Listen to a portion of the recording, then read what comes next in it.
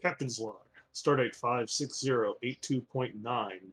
Executive Officer Salon reporting. The Tenshi is on course for Deep Space 17 in its Rias system. While I am in temporary command of the Tenshi until Captain Althatan's return with Lieutenant Sarissa from their mission at Kate, we are escorting a group of Cardassian and Federation researchers to the station for a new defense project to aid the Cardassians in their conflict with the Breen and the Tzenkethi. Lieutenant Elena 4 is working on a holographic system to help hide the outpost that the natural topology can't cover. End log.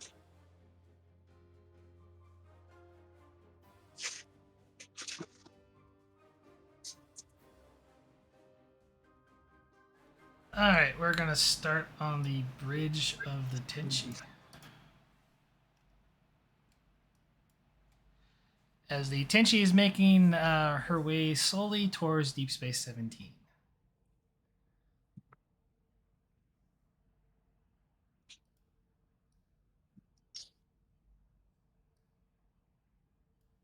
Helen, what's our ETA at Deep Space 17? We should arrive in 6 hours, sir.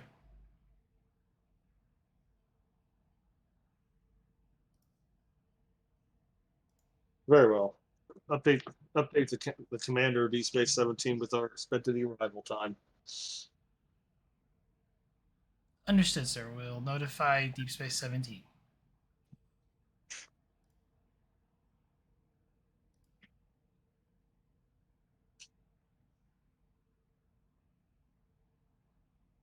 Slam will hit his comm badge. Commander Salon to Lieutenant Elena 4. Go ahead, Commander. Lieutenant, what is the status of your project?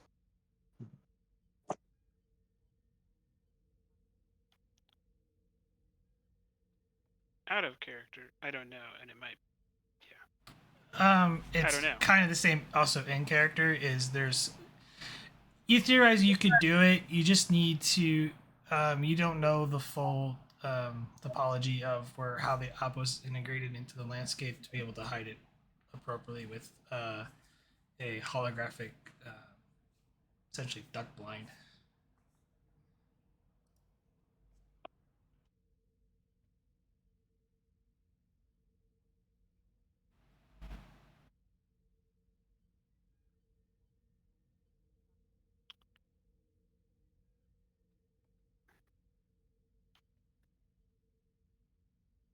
There is nothing left to do on board the ship. We will have to wait until we are at the location to determine what we can do. Understood, Lieutenant. Thank you. Be sure to let me know what crew and material resources you need when we arrive.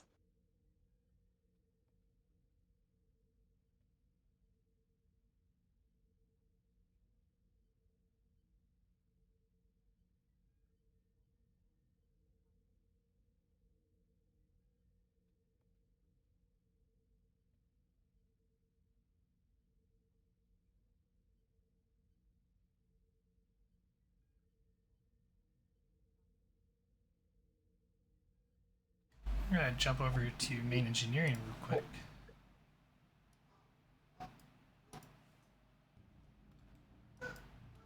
Lieutenant Elena 4, one of the Cardassian research teams, she goes with the name Specialist Jira Lamay.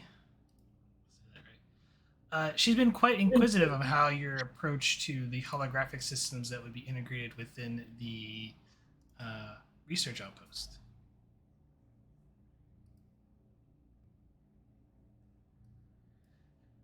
So, Lieutenant, you're telling me that this system that you're designing will completely hide us from any presence, even from visual sensors? At least any onlooking would be passer would be it would sort of like a makeshift cloaking device. I'm gonna type on the console to send a message to the ECH to rescue me from this conversation.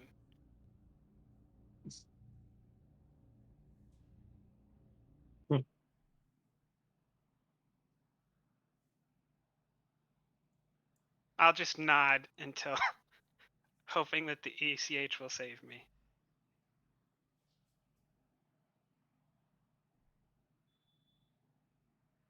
If someone wants to play the ECH.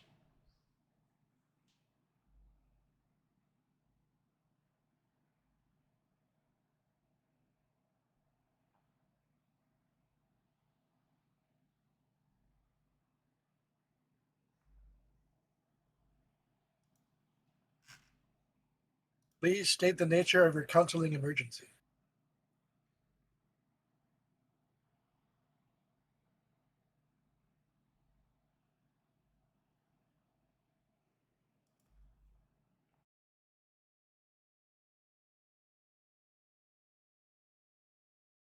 Lieutenant?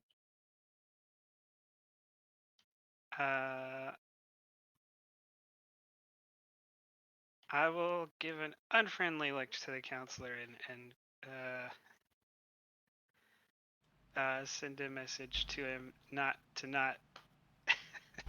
not to talk to me, to talk to her. Yes. Fascinating. Did you program him yourself? I am an autonomous being. Yes, I have different programmings in the counseling and intelligence. Of course you are. This is a remarkable tool, Lieutenant. I am very impressed. I wish to study more about this. I've been fascinated by holographics, though we don't really experiment too much with this stuff on Cardassia. Holographic programs are viewed as, well, immaterial to the progress of Cardassia.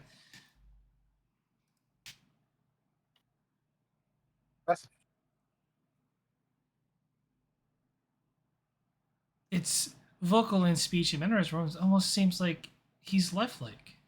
The programming is It's like quite I'm remarkable. talking to you. I'm sure you are. That's just your programming telling you what to say at the appropriate response. Tell me, does it count for body language, Lieutenant?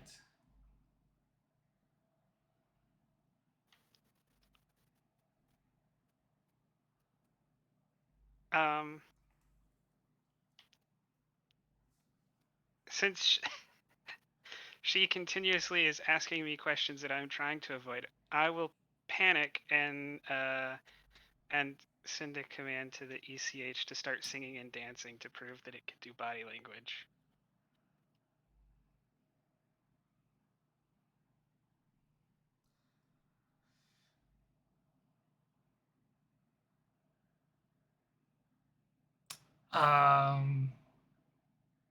The ECH is going to have to roll a presence. Let's go con.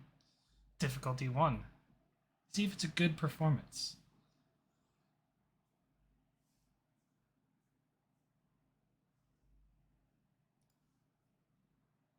Is it under supporting character? Yeah.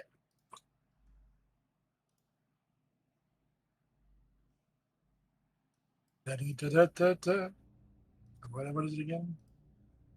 Presence plus con. Difficulty 1.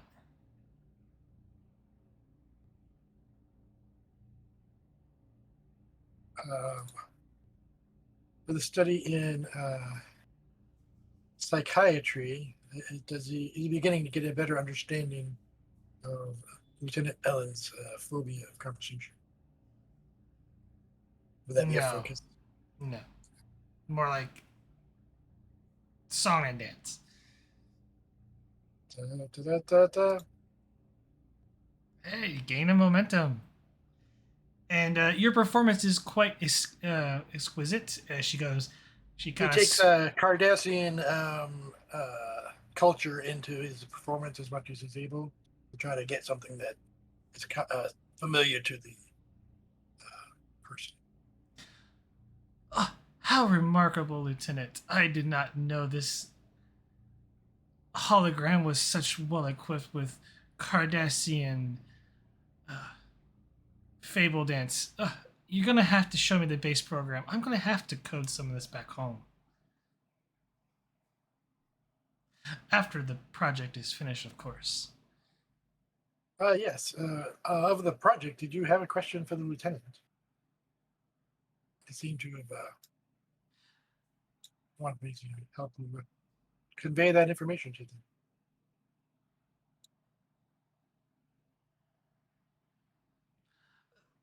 Lieutenant, I am not disturbing you, am I? She seems just to ignore the ECH. I'm standing right here. Does she not see me? No, there's no bother at all. Although I must go do some work over here. The doctor can inform you of the project's progress until I return. Uh, I won't trouble you no more, Lieutenant. I will be on my way. I need to speak with my colleagues anyway. Good day, and thank you for your patience with me. Okay.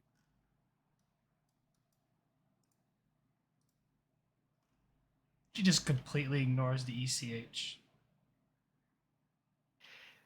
Yeah, I'll turn to the ECH and say, your small talk is terrible. Thanks. To you, I guess. According to her, anyway. Did you not want to convey information between you? Perhaps you just read the report would be more suited to your feelings at the moment.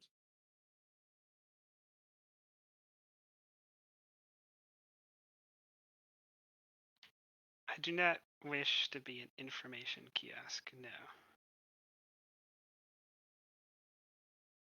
That's all you have to say then. I'm sure you could put it in terms that are in counter conversation, but otherwise the intent is there. It sets a certain boundary for yourself. I think that's a positive for you.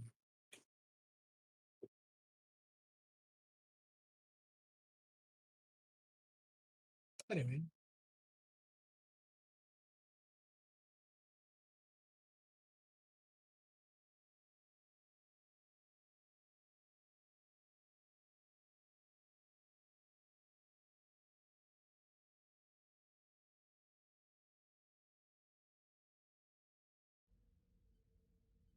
To not pester the engineer any further. Commander Solon, on the bridge enters the head researcher for at least the Cardassian side is, and you know him as Gul Zedi. Commander, I was hoping to have a word with you. Well, of course, Gull said. Do we need to speak in private? I would prefer it if you don't mind.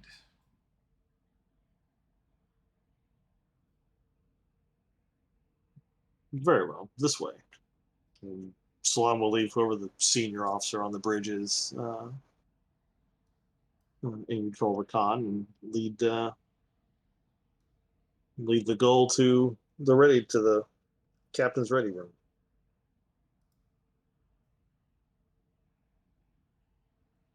What can I do for you, Gull? I wanted to go over the security matters for my team.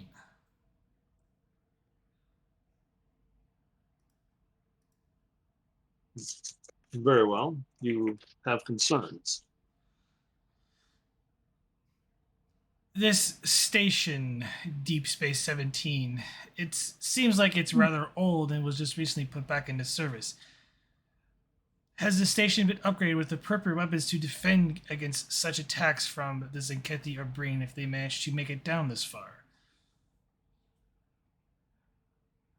My R research is quite important and it could affect many lives both for Cardassia and the Federation.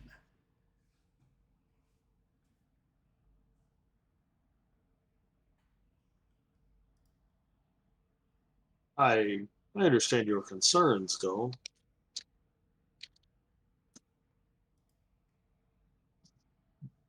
I am been informed Deep Space 17 is fully operational and is in the process of being updated to modern Starfleet technology. However, star bases at the time of its construction are well built and very sturdy, will serve as an adequate base of operations.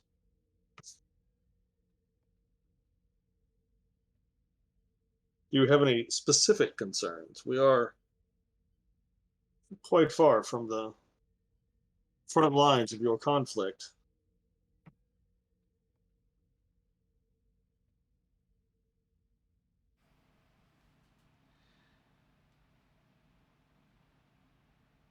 Are you or the station commander will be assigning security for the research outpost? I will be coordinating with the station commander at Deep Space 17, making use of the security forces of both the station and the Tenshi. We'll have an opportunity to evaluate the situation once we arrive and determine which personnel are best suited for the job.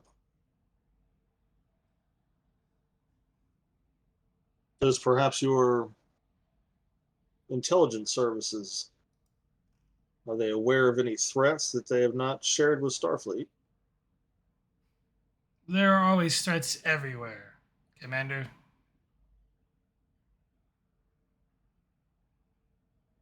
I was inquiring more about specific tactical situations rather than a general overall summary of the situation. In my line of work, Commander, it is best to expect all outcomes.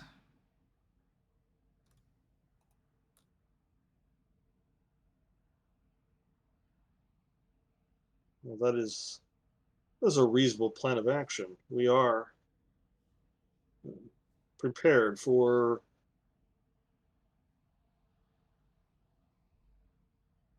we're prepared to respond to threats as they appear. Specific plans are difficult to make until specific threats are made known. I notice, however, you did not answer my question. For the record, I am not expecting anything to go wrong, nor is intelligence expect anything, at least are aware of our operation. But leaks do happen, Commander.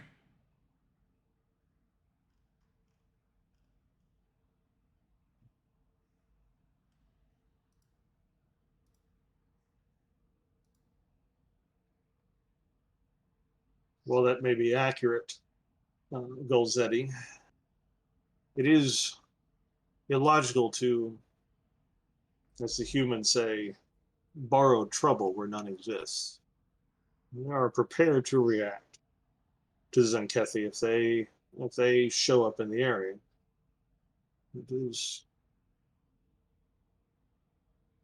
an inefficient use of time to worry or give in to anxiety for specific threats that have not appeared as yet.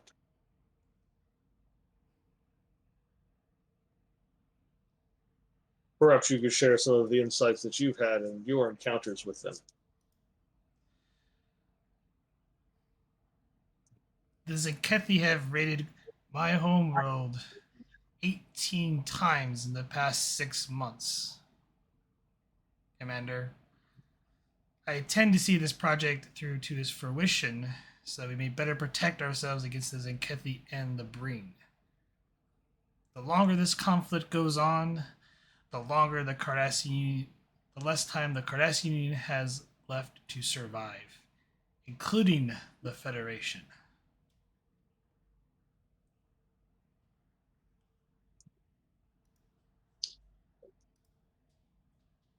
I agree, Goldsletty. It is in the Federation's best interest to see that the conflict is resolved in a timely manner so that we might return to our primary mission of exploration and science.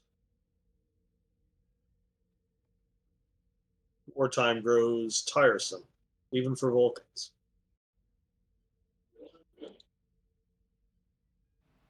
Rest assured that the crew of USS Tenshi will do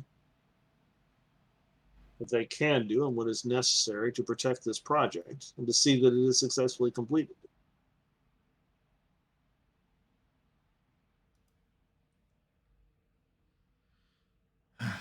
Very well. Sorry for the intrusion, Commander. You don't mind? I need to prepare my team before we arrive at the station. Very well. There's no intrusion, Gilday. We are allies in this endeavor. It is good that we should share what information we have with one another. Just kind of remains silent and just gives you a nod and walks out the door.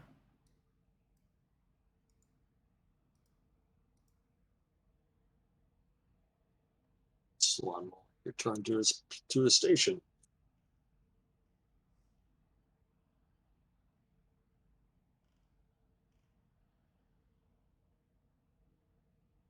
Um, Thinking back on the conversation that he had with the Cardassian, did he seem to Salon to be forthright when he said he had no knowledge of specific threats to the project or the ship? Give me insight plus command difficulty 0.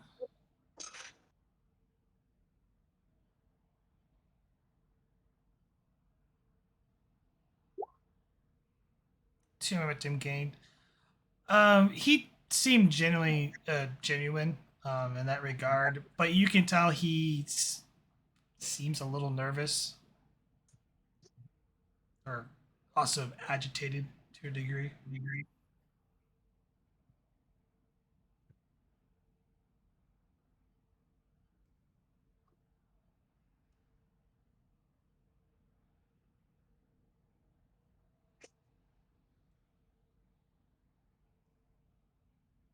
Um, Out of character, I'm making assumptions that we are far from the front lines. Oh yeah, Um, you're about you're over 100 light years from where the conflict is taking place.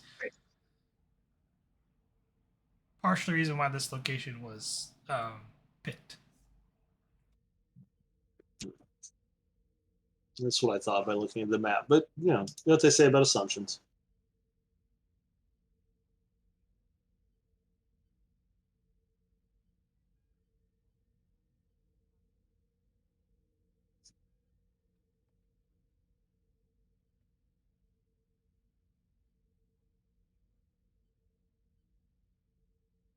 I think after reassuring the goal, Salon will spend some time reviewing like the current logs from D Space 17 just to see how far in the retrofit process they are.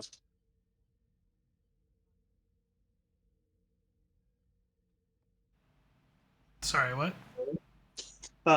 Salon is going to take some time to look over the logs from D Space 17 to see just how far along in the updating and retrofit process they are. Most of the work has been interior, but its starbase is functional. It's still their weapon systems are online. They just they can't. It's a little hard to upgrade the phaser banks because Starfleet doesn't really use them anymore. They're only 100 years old. What could go wrong?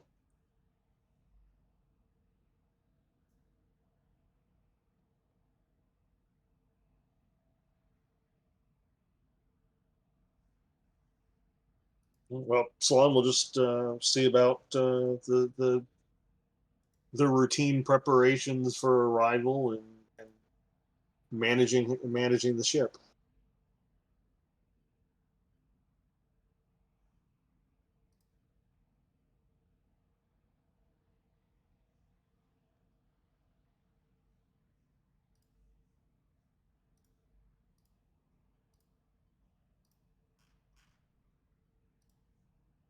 Make sure his current security chief is ready to provide the appropriate security measures for the project once we arrive at the space station.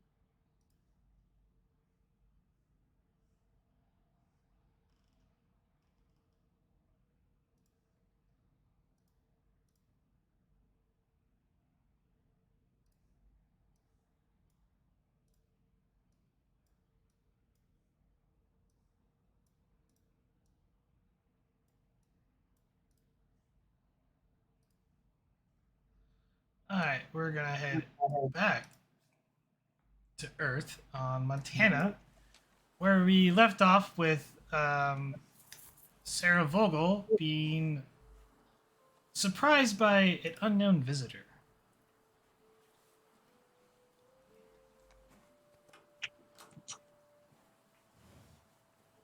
Lieutenant, look, I don't mean to startle you, but I need your help.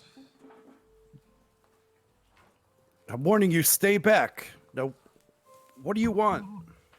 I look, I need your help. I need you to help fix a mistake. What are you talking about?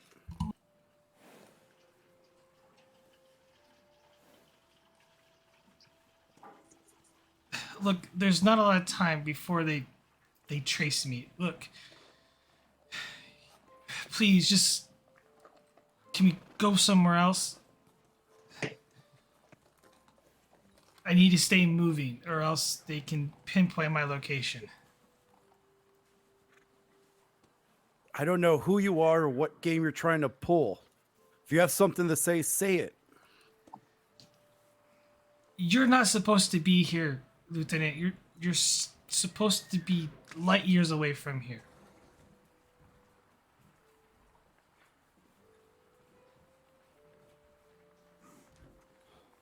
I am right where I'm supposed to be.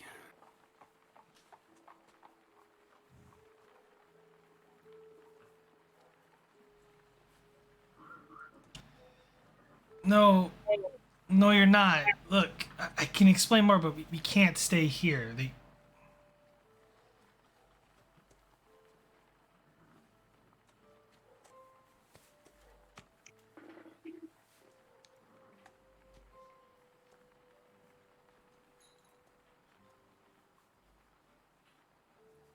I'm not going anywhere with you.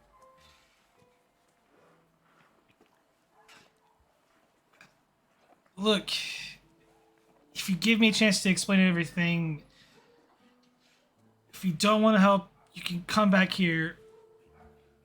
No, no fault in you. I will seek help elsewhere, but just give me 5 minutes. We have to do it somewhere else. And where do you suggest we go? Anywhere but here. We just have to stay on the move.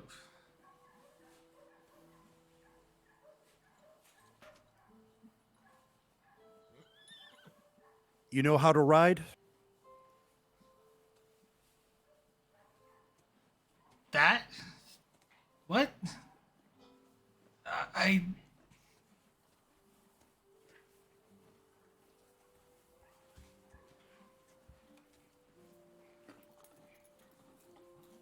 And she'll grab a saddle from a wall and throw it over at his feet. Said you wanted to stay moving.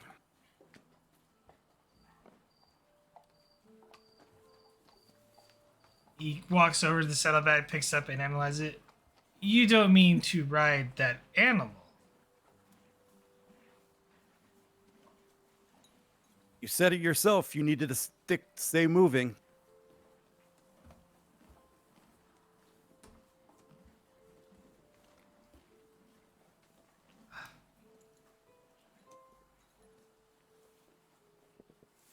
It's that or take your business elsewhere.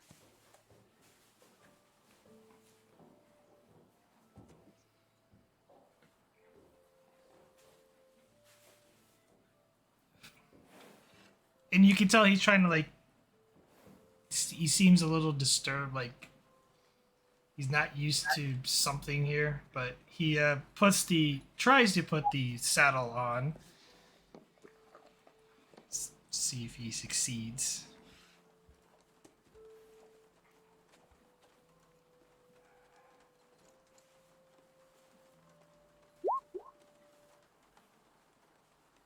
He manages to figure it out. I think I put this on this animal. What do you call this beast?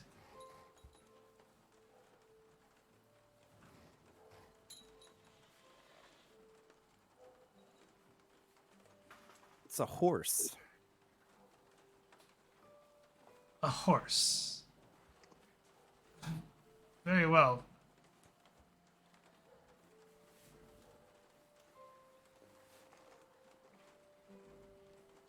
And gets onto the horse.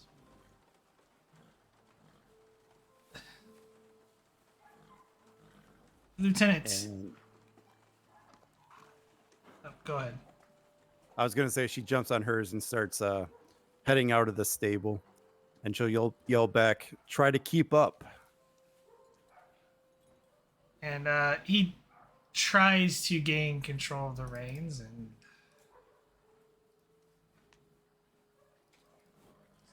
actually doing pretty well. He gets the horse and and gets it's like, this isn't so bad. The smell is unique. Now, what is it you wanted to talk to me about?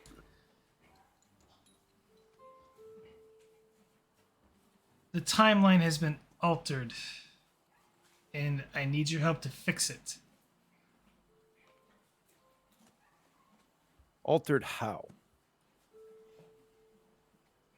You were never supposed to leave Starfleet, at least not yet.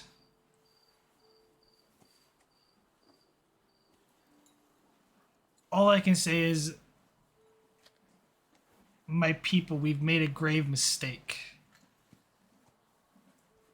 And I don't think I can stop the ones that are wanting to continue to make the same mistake.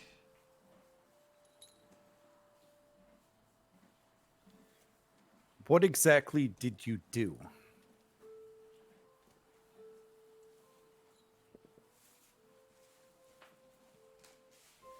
One week from now, a vessel, which doesn't exist anymore, was set to rendezvous with my people. Creating a chain reaction that, well, to put it in regards, my people are isolationists, at least the ones in power. The rest of my people don't know of the existence of other civilizations among the stars. They think that they are alone in the universe.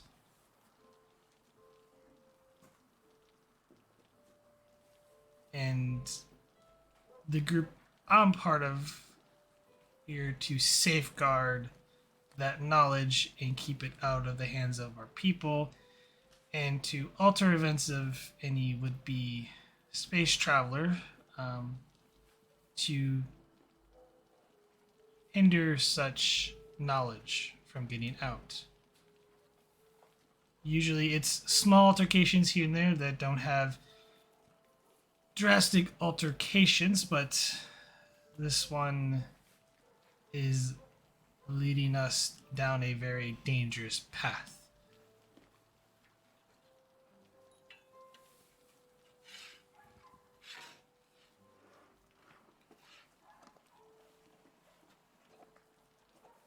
What exactly did you do?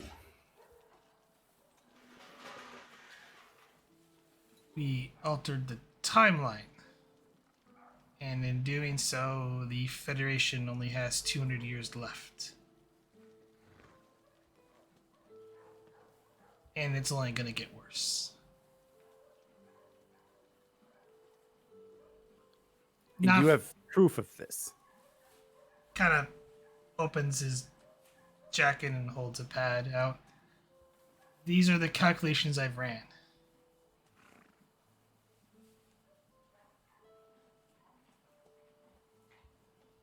She'll reach out and take the pad. It's encoded to my biometrics. I'm sorry. You won't be able to read it. Throw it, and I'll throw it back at him. It's kind of fumbles with it and nearly falls off the horse.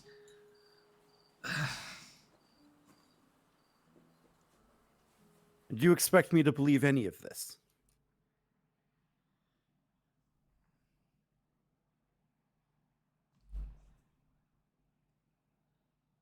I don't know what to say. Faith?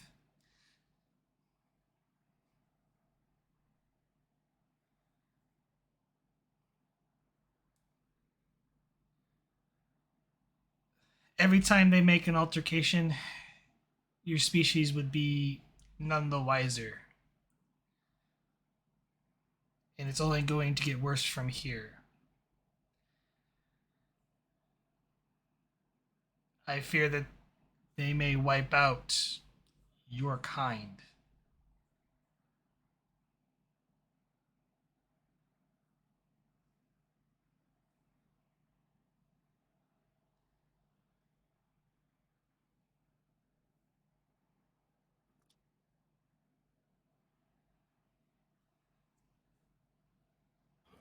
Suppose I do believe you. What do you expect me to do?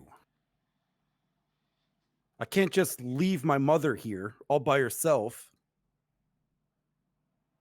She's all I have left. Or I'm all she has left.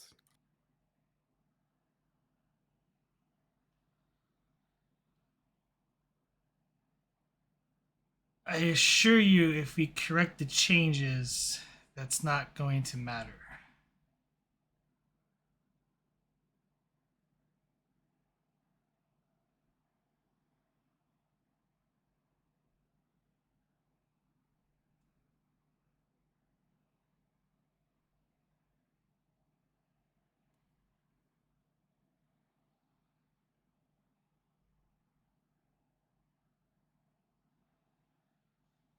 And as he's like, you hear a beeping sound, he kind of pulls out his pad. He reaches into the other joke packet and grabs your arm and jabs something. Jabs what appears to be a hypo and sprays it into your arm. I need you to make a fitness medicine difficulty 1. Knew it. Knew I was going to be drugged.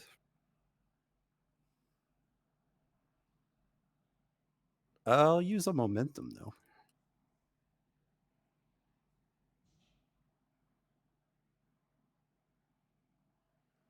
You start feeling a little like lightheaded for a second and somewhat disoriented. And he goes, "It'll pass, Lieutenant. Just we have to go now. We have to go." And he just, hits the reins on the horse, and the horse takes off down the path and into the forest. So after being attempted drugged, I'm not going to go anywhere with that man, and I'm going to head back to the ranch and call security.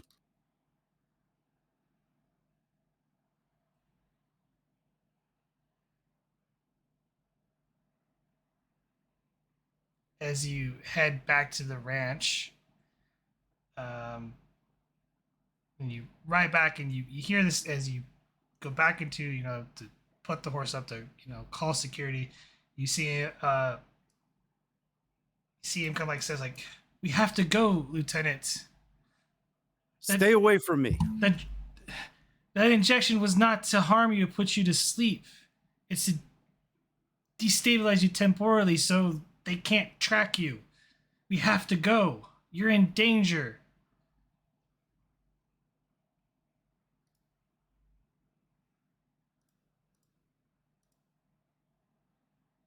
The only one in danger here is you if you don't leave. And you hear the sound of disruptor fire as he runs in and closes the door. Oops. That's the wrong thing. And we will cut to Theater of the Mind on Deep Space 17.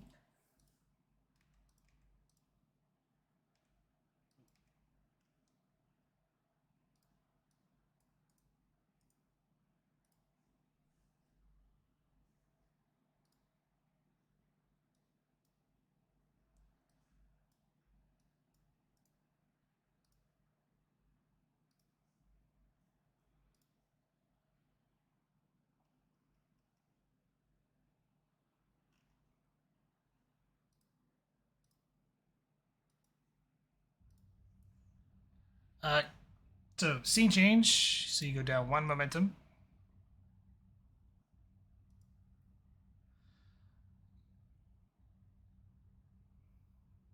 Commander Arif, you're currently sitting in in Captain Keller's office as you're sort of going over the daily reports.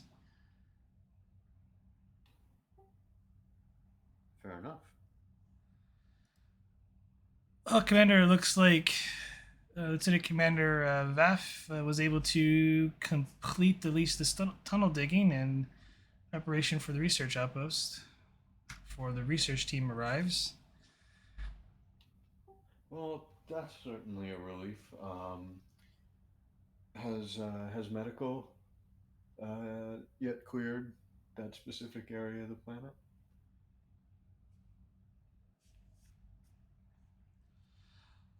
It is a Class L, but looks like everything these checks out for oxygen production levels. They should be fine. They're a little cold for Cardassian blood.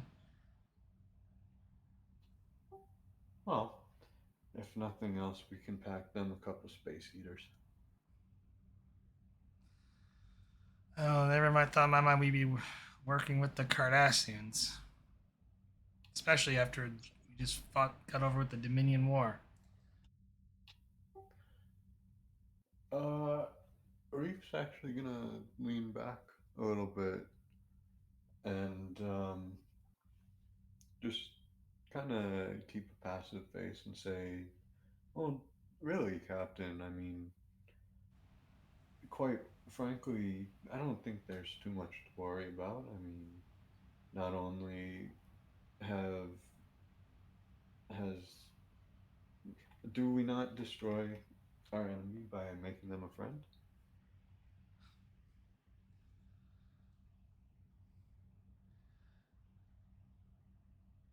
Fair enough. I just didn't think it would happen this soon. Oh, better better sooner than later, I say. No reason to put it off. After all, if nothing else, that might give rise to new tensions. Best head them off before.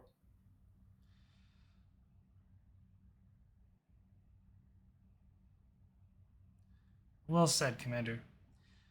Uh, given the where this research outpost is at, make sure we have a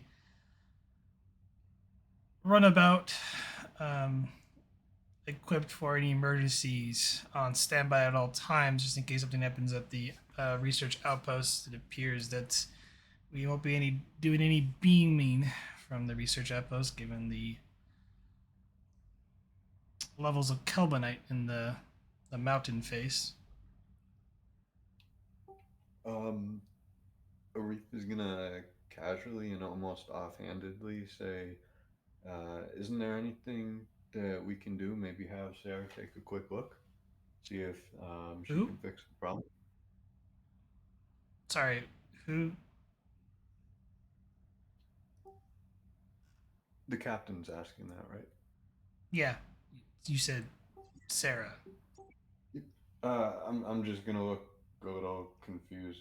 I'm sorry, Captain. I don't know where that name came from. Our chief science officer. Lieutenant Burke? Yes, the lieutenant. That's right. Is there anything they can do to cut through the interference? Starfleet engineers have been at that for decades.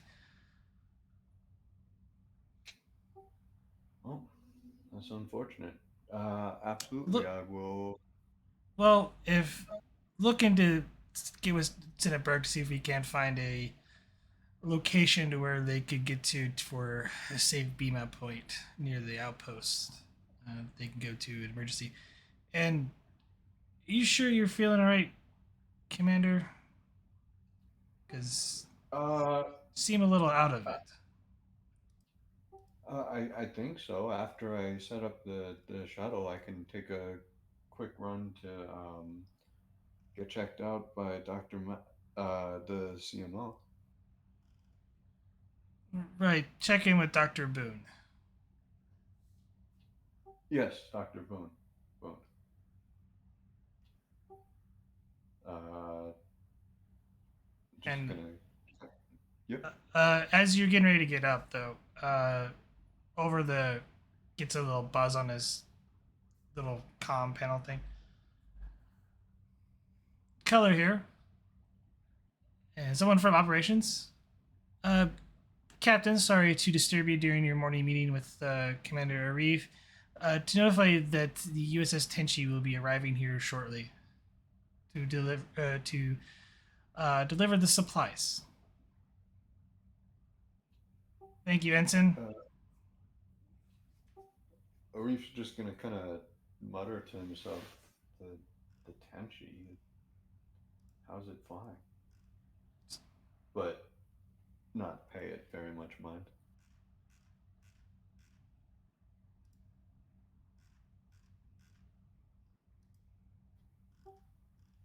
Um, very well. Is that all, Captain? Yes, when the Tenshi arrives, I'd like you present to greet our guest. Also, have 5 guest quarters prepared. Of course.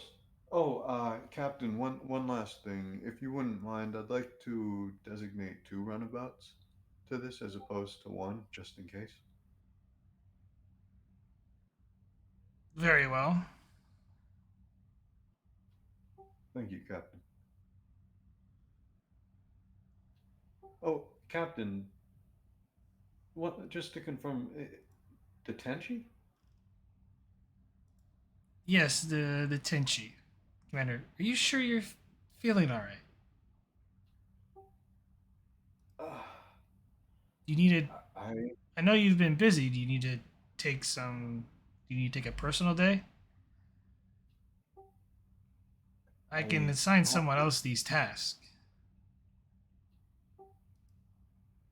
I have to confess, Captain, I'm feeling a little off kilter.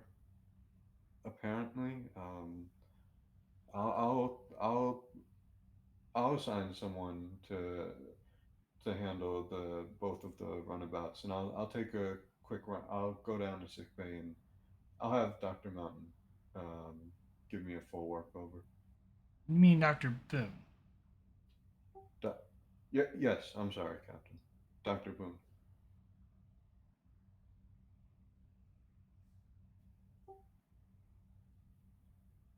Uh, and with that, I guess I'm gonna walk out a little unsuredly and hand off that assignment as quick as possible and head to sick bay.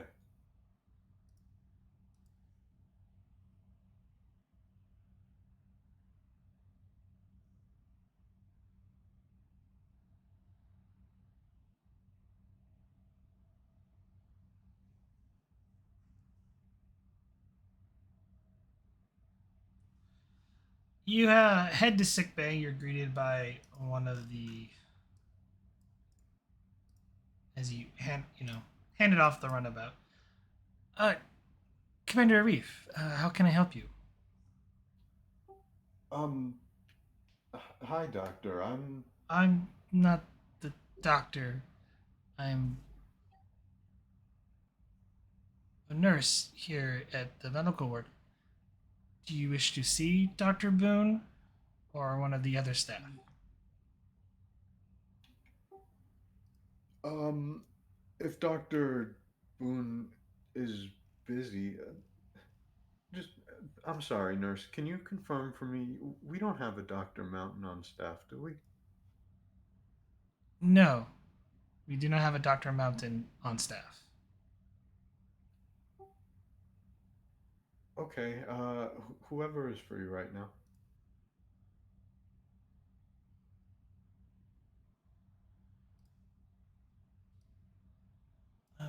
Right this way. And she shows you to a sort of an examining room.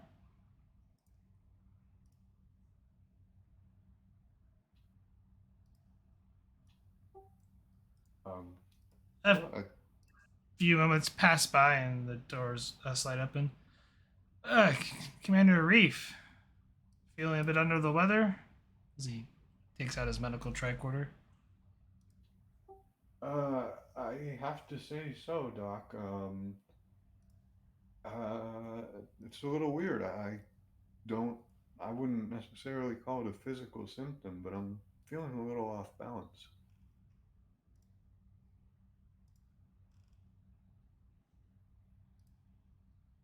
Um, how so? Disorientated? Any lightheadedness? Uh, I seem to be experiencing a little confusion. Um, Apparently, I keep asking for a Dr. Mountain, and that's strange.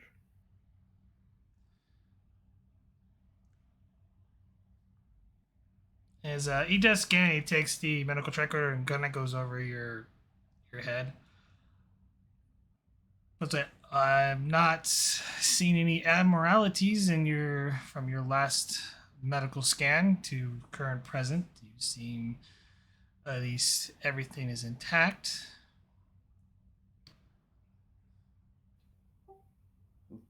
That's strange, Doc.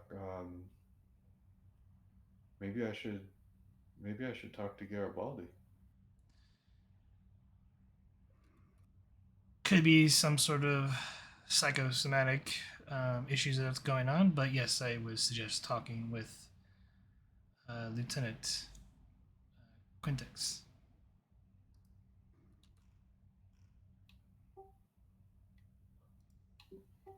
But you're sure that nothing has come up on the scans? Far as I'm aware, you are very healthy, given your age. Of course, that's not unusual for your species. Granted, there's only a little over 70, at least for a base comparison, but as far as I can tell, you are 100% healthy, Commander. Well, then honestly, Doctor, I'll I'll put my faith in your hands. I don't. Perhaps I'm just slightly overworked. It has been a trying few days. Maybe it just built up, and I need a few hours off.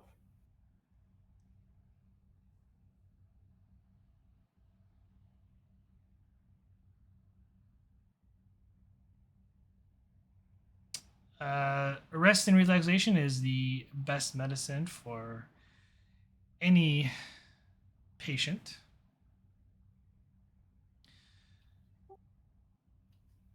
Well, I think I'll do that, Doctor. I'll be honest. I'm feeling a little bit more confident, anyways, now that you've given me your diagnosis. So I think a couple hours of rest and relaxation might be right up my alley. But if these issues that you're having, please don't hesitate to seek out the counselor. Of course, Doctor. At once. At once.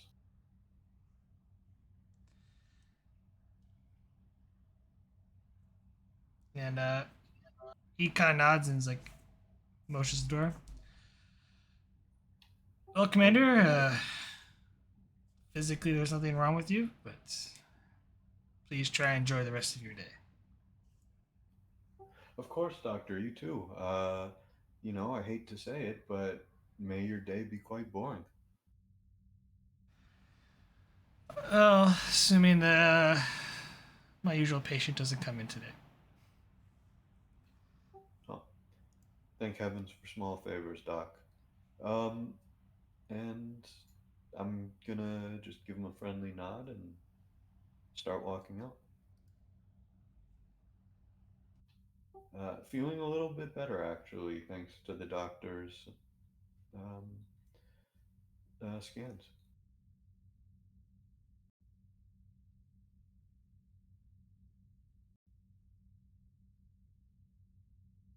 Um, Actually, and take both the captain and the doctor's advice and uh, go for some R&R. Maybe, you know what? It's been a trying couple days. I am gonna go to my quarters and I am gonna sit down in a chair.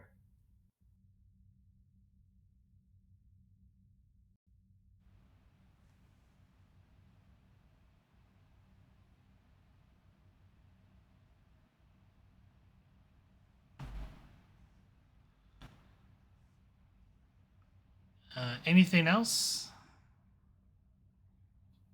Um, Not yet. At least, um, probably not until the Tenshi arrives.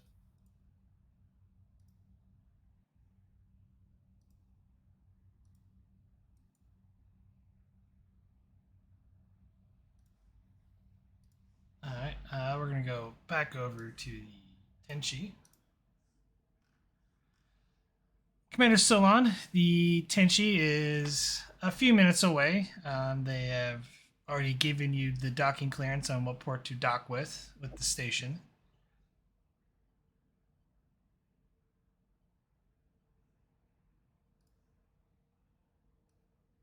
Yep, very good. Helm begin docking operations. You're coming into range and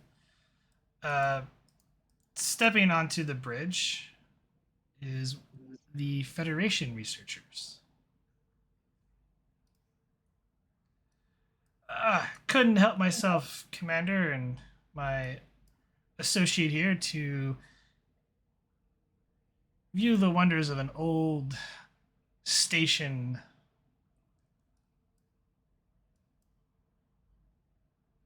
At least from this vantage point, if you don't mind. No, you are welcome to observe. Relatively speaking, B Space 17 is not that old.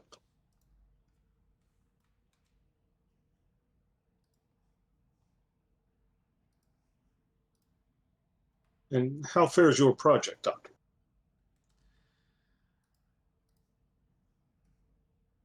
Well, we've only begun some of the groundwork for the project, but needless to say, I can't go into too much detail. Security matters.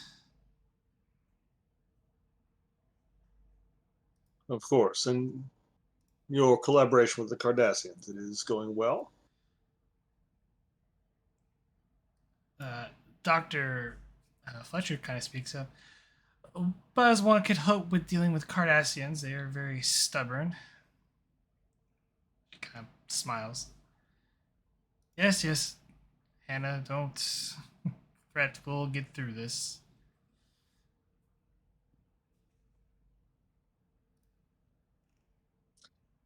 The Cardassian Union has seen difficult days of late. It is understandable should they be anxious and worried. This is an opportunity for us to build a stronger relationship with the Cardassians, one based on peace rather than what the relationship has been in the past.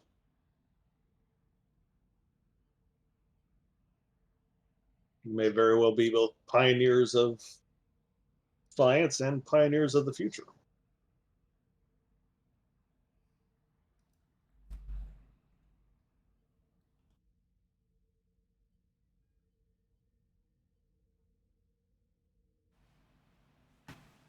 Well, that's why we're out here and doing this, Commander.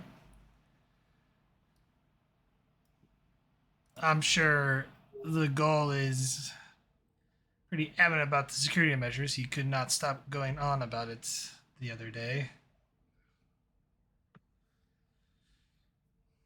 He does seem very anxious about the project.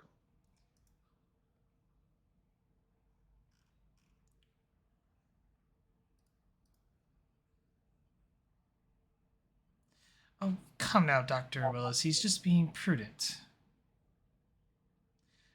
After all, his people is this project rests in our hands to, well, potentially save the Cardassians.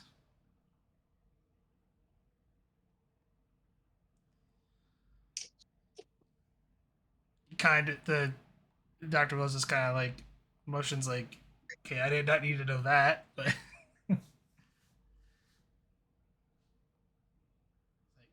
well, now I know how Atlas feels.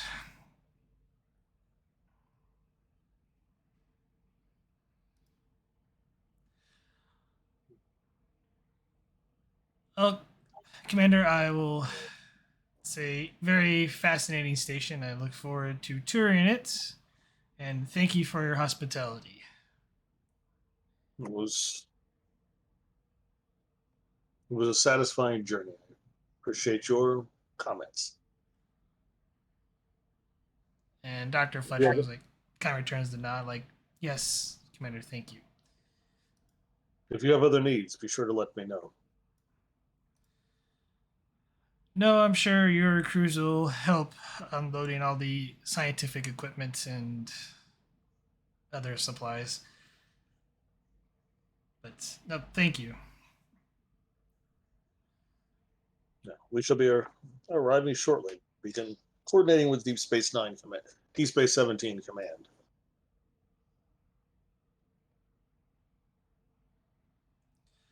I'll see you at the airlock. And the two walk back into the turbolift.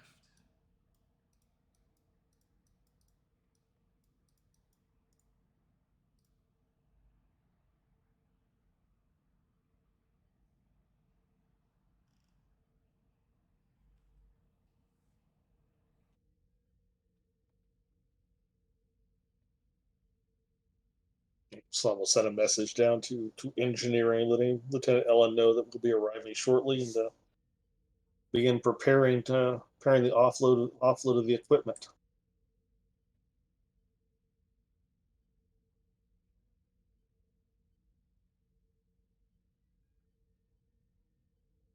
Question, Jim. Are orders to ferry the equipment to the planet side or to the station itself?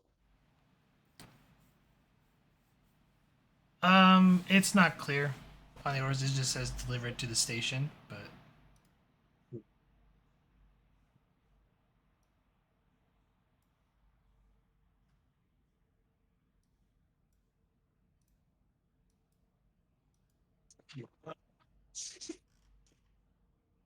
Once we're in range, Salon will have operations open to channel DS-17 so that we can get permission to begin those docking procedures.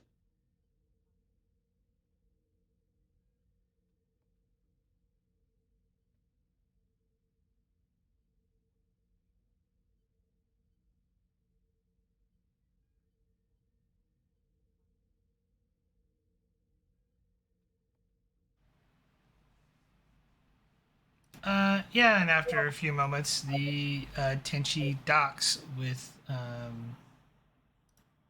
Deep Space 17.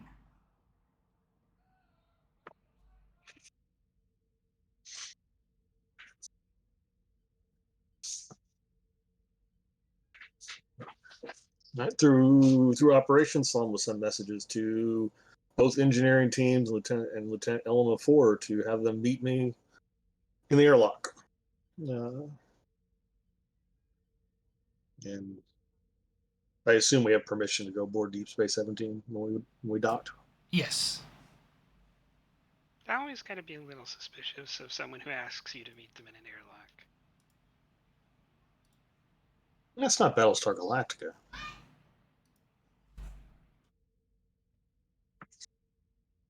It could be. I wouldn't object. It's one of my favorite shows. But yeah. Remake or old school 70s? I grew up with the original, but I really do enjoy Ronald Moore's version. That last season was a little hinky, but before that, it was great.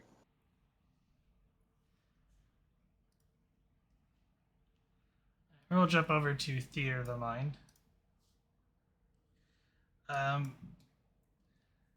Commander, you are followed, by with Lieutenant Allen and the rest of the researchers as you head down the airlock to be greeted by Captain Keller and Commander Arif, followed by Lieutenant Tuzat.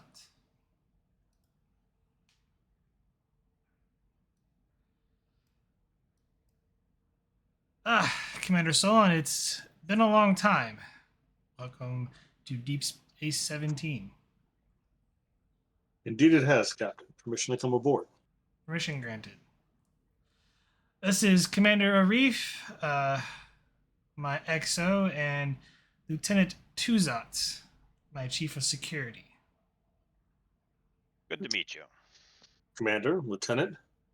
May I introduce Lieutenant Elena Ford, my Chief Engineer. Federation Research Team, Dr. Oscar Willis and Dr. Hannah Fletcher. Gulzetti, the head of the Cardassian Research Team, and his assistant, Geraldini. There is one more name, which it's because there is a third Cardassian. I introduce her as well.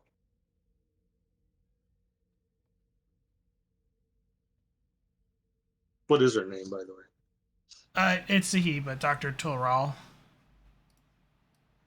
who's standing behind you. Oh, Torah. Boy, I spelled that completely wrong in my notes.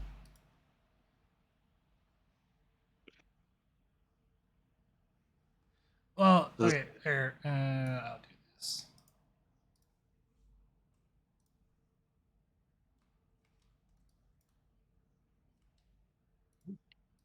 And this is Dr. Tolral, also of the Cardassian Union.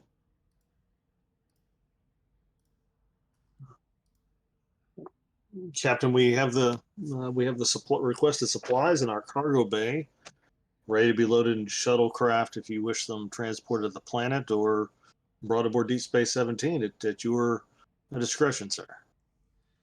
I'll have to get with Lieutenant Commander Vaff. She's currently on the surface of the planet, getting everything, for the most part, situated. But I'll leave the appropriate delivery of the supplies to their proper location to Commander Arif here. You can coordinate with him. Thank you, Captain. Will do.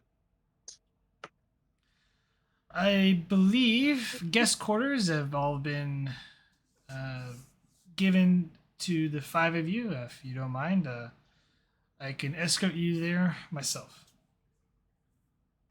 Thank you, Captain. Would you permit my crew some shore leave aboard your station, as time permits? Don't see it being a problem as he kind of looks to Arif.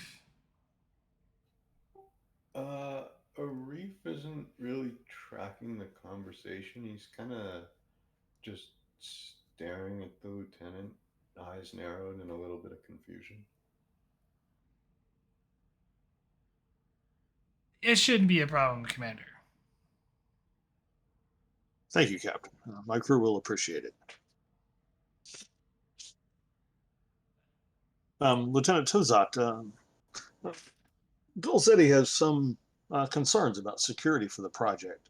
Would you be willing to discuss with him your security arrangements that you've made? Of course, I'm sure I can lay any concerns to rest.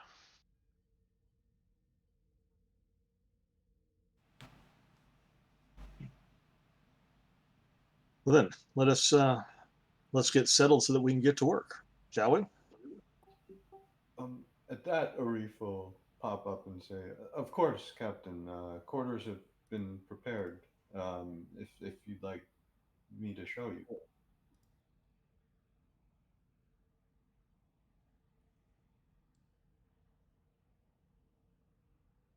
Oh, that will be acceptable. Just Commander, though. I'm only temporarily in command of the Tenshi. I'm sure my captain will return to duty shortly. Yeah. Of course.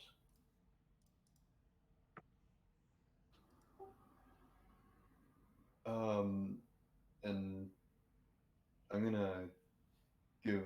one last curious look and usher the guests to their quarters. I'll look back at you, unstaringly and unflinching.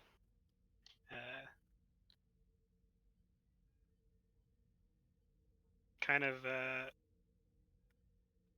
not really. Yeah, I'm not really affected that much by awkwardness, so I'll just stare right back at you. No, that's certainly fair, and I'm pretty sure at the moment all the awkwardness is coming from one side, or confusion.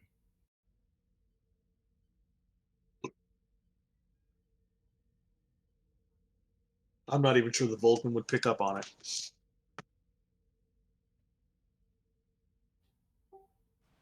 Yeah, but I'm gonna, I'll say, right this way, everyone. I'll, as you know, DS-17 is a little bit old. However, we've been retrofitting her and spared no expense on your quarters.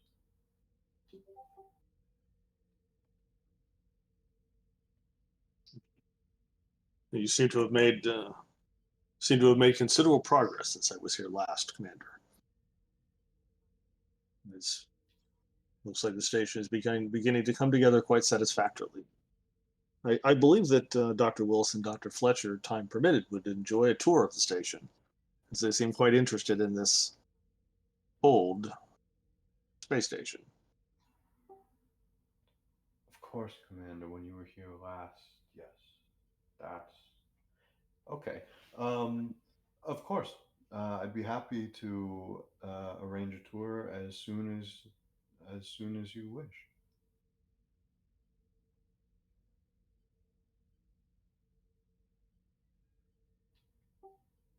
We could even go right now.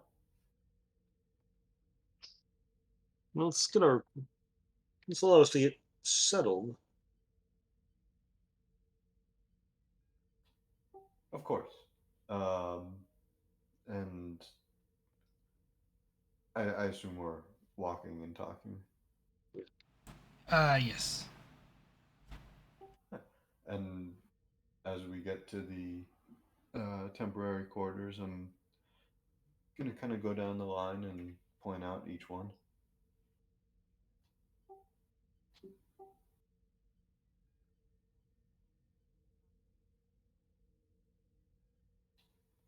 And here you all are. Once again, I hope your stay is completely pleasant. And if there's anything I can do for you, just I'm a combat away. And please, we will schedule that tour as soon as you're able. Very good. When do you anticipate being prepared to begin operations to get setting the project up for the Cardassian and Federation researchers? Well, I believe preparations have already begun. Uh, yeah.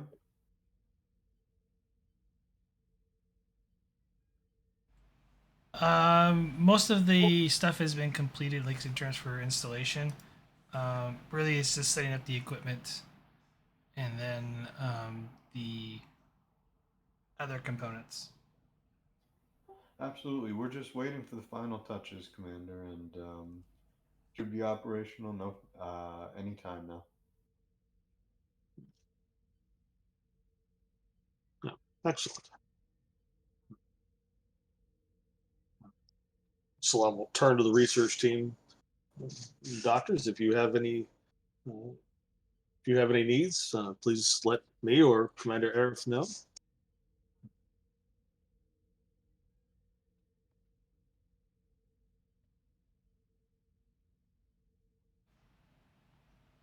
Dr. Willis speaks up.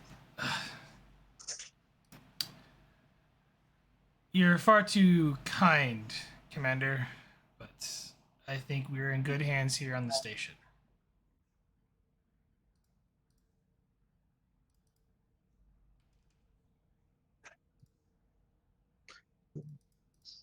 Well, Golzetti, do you wish to? Uh, do you desire a security briefing with Lieutenant Tuzant here?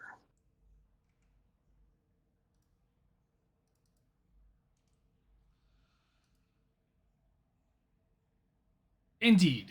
I would like to go over security measures just to ensure that everything is adequate on the surface of the planet. Well, Lieutenant Tuzant, would you care to brief us? Maybe a conference room or your office rather than in the middle of the hallway. But That would be preferable, sir. This Great. way. My office is just down this way. Along the way, Salon will come back to the ship and let the second officer inform the crew that they may take shore leave on the station when they're off duty.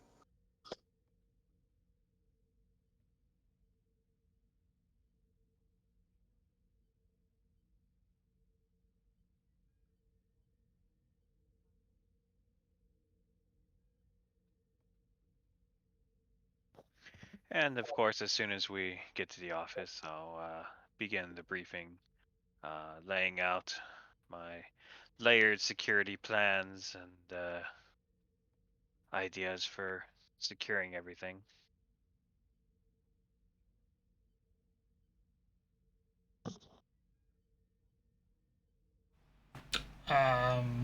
What sort of security measures are you taking?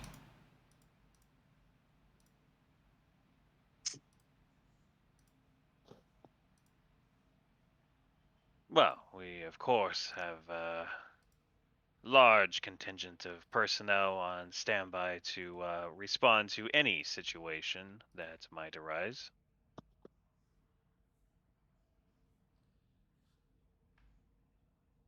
Adequate.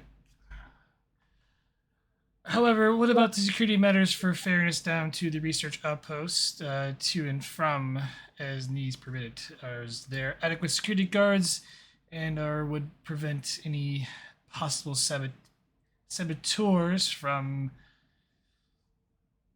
well, sabotaging our transport vessel when we go down to the research facility?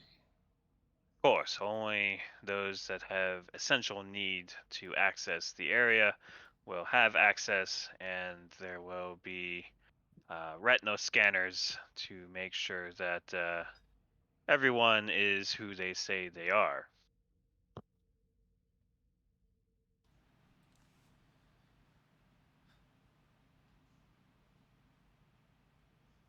In addition, the Tenshi will be on standby in case there is an incursion of hostile vessels.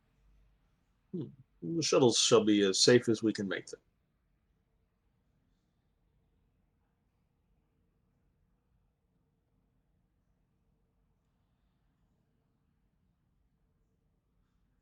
Understood. Well, gentlemen, I will like to retire to my cabin for the time being. I have many things to prepare for before the research outpost is finished. Very good. I'll escort you back to your quarters. This guy goes, huh, oh, very well. It's a big station. It's easy to get lost if you haven't been here before.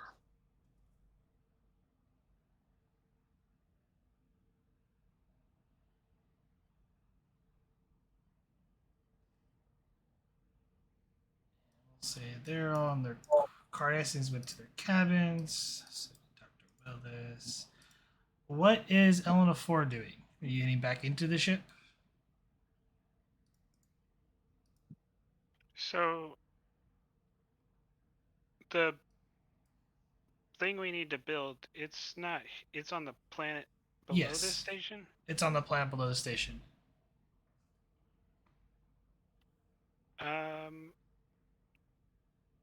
I will do everything needed to get that started.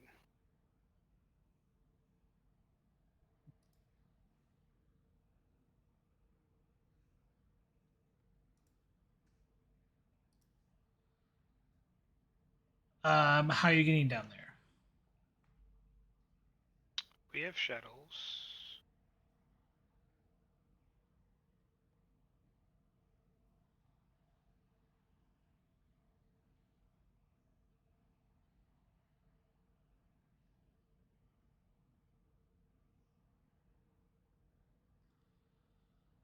Uh, you get a notification as you get ready to head to the. You're in the shuttle bay of the Tenshi.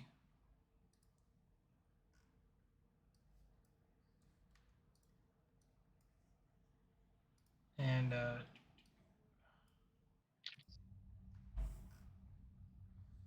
Simon runs up to you. He's like, Lieutenant.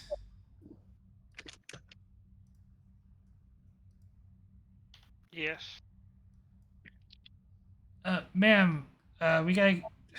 You have to give me a little bit of time. I need to validate the security clearance. The region's currently a no-fly zone.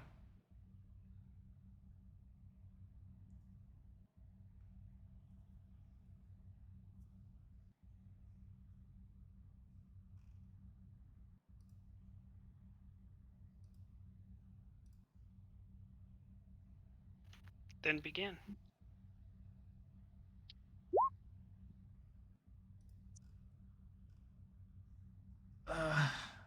Right.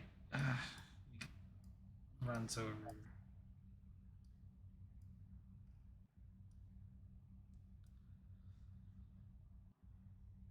Tenchi to station security. Go ahead. Yeah, this is Lieutenant Simon from the USS Tenshi. Lieutenant Ellen Ford would like to take a shuttle down to begin work on her project on the surface of the planet. I am trying to get security authentication for the shuttlecraft Olympus. I see. Does she have proper authorization codes and verification that she is who she says she is? She has been validated here by USS Tenshi. Has it been validated by you? I just spoke to her.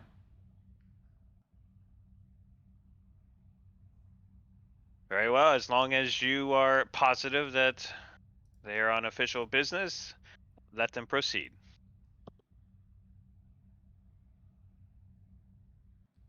Thank you. Tenchi out.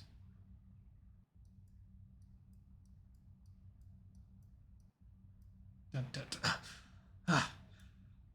Uh, uh, that shuttle's cleared, Lieutenant.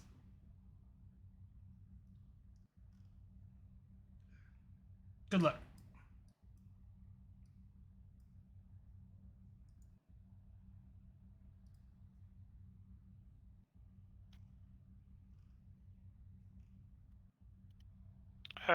There's no.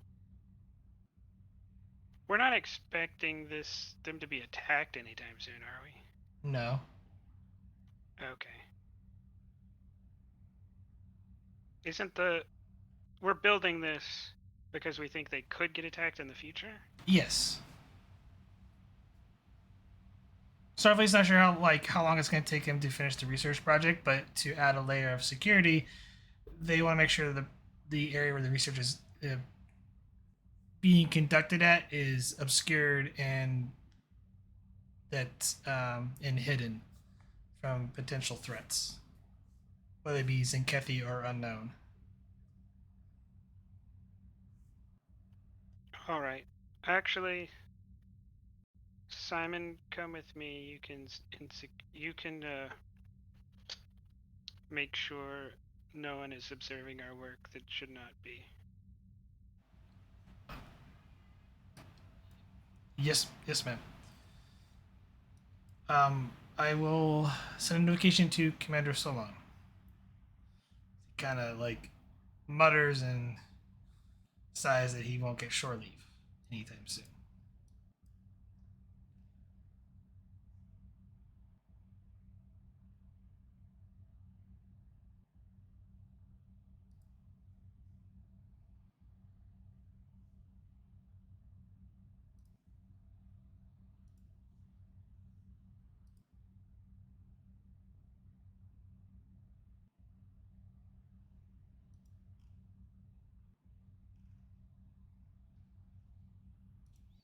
But yeah, to take the shuttle down, it's going to be a control con difficulty of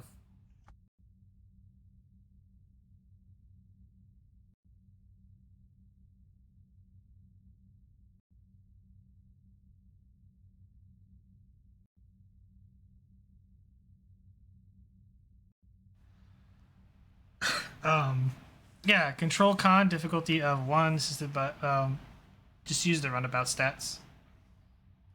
I don't have a Type 7 shuttle sheet up for you guys.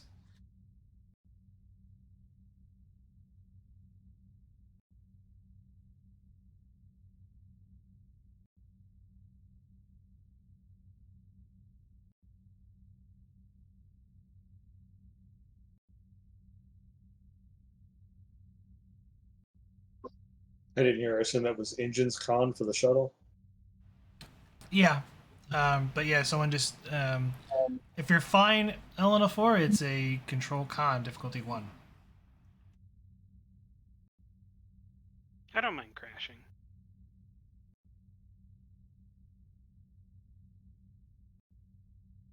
What are we choosing?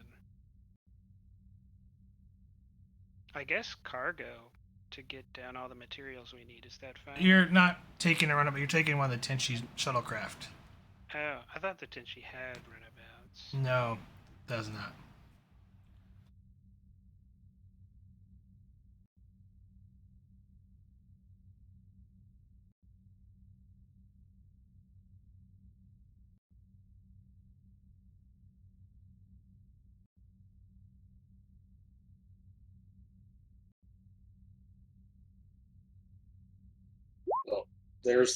Well, there's the lack of help from this runabout.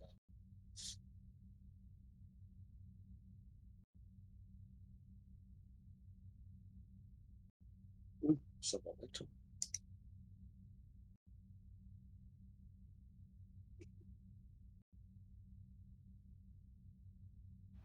Gain 2 momentum. And yeah, you fly the runabout expertly down to the surface of the planet.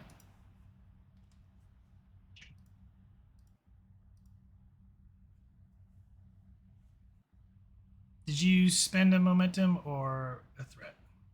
No, direct neural interface.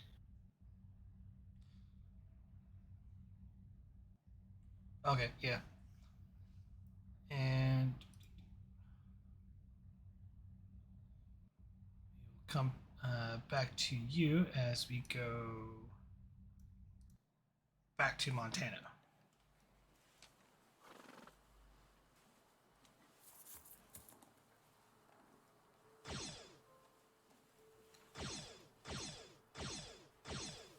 You hear the sound of disruptor fire, Vogel, as shards of disruptor blast pierce through the wood of the barn and scaring all the horses.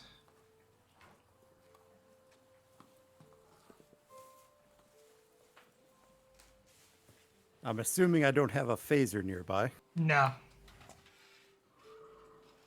He kind of runs like, we gotta go, and he attempts to grab you by the arm.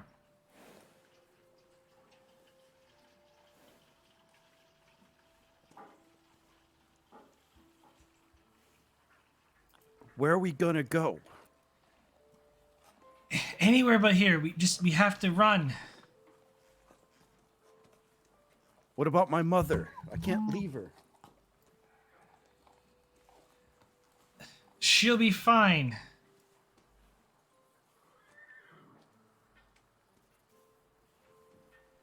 There's a 97% chance that she will be alive.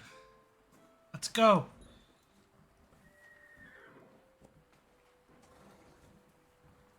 Fine.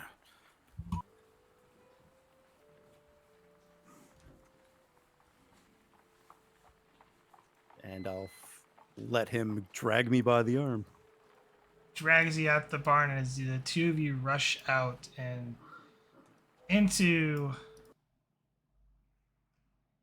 the forest.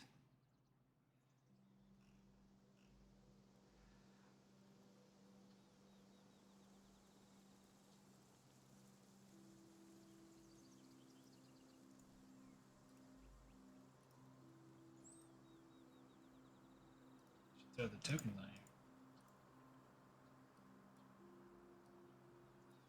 you. He leads you down the path. Give me fitness security difficulty 1. I'll use a momentum.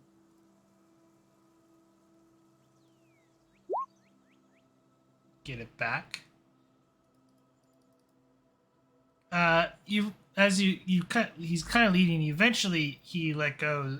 The two of you keep running, and you still hear the sound of disruptor fire off in the distance. Bolts striking trees.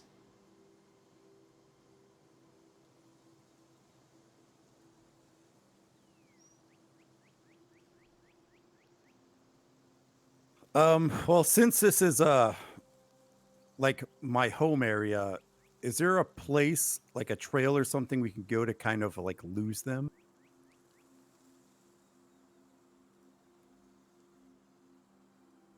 Or at least help us get ahead of them, I guess would probably be the better phrase.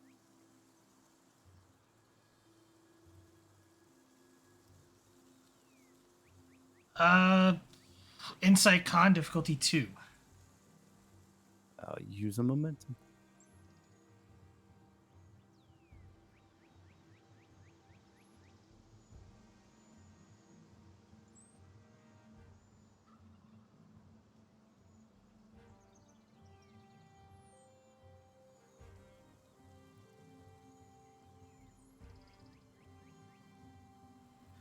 Yeah, there is a path through that.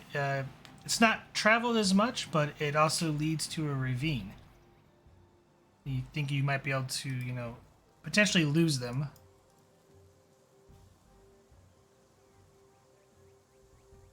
Come on, this way.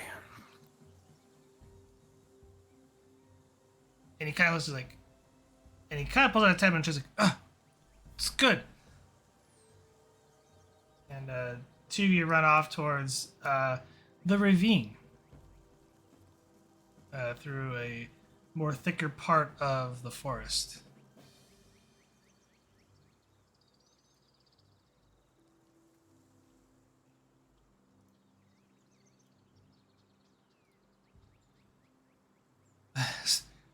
Stop for a second. I'm not used to this.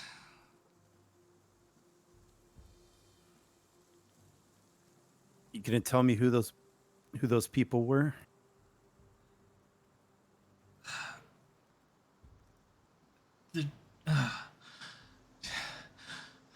The Jinkari.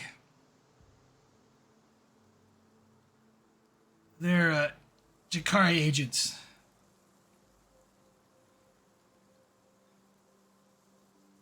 Whew.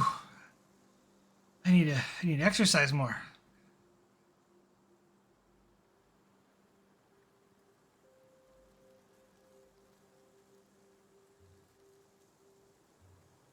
All right, come on. We got to keep moving if we want to stay ahead of them. We got to get to a communicator, something I can call Starfleet security. No, you can't use official systems. They're all monitored. You can't. We're going to need help. Oh God, if we go that way, be dead. No, we gotta go this way. He starts heading towards the actual ravine.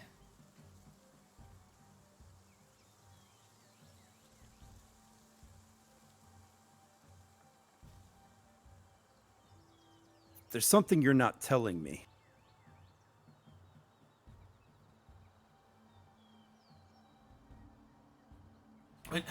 What do you mean? What exactly is going on? Why are they trying to kill you? They don't want me to let you know what's happened. Look, do you want to save your people or not? Why do you keep thinking that our people are going to be destroyed? Because he stops. Because I've done the calculations. I've seen it.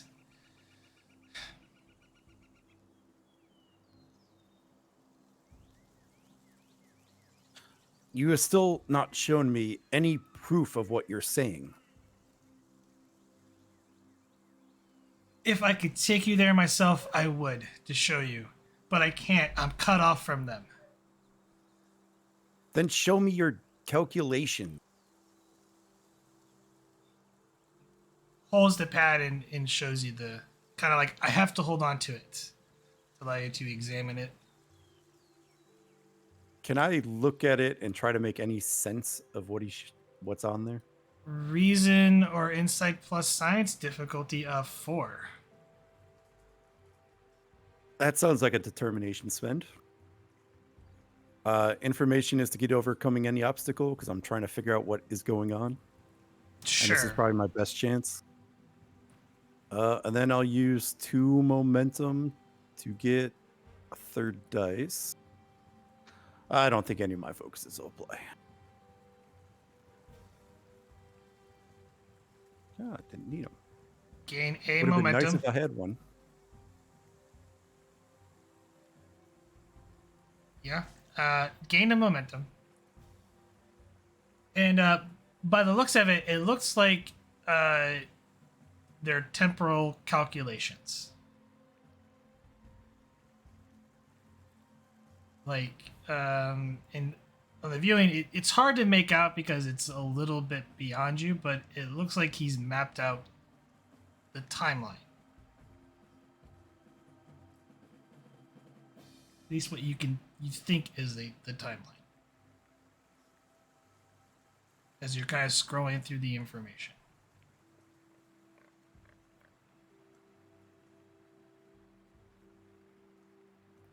What exactly does your species do?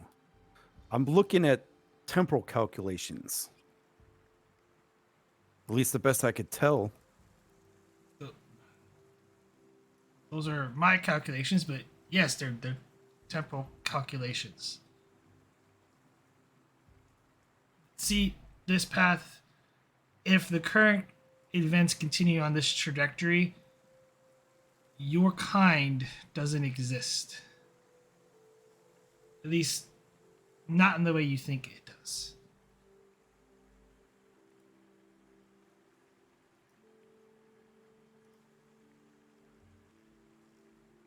And how do you make these changes? We go into the past and we make slight altercations. Whispers to people, sometimes more dexterous ones. Think telling someone to cross the road here at this point will alter the fate of the individual. They may meet someone that they never expected, setting off a chain reaction of new events or telling someone they can't do something or killing someone.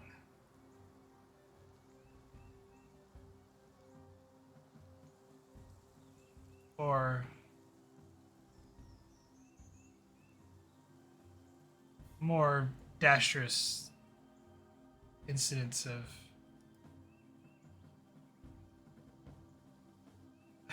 I can't say.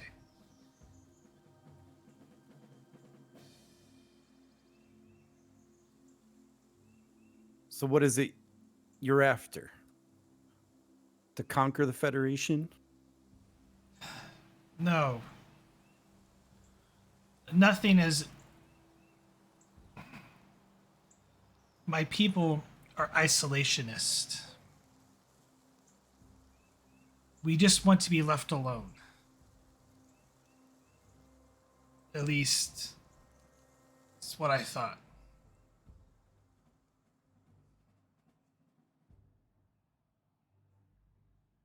My people, before we developed this technology, we were enthralled to a species. And the only way we could break free of them was to alter events.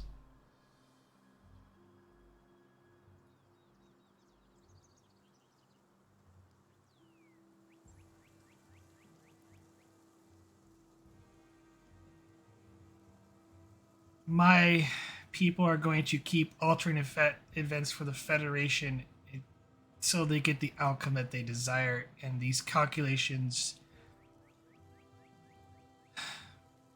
they're never going to get that desire.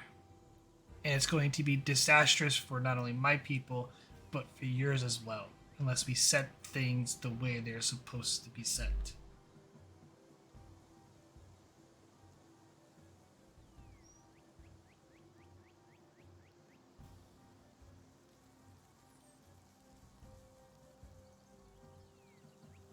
Oh God, we've stopped for too long. We have to go. We're not done talking about this. And I'll head off toward the ravine. The two of you get to the ravine, and you see, the ravine kind of stop, and he kind of looks around, and he looks at his badge like, no, this is not right. No. He grabs your hand and presses it on the pad and then shoves it into your chest. There's a 0.4% chance you'll survive, and he pushes you into the ravine. And all you hear is a disruptor shot. As we go back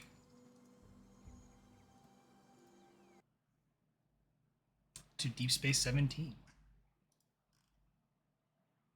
Scene change.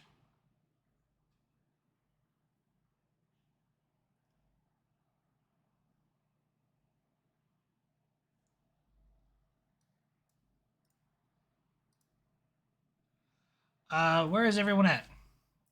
It's kind of closer to the evening. I know Lieutenant Ellen 4 is on the surface of the planet with Simon, but where is Solon, Arif, and the Intuzat? And Dr. Mountain? A reef would probably, I'll say, maybe on the way to get some dinner.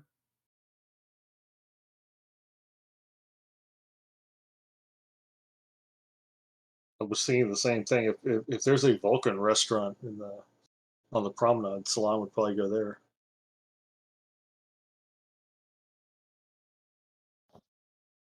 Tuzat's probably working late, double checking everything to make sure that there's no gaps in security that might have missed.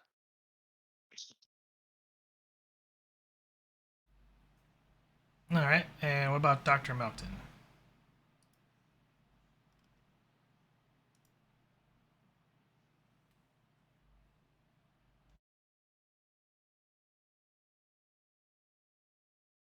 Dr. Mountain is probably still on the Tenshi doing his usual work. But he feels the grumble in his tummy. He might head to the starbase for R&R.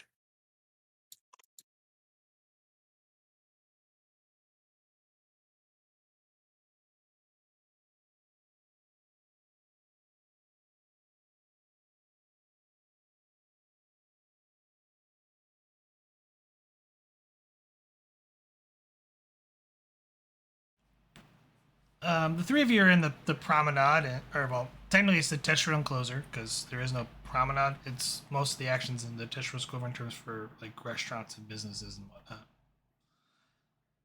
whatnot. You start wondering, and unfortunately, Commander Solon, there's not a Vulcan cafe or a restaurant.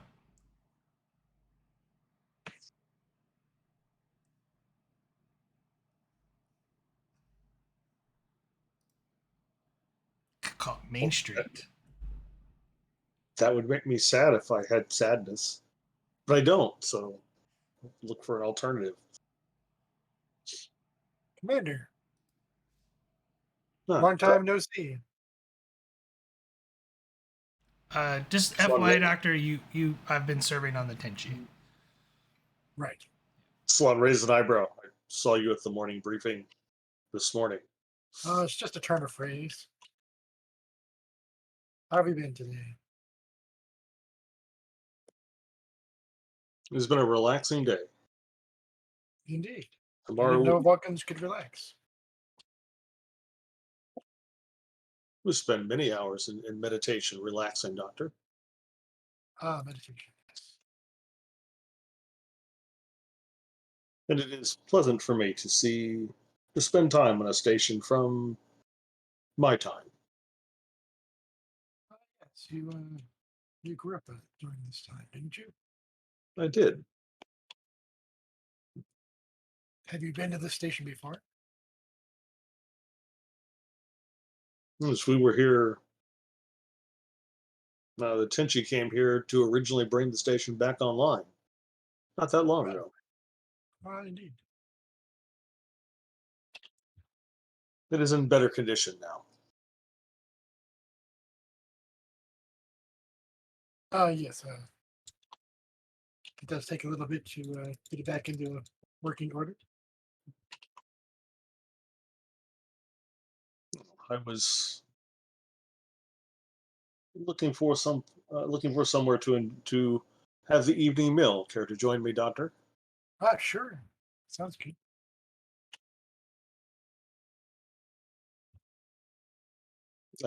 Do we see a reef? I'd be puttering around. Uh,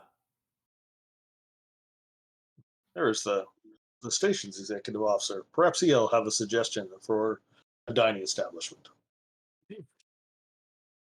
And we will approach Commander Reef. ah, Commander. I Commander hope Reef. the station. Sorry. Oh, I was just gonna say, I hope the station's treating you well.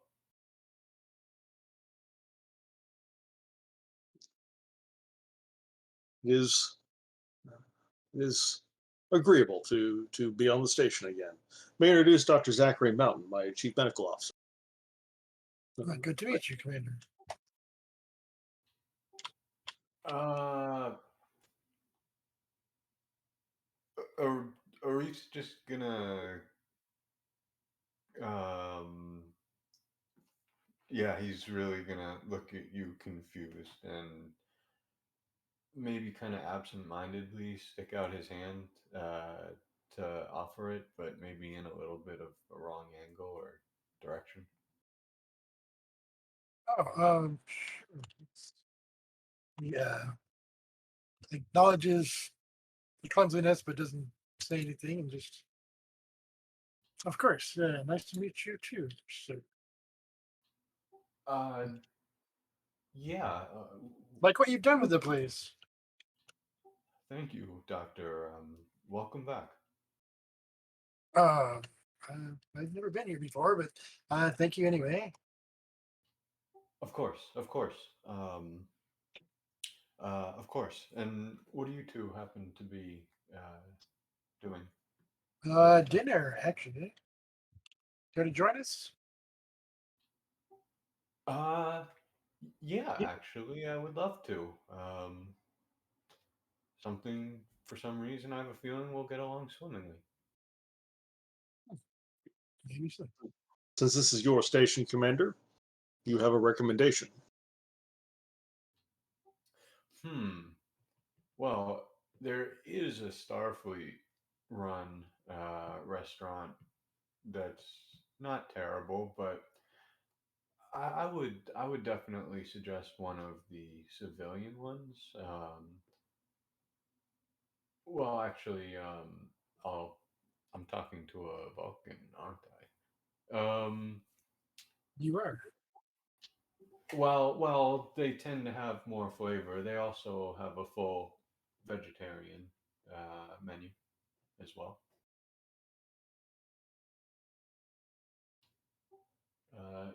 In fact, I know of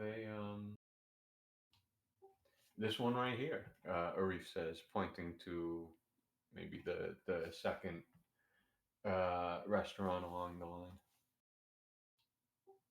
They don't serve Klingon food though, which, quite frankly, is a bit of a blessing to me. Oh, it's an acquired taste, but once you get past the wriggling, it's pretty good. Well, I simply can't get past the wiggling, Doctor. To each their own. Sure, And please, of course, allow me for this dinner. We'll call it a business expense.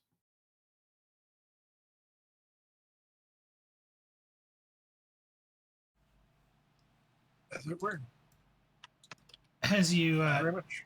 enter the restaurant, you see the two Federation researchers, and they notice you, and they kind of wave like, Dr. Willis comes like, Commanders, Doctor, please join us, as he takes a second to kind of, realize who you are. Yeah, well, thank you. We shall do so. Commander? Yes? Well, we seem to be called. We shall respond. I think it's our duty as officers. And it's plain polite as well. Thank you very much. Go to the table and have a seat. And the five of you begin, enjoying a meal. Meanwhile, I'm going to cut over to Tuzat. Tuzat, you are currently working late. It's been rather mundane. There hasn't been a whole lot of going on, and traffic to the station has been fairly light over the past week, so not a whole lot going on. Okay. I guess I will after making my request to the computer that I sent you. And probably head to find some food as well. Just as you get up,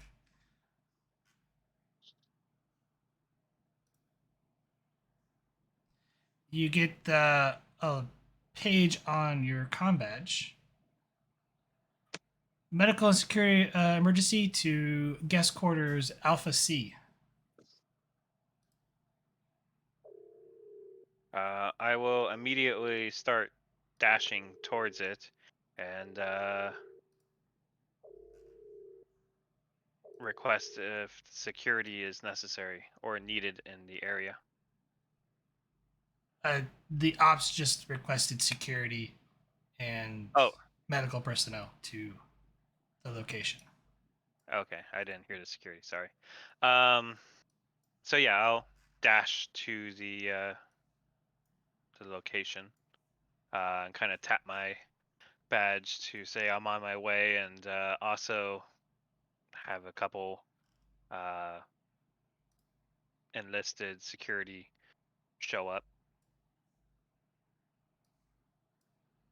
Preferably no namers.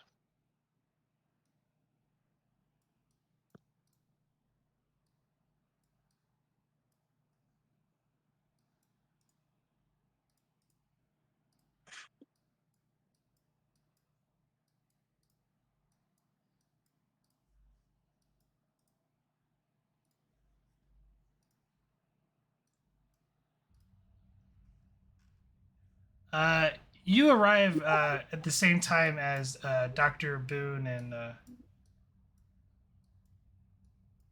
couple of nurses, and he goes, well, the day never ends, does it, Lieutenant?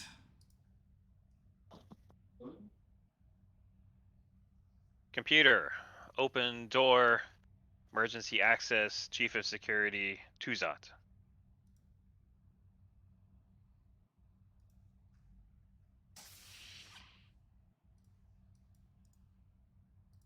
As you open the door, you see one of the Cardassian researchers standing over next to the replicator, and the lead Cardassian researcher on the floor unconscious.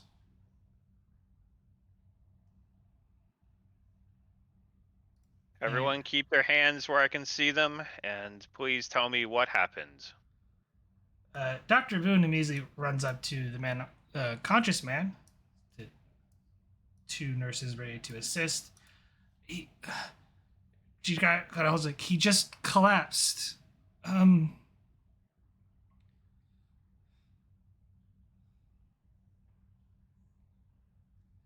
And visibly she's like kind of shaking and, oh my god, is he dead?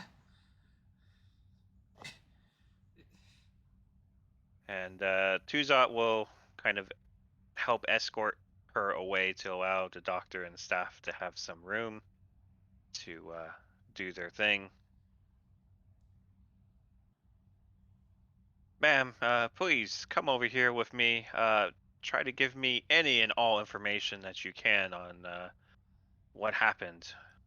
In fact, why don't you have a seat here? This chair. Doctor, the Gull, he requested me to meet with him, and we were discussing, and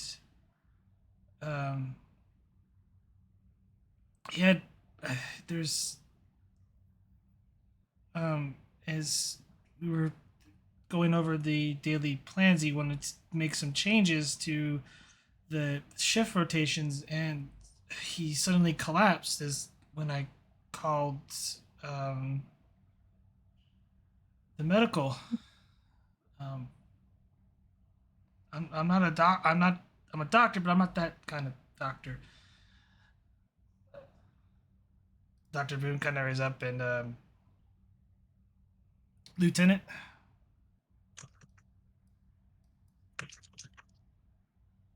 Kind of motions over to you. Go ahead, doctor. Do you approach the doctor because he kind of wants to like talk to you and like?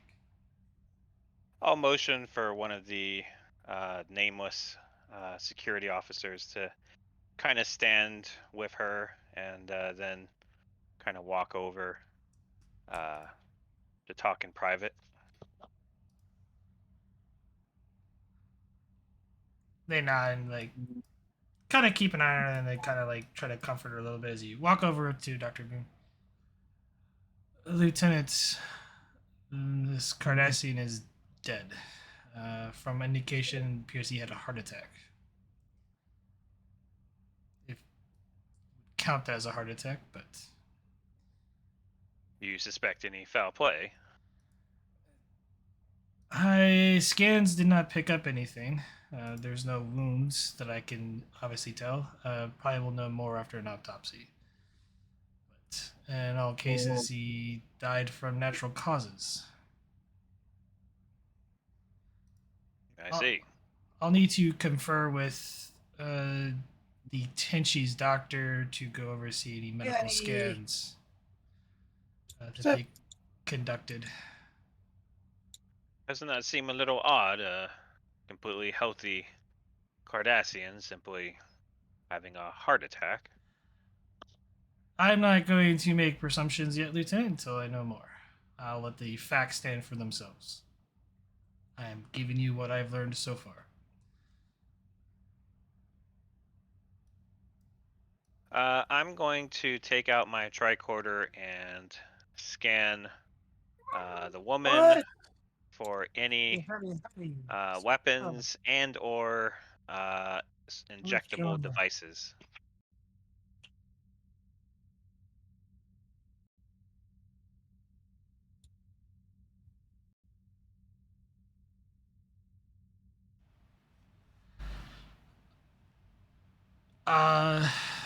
Reason plus security, difficulty of 1. As you're kind of doing a scan on her, and she's looking like, is there a problem?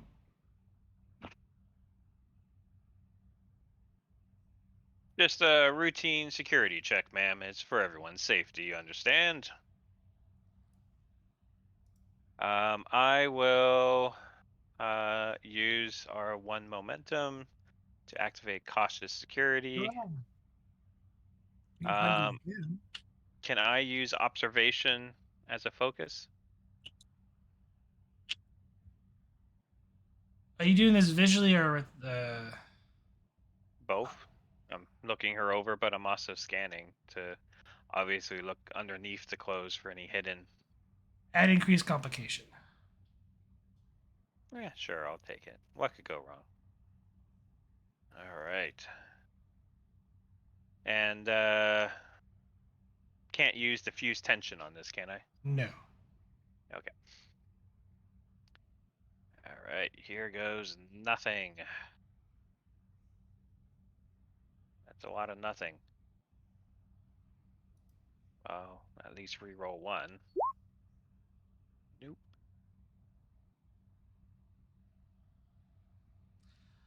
You don't find any weapons on her. The only thing you see is a data pad that she's currently clenching for the obvious reasons. But you don't find a weapon or anything else. At least on the scan on her. Uh, you don't think he was murdered? I didn't do it. I swear. I'm the chief of security. It's my job to assume that everyone's murdered until it's proven that they're not. Isn't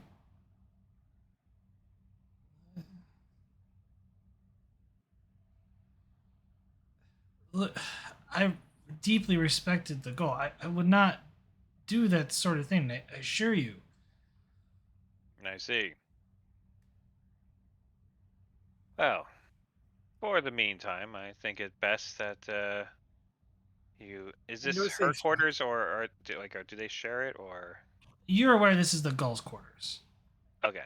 I'm just gonna have these gentlemen here escort you back to your quarters so that you can rest and recuperate after this trauma. And these You get two to, individuals here will be there to help with anything you might need.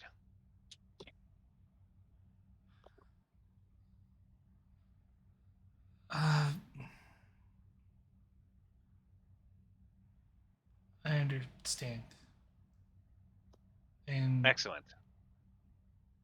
I'll kind of give a nod to them to take her back. yeah, they escort her back to her quarters.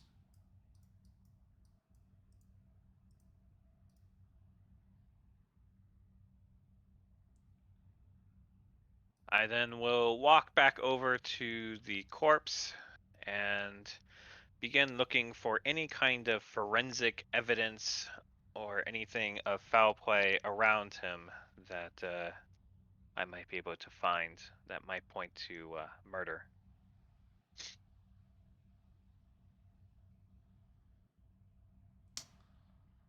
Uh, reason.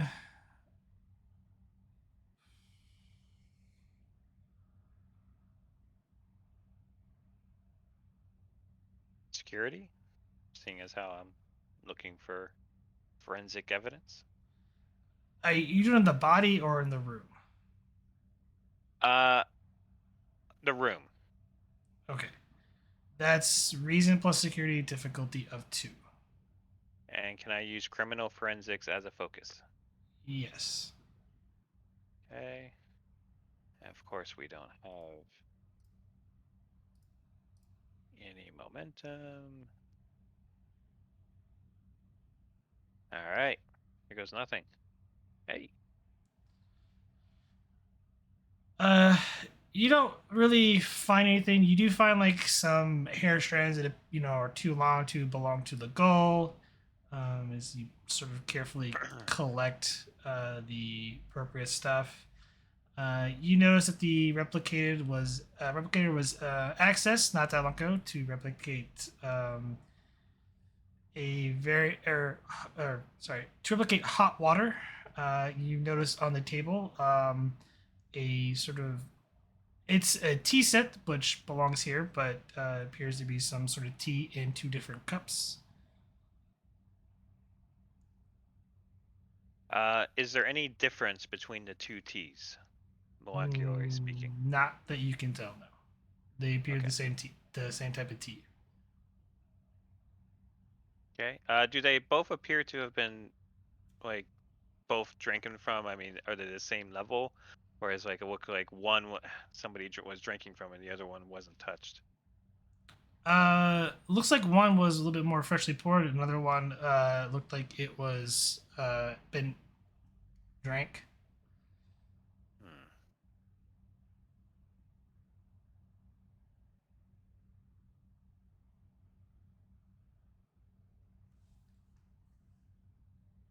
Doctor, if you would, make sure you check that tea for anything suspicious that might have caused any sort of heart attacks.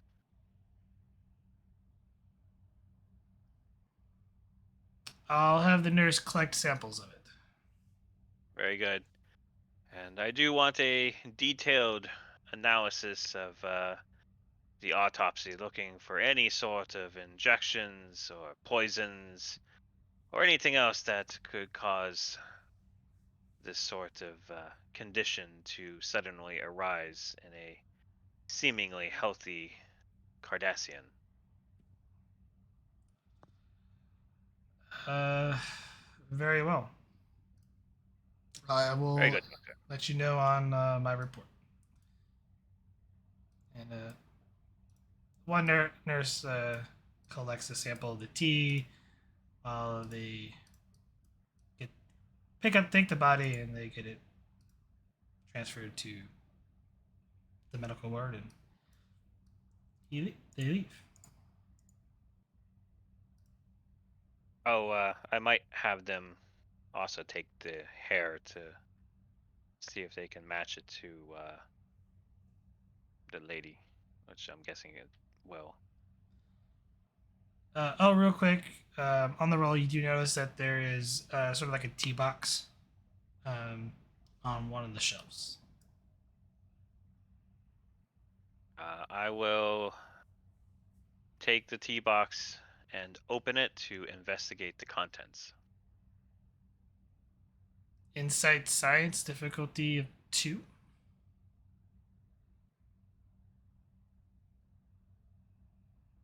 Okay. Observation as a focus. No. Okay, it was worth a try.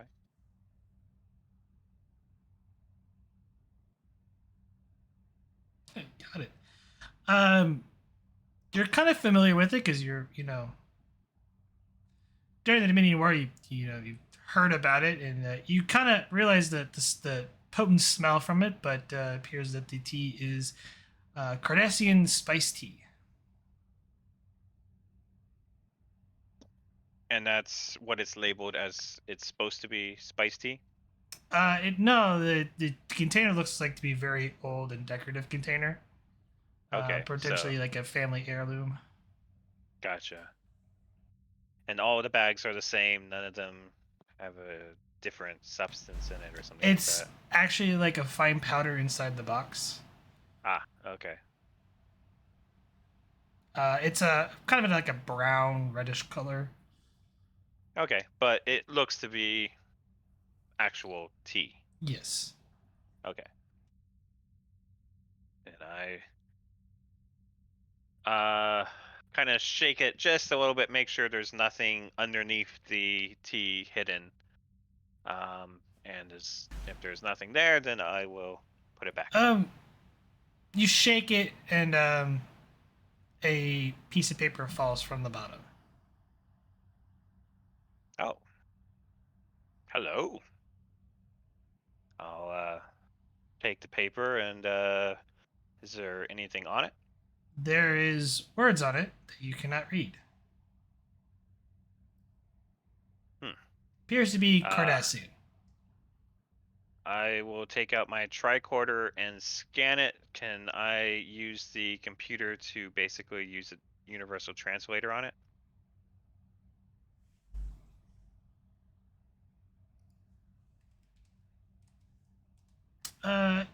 Yeah, it will auto translate for you. I will do that. As you begin reading it, it starts. It goes in there. My beloved Zeddy, blah blah blah. You know, and it appears to be very romantic. And then it's signed, uh, your blah blah blah, Akia.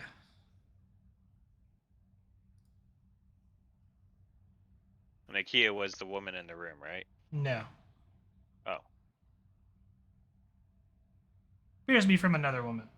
And from what you can tell, this is very, it's a romantic thing, and that's the note that's in there is a gift to him.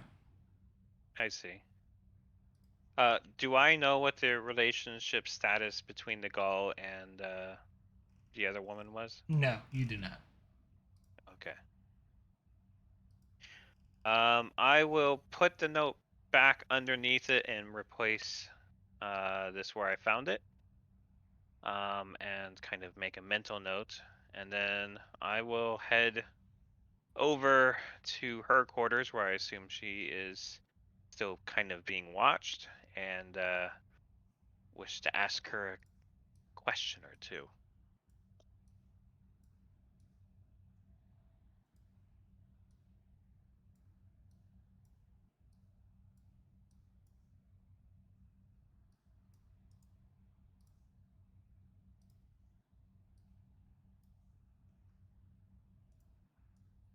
You enter her quarters, and she's startled a little bit.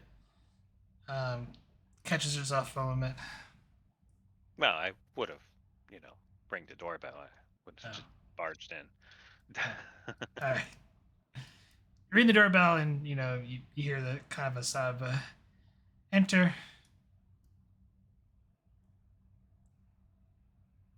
How you doing? You doing okay?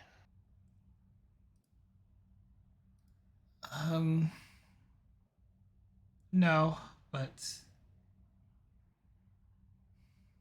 I know that this is a hard time for you, but I was wondering if you could tell me if there was what your relationship was to the Gaul.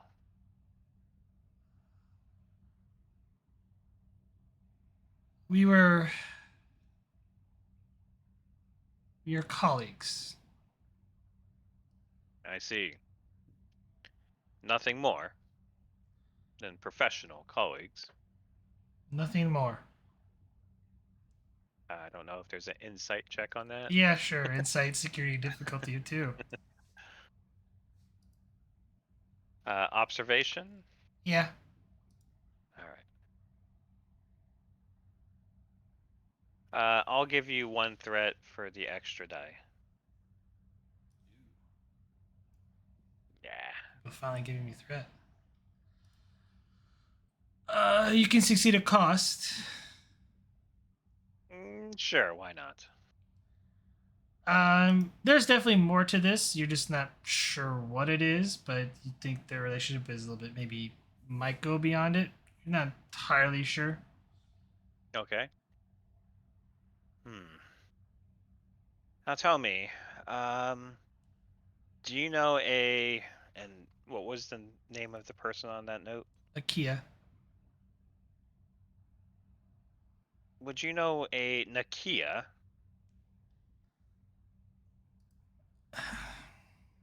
That is the Gull's wife. They've Oh, been married for 30 years.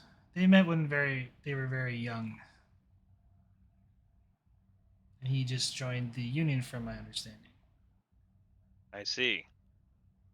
And did you feel that that was a mistake? I've only known the girl for the past 5 years. It is not my place to judge such things. I see. But you think that perhaps the other things might have worked better for him if he would have not joined a union so young for such reasons. I'm not sure where this is going, Lieutenant, but no, I would have never met him if he didn't join the Union nor work under him. He's a brilliant scientist. I see.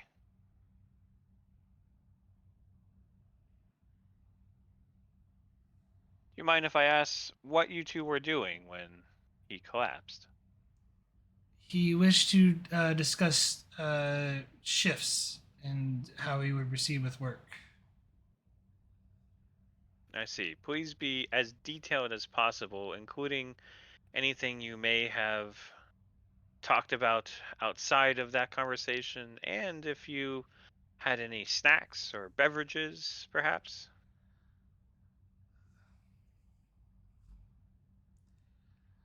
I proceeded to, when I arrived at the station, I was escorted to my quarters. You were there with me. I began unpacking my things, as you can see, because obviously this project is going to be, we're going to be here for the long stay till we get this complete. Assuming that my quarters isn't moved to the surface. I had just finished unpacking. I was debating not to head to the, I assume, the civilian sector, or I believe you call it the terrestrial enclosure, to find something to eat that's not replicated.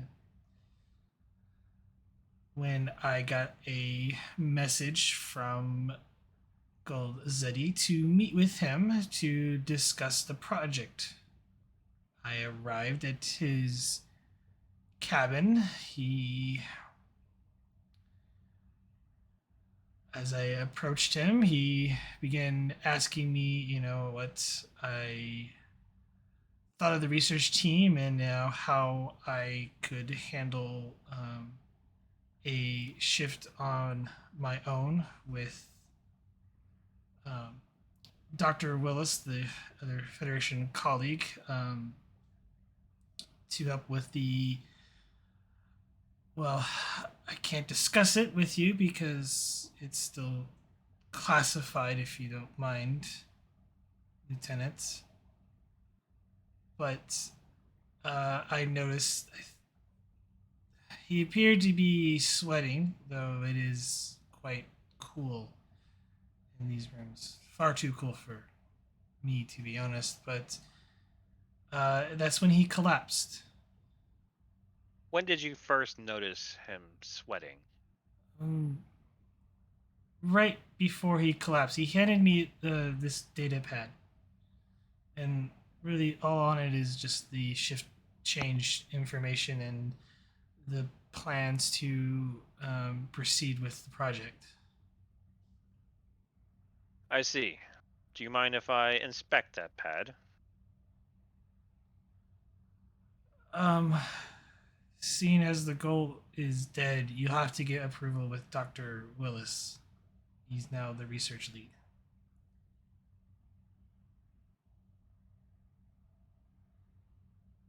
Very well. It's no offense, Lieutenant, but I was told to keep information as close as possible and not to share any details, other than among my fellow researchers. I see.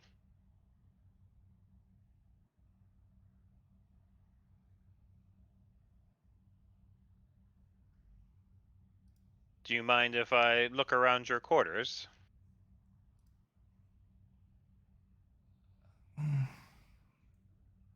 Kairos, go ahead. And I will take out my tricorder and begin trying to look like I'm scanning her room.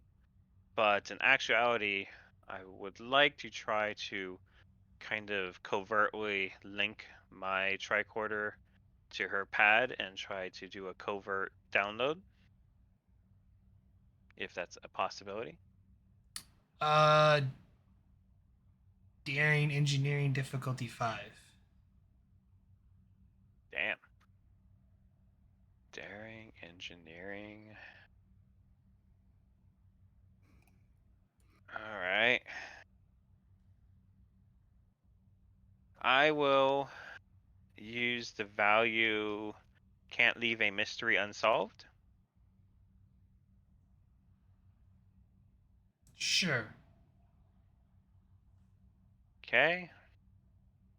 And let's threat this up. Give you enough threat to have 4 dice. Whatever that works out to.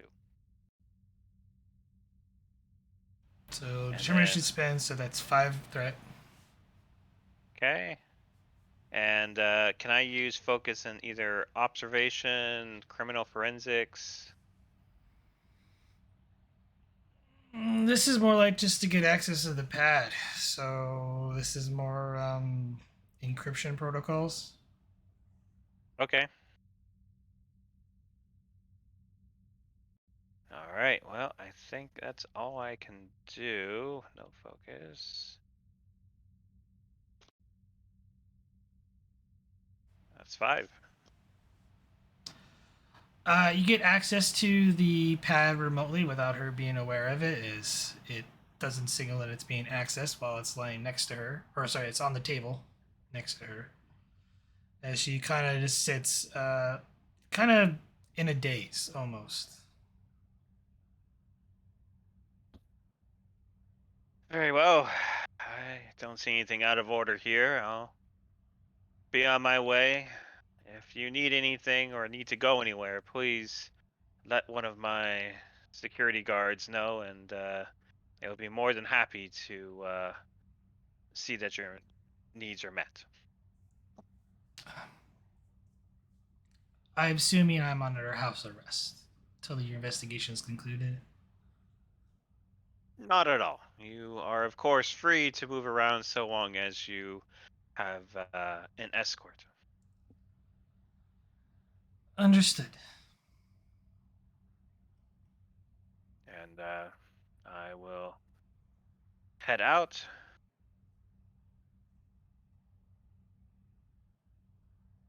And once I'm outside, I will inform the guards, make sure, one of you is with her at all times. Yes, sir. And then I will go to my security office, download the information, and review it to see if there's anything pertinent. All right, come back to that. And I'm gonna go back to the others that are in the promenade, and I'll let you guys do a little bit of role play. One of the 3 of you. I'll be right back.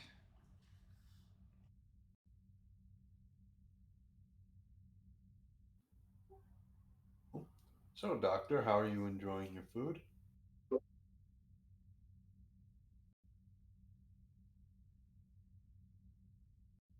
Well, it is replicated, but it's still pretty good. I'll give it a 5, I guess. Which is actually pretty good for Steve. Excellent. And you, Commander? The food is satisfactory. Thank you. No, just hoping I suggested good. Are you finding your assignment here to be beneficial to your career, Commander? Well, an interesting an interesting way to phrase it. Uh, I suppose the answer would be yes. However, truthfully, I'm more finding the assignment beneficial to myself. I don't particularly care too much for rank. I've got a lot of time to work that out.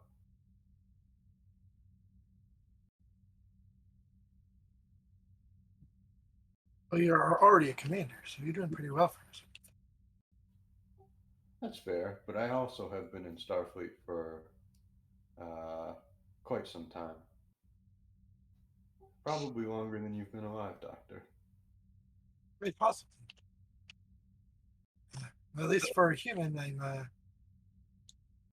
been around the block, so to speak. I'm sorry, say again?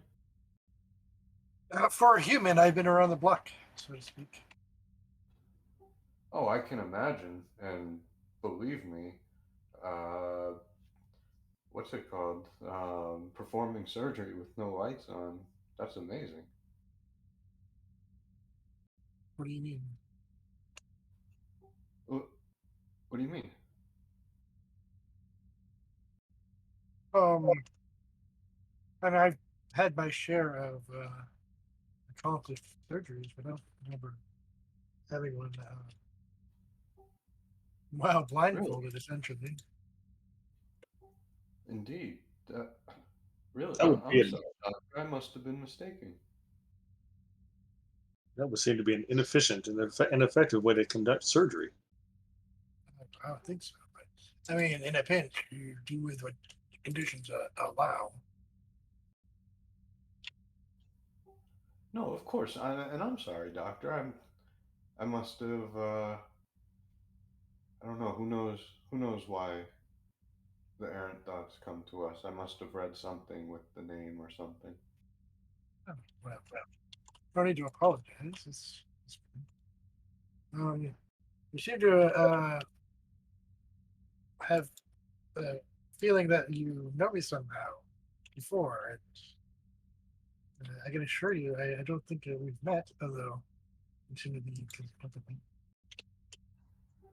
Well, I think I might agree with you, except a few moments ago, I was gonna finish that thought with, and ever since that happened, you became, you were to become my doctor for life. Well, your life. But no, I guess we don't know each other, but maybe It was it just must, familiar. Yeah, as you said, you've had many lifetimes. Perhaps you've met someone like me. of course. And yes, when you meet so many people, the faces, I suppose, start to blend together.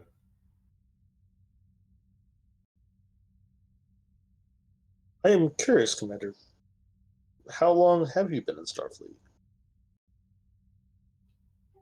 Um,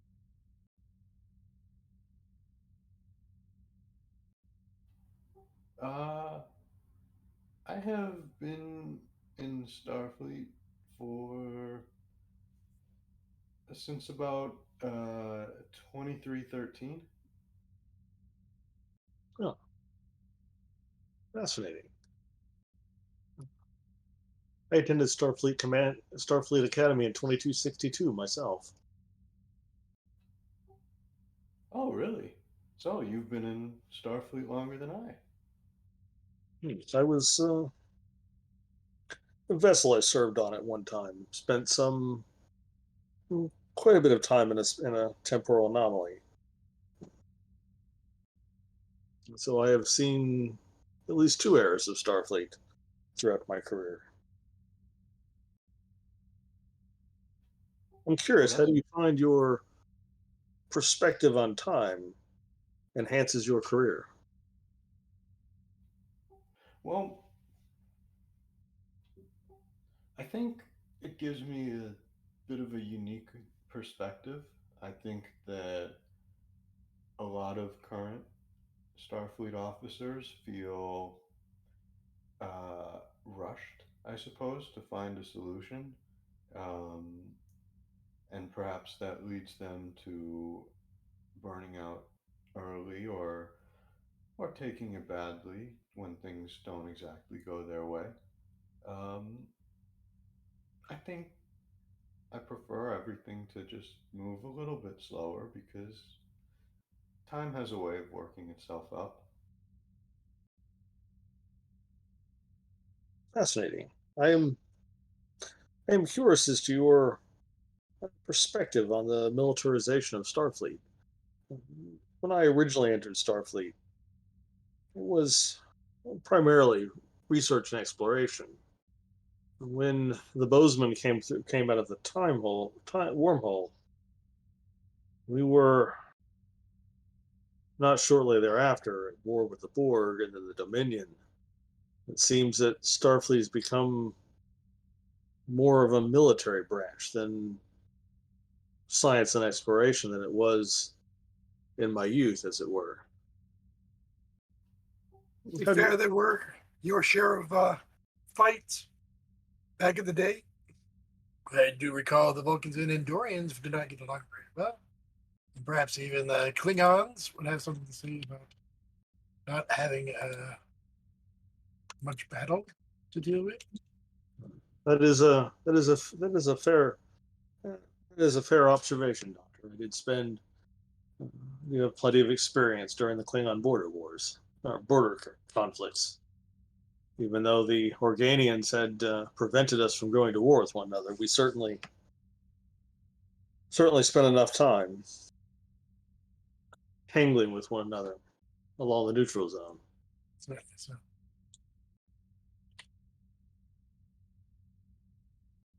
but that doesn't mean that I don't agree with you. But it is, as needs arise, we stand up to the challenge to preserve our United Federation. We need to protect it somehow. Though I don't always condone the methods. It's sometimes there's situations where you have to fight the body itself to prevent it from hurting itself. So we have to make sure that everybody's doing well overall. And so if we can take our energy, focus on things that are beneficial to the whole United Federation, perhaps we could better understand things to work together, even in times of turmoil. We learn to become better allies, I believe, in times of Oh, trouble. it's a noble sentiment, Doctor, but unfortunately, in my experience, it's those that very ideal that most wars start on.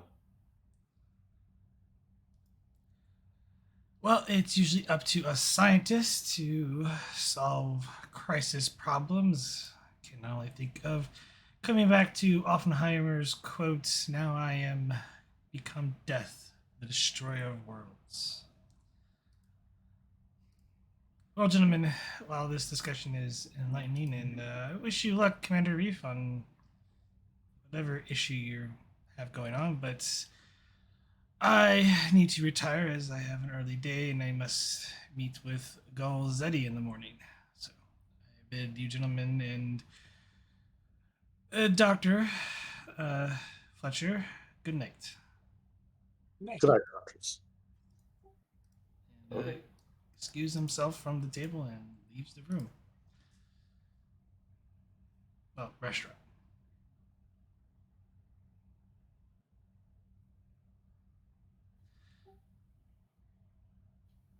Well, he seemed quiet till the end there. Well, He usually is. he's not wrong. Luckily, I think he's grateful that we're not researching an atomic bomb of equivalence. May that be true always, but sometimes a better mousetrap is required.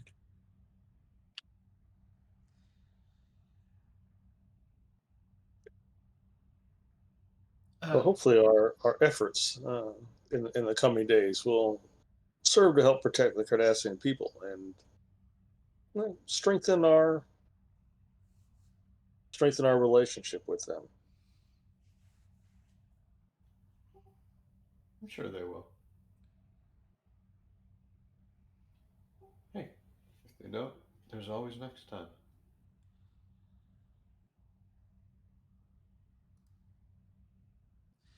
Well, if our project fails, I don't think there will be a next time. Predictions show that the Cardassians may only have 6 months left in their conflict before the Tzenkethi and the Breen win. Their fleets are in disarray, so whatever we can accomplish on this project, we have to do it quickly. Well, if the war's going that badly, shouldn't we just start figuring out a way to smuggle the Cardassians to safety? I believe the Federation Council has admittedly met with stubbornness, from my understanding, that they are not wanting to aid the Cardassian people any further. Some sort of, well, drain on resources. That, and I think many in the Senate are a little war shy. How do you feel about that?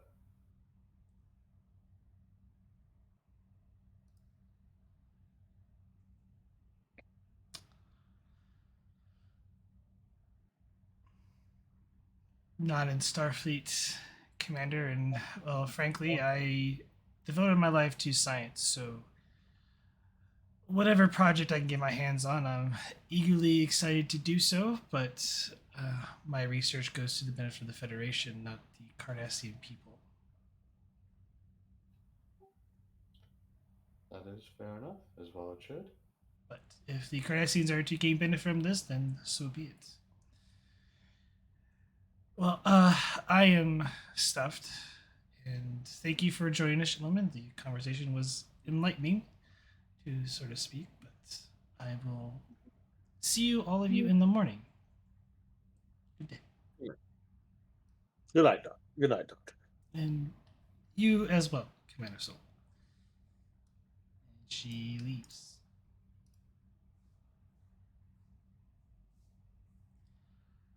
At this time, you hear a chirp on your communicator, Dr. Mountain.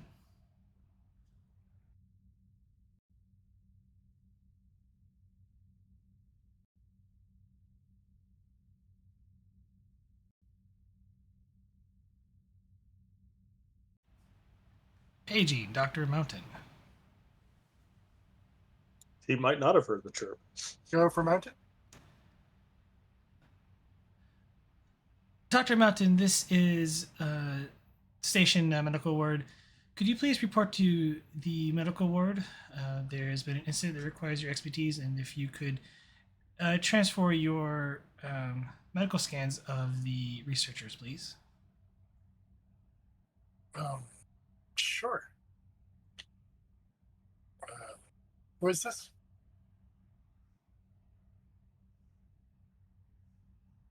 Who is this? This is just random nurse number 5. Thank you, 5. I'll be right down. Well, I knew duty that. calls. I knew my naming style would catch on. I literally just drew a blank. Like, okay, what am I gonna call this? I go, I can't say Nurse Chapel. That's too cliche. In medical, they get numbers, and security, they're just nameless. That's right. Schwa. I will take my leave, gentlemen. Duty calls. I will. Thanks for the conversation. Hope to get you again later. Just curious, Commander Reef. Are you aware of any problem with the research team? Or is this just standard medical clearance? Oh, I'm not sure. I've been here. Should we go find out? Oh, I'll keep you apprised for sure.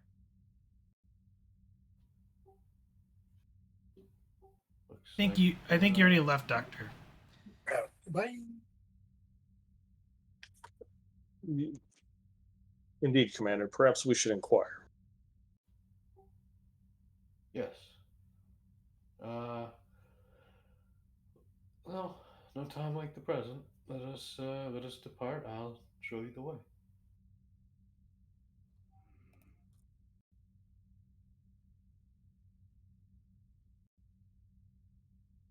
Salon will follow him. Are you heading to the medical ward as well? Uh, I mean, there's really nothing else to do this evening. And I have a curious Vulcan.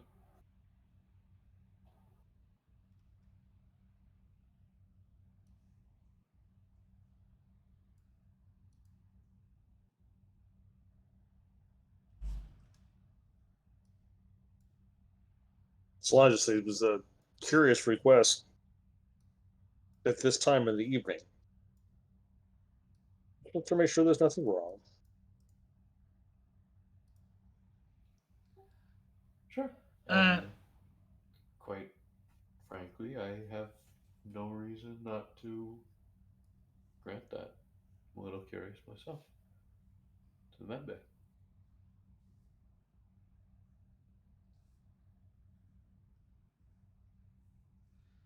All right, you lag a little bit behind Dr. Mountain. So, Dr. Mountain, you arrive in the medical ward, and a nurse escorts you back to essentially the morgue. Thank you, Nurse Five. And when you walk in the room, you see a Cardassian patient, with the appropriate medical sheet over top their body, and a Dr. Boone that you're not familiar with, over to Dr. Mountain. I was hoping you could assist me on this. You might be more familiar with the patient. I do not have do not have their medical files on hand, so you'd be more familiar since you were with the patient for quite a while. Yeah, they've had some routine checks. Let me bring that up. Contact the Tenshi and see if we can get those records sent over. Well, what seems to have happened? Preliminary indicates that he had a heart attack, Doctor. No, no. Too bad. There is no apparent abrasions, though I did notice this slight scar that's Scar? it appears to be a scratch of some sort that's about a couple weeks old. Like an abrasion? A minor abrasion, Doctor. Could be a scratch from a table or, well, a cat, for all I know. Possibly, yeah. Do you think that had anything to do with the heart attack? It doesn't appear to be. Let me bring up the records and see what we got going on. You're gonna look over his medical file.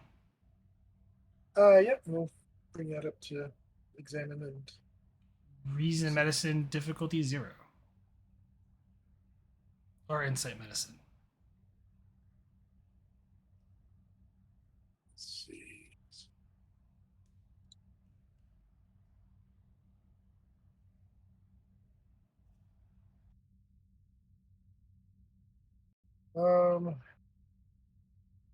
What's an insight, I guess. I'm gonna need new focuses soon. All right.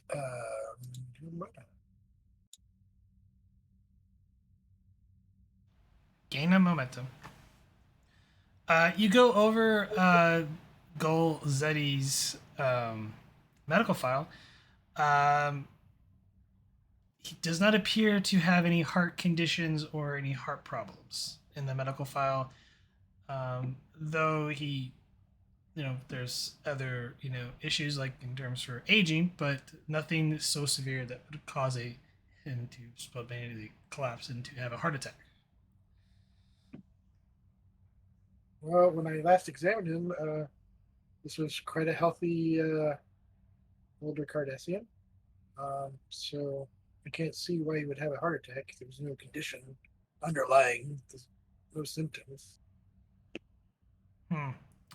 Seems suspicious. Oh, shall we progress with a more thorough autopsy then? Yeah.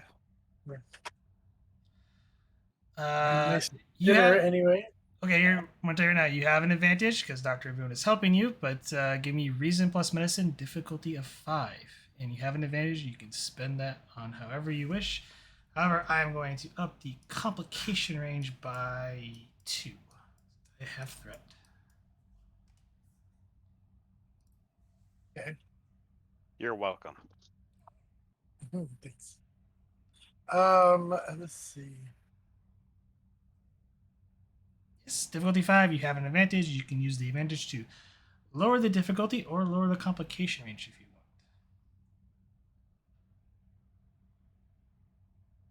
want. What did you increase the complication range to? Complication range is 3. The difficulty is 5. Okay. So let's see. I'm trying to see if there's a value I can use here to determine what's going on. Seems pretty intense. So doesn't believe in a no-win situation. I can figure this out. No, you're performing an autopsy. You're not trying to save the patient's life or perform some sort of necromancy to bring them back to life. Oh, wait, I can do that? No, you can't.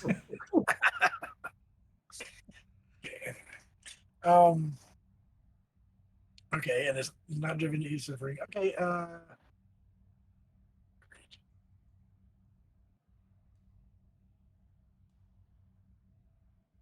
quick study. Okay, is it stemming from being unfamiliar? That's why it's so difficult. Why it's difficulty 5? I cannot say, but no, not really. Because I have quick study that would Yeah. decrease the difficulty by 1. Yeah. No, this won't apply. Son of a biscuit. Okay.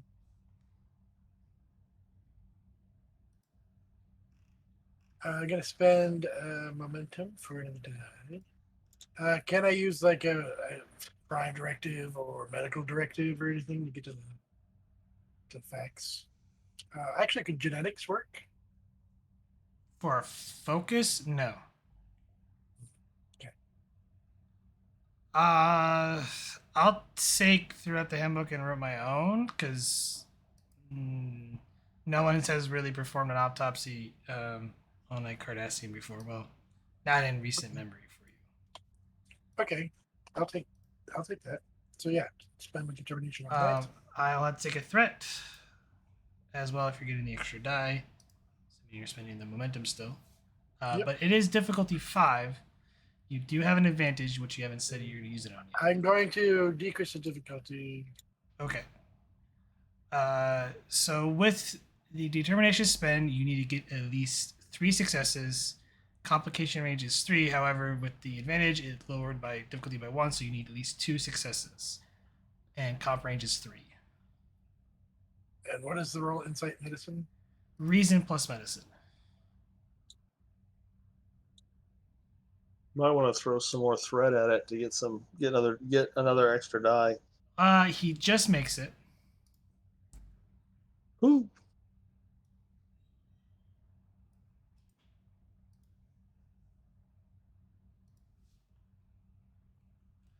And I will send you some information, Doctor. Oh, right. Oh, this is fascinating. Never studied a Cardassian closely before.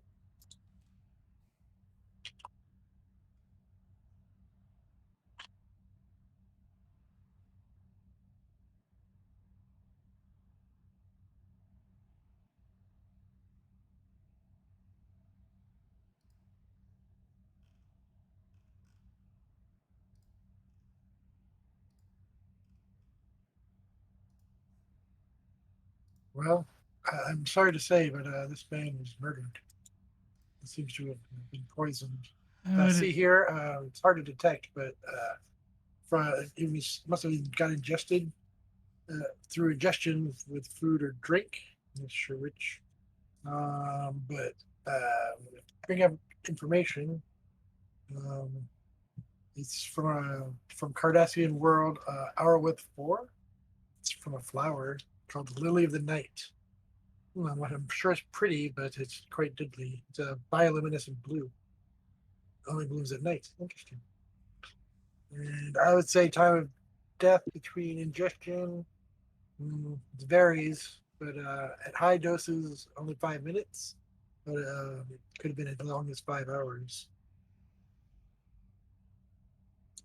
Well, here we go. So, Conf- Barney, put the. Go ahead. well, it would appear so. I will send over the results to Lieutenant Tuzat. He's handling the investigation of it. Okay, there on the station. Yes, Lieutenant Tuzat is the chief of security on board the station.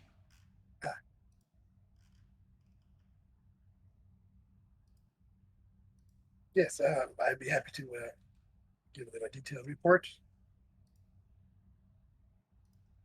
As of now, probably should be on lockdown to some degree. I believe we'll leave it up to security, and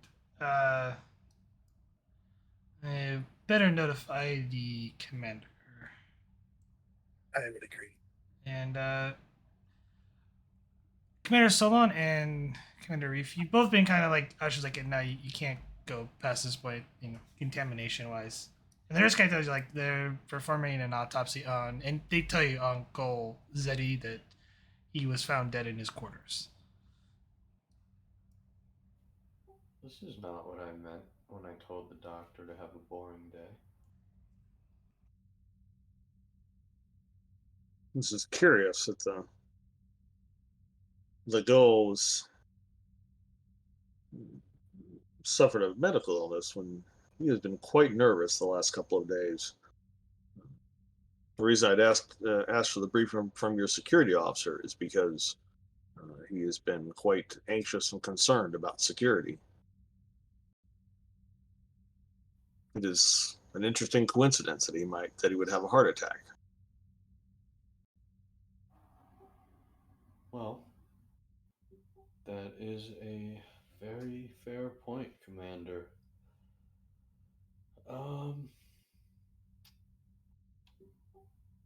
Seems. What would you suggest we do next? Perhaps get a report from your chief of security. Wait for the autopsy. Once the autopsy results are back, I will need to contact Starfleet Command and inform the Cardassians. Fair enough. And I'll hit my comm badge. A reef to Chief Tazot.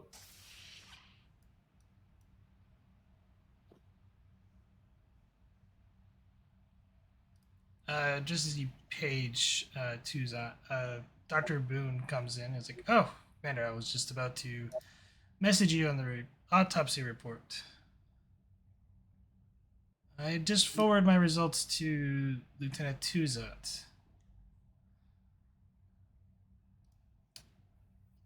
And they are? The Gull was poisoned with a rare neurotoxin that was only found in Cardassian space. Well, I presume Cardassian space. It is a Cardassian world.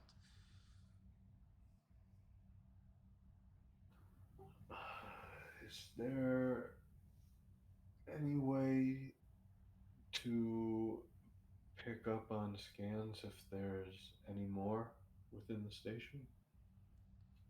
Or perhaps within our new guest's possessions? We do have a slight small sample. It is possible. I can forward the results to the lieutenant. Excellent. Please get started on that. And I'm going to turn to the commander and say, well, we might as well just go to him at this point. Excuse me? I'm sorry, I didn't hear you, man. We might as well simply go to the chief at this point.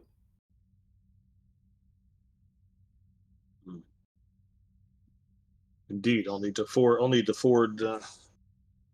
the results to the acting security chief on the Tenshi as well. You might wish to notify your captain and see if he wishes to contact Starfleet Command or if he wants one of us to do it. That is a fair point, and reluctantly, I will hit my comm badge and page the captain. Keller here. Hi, Captain. Are you by yourself by any chance? I am. Is there something the matter? Well, long story short, it would appear that one of our research team has been murdered by a Cardassian poison. I see. Who was it?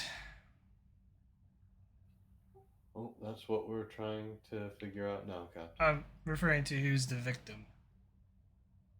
Commander. Uh, I'm sorry, what was the name again? Stolzetti. It's Gozetti, Captain. I see. I will contact Starfleet Command and file a report. Keep me apprised of the investigation, Commander. Unless you already have a lead on who's done it or someone's in custody. About to contact the Chief of Security now, Captain. Very well. Keep me informed. Color out.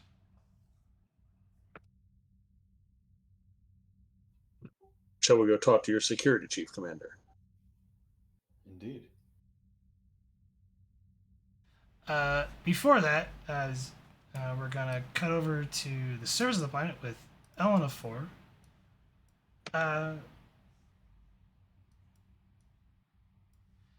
Ellen, you notice that it's starting to get dark out or close to when you land the shuttle.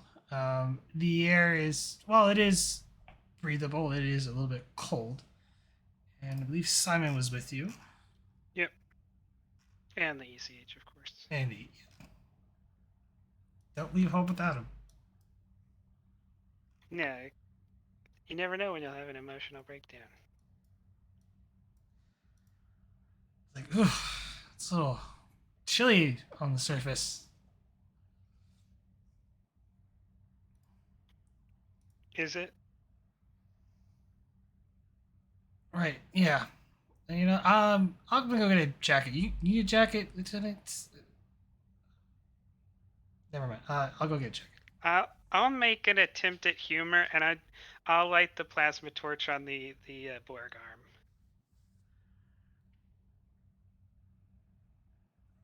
I see you already have your source of heat. All right, then. I'll be right back. And he grabs a jacket and returns shortly. But as you look and you examine the research outpost, it appears that the research outpost, they built it into the side of a mountain cliff.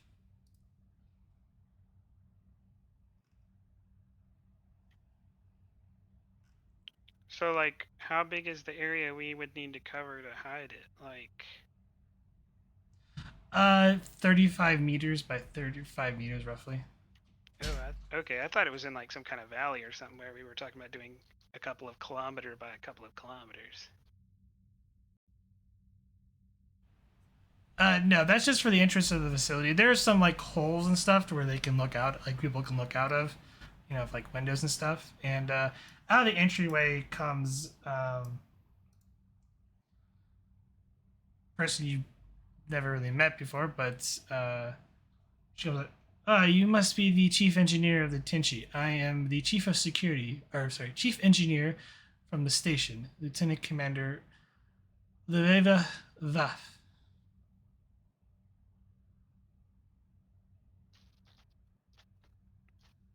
Nice to meet you, Commander. Yes. Are you delivering some of the equipment, or? I'm here to install it. Oh, perfect. Which equipment have you brought down? I'll just tell her that because I don't know. I think you were just going down and install the duck blind, right? Yeah. Oh, the hollow emitters. I see. Well, really, it's the exterior features here. I was told by the commander to make an area that is suitable for transporting out of. Though,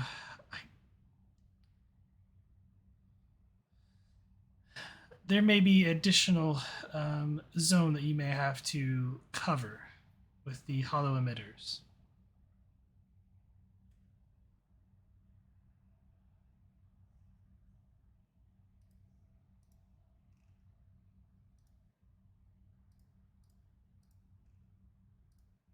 We will adapt.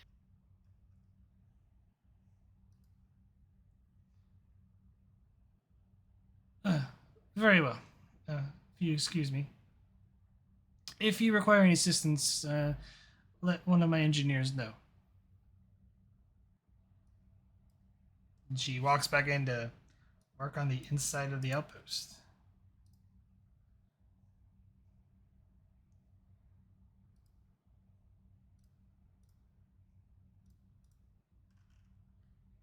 But with this, to install the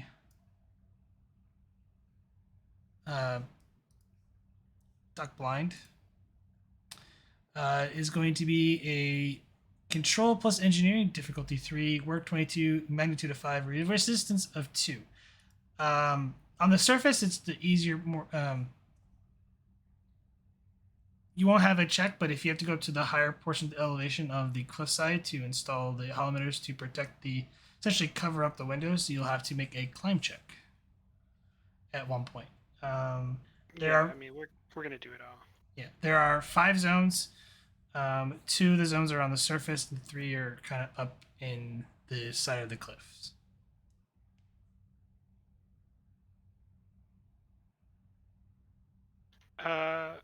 We don't have any momentum, do we? Nope. Can I then have a task to create an advantage to get the ship to send down some climbing equipment? I would say you took a type 7, but that's engineering difficulty 1, I think, for the type 7. Yeah, I feel like it has a complication range on it naturally. Yeah, looking at the double check.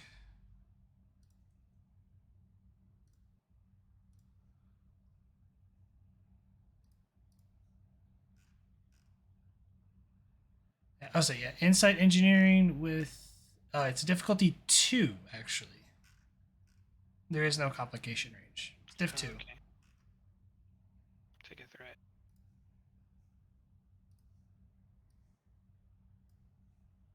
And you managed to find climbing equipment within the Type 7 shuttle, which will lower the difficulty on any climb checks that you have to do.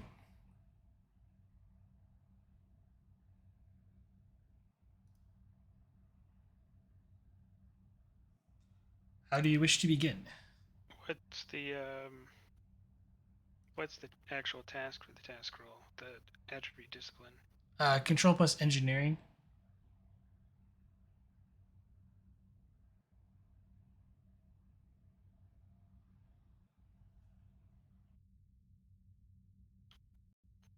I want to spend a determination on the value. Anything a team can do, I can do better. Because I did not bring any help. I'm doing this myself. Okay. And a focus in holographics. Yes, that will apply.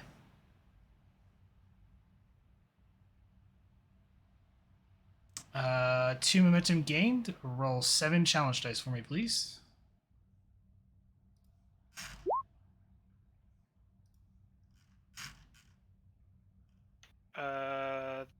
They'll also activate Miracle Worker. There's 2 resistance, so that's 6. Unless you have intense scrutiny. No, I don't. Okay, so it's just 6 work and 2 breakthroughs.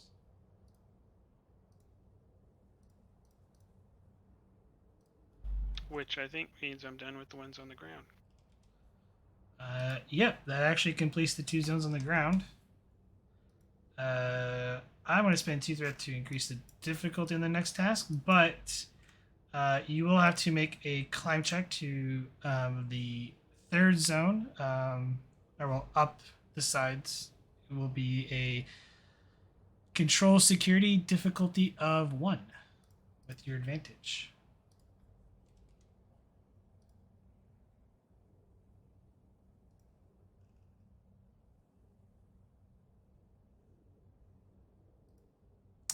Two momentum gained, so you're currently at a total of 4 4. momentum.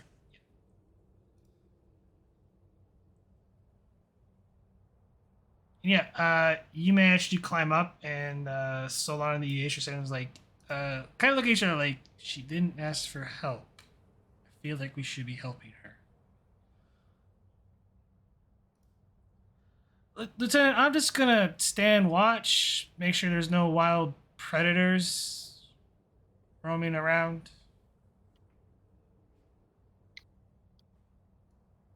I am not concerned with wild predators, but you may patrol and ensure that no one is observing us. Too intently, at least. Got it, Lieutenant. He walks off to patrol the area.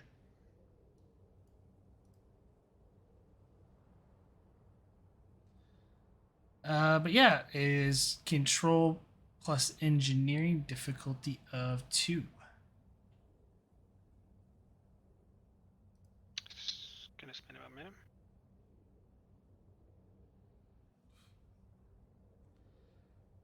Wow. 3 momentum gained. Roll 7 challenge dice.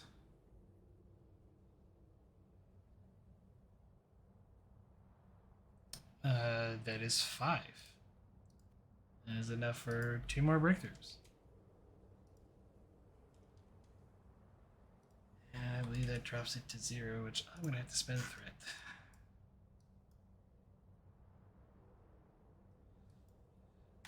You quickly install the hollow emitters at where the windows are at, and you do it at such a fast pace that you really only have what would seem like would take you all night. You've practically completed in a few hours or a couple hours, and you'll need to make another climb check to swing over to the last zone.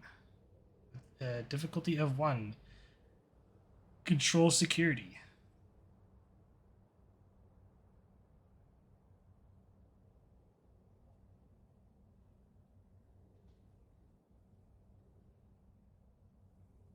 Gain a momentum, and yeah, you get into position and you are installing the final projectors. This will be a control plus engineering difficulty of 1.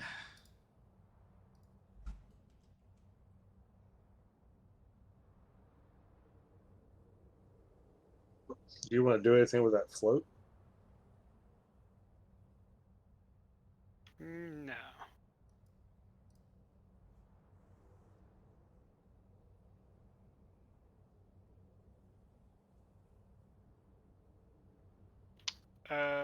I'll spend 1 though to reroll 2. Currently, you're doing 3.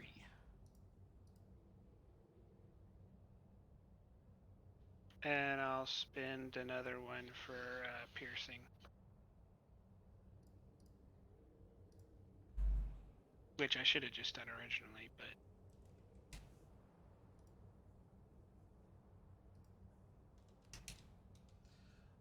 Well, you only needed 1 breakthrough, and that actually puts you over the work. And you managed to install some extra hollow emitters where to beef up the blind, and you secure the power systems and power it on. And as you climb down, Simon comes back. He's like, "Hey, where'd the entrance go?" All right. Good job, Lieutenant.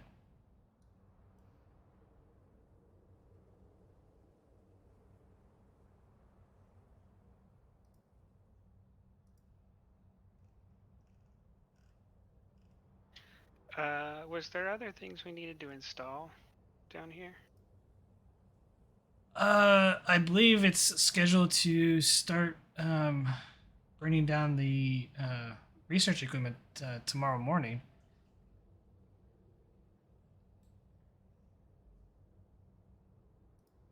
You should probably head back up to the Tenshi and take a break. You know, the commander did give us permission to take some shore leave on the station. Can I create an advantage that recently the Tenshi had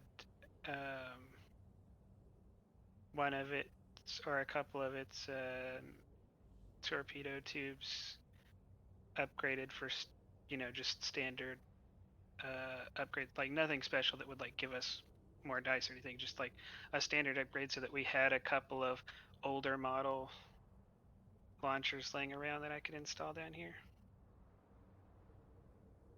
No. Okay.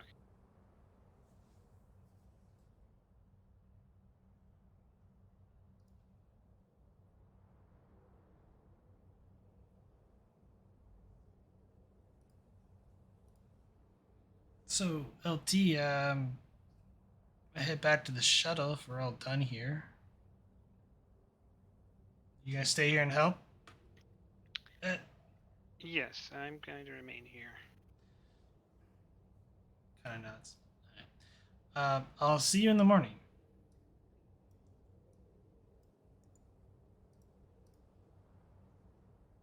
I guess I will wait for the research equipment to help on that. FY, that won't be coming down until the next day. Actually, probably next session.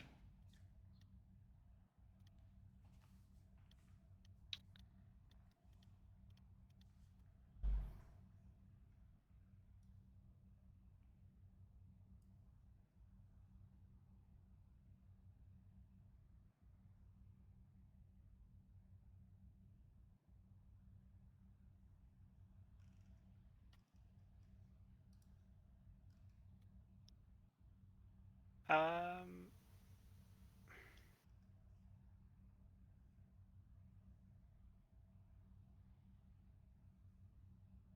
I'll just look up around and learn about the then.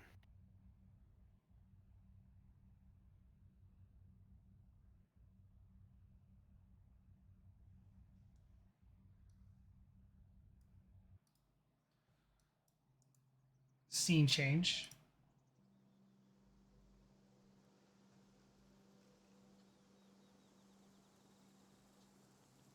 Vogel, you wake up after falling several, probably a high jumps fall, or well, high jump dive, into a very shallow, rocky river below, and luckily your training kicked in, so you wouldn't suffer severe injuries. But as you sort of fell unconscious and then finally came to along the shoreline, you can feel that your left arm you're in immense pain from both your arm and your abdomen.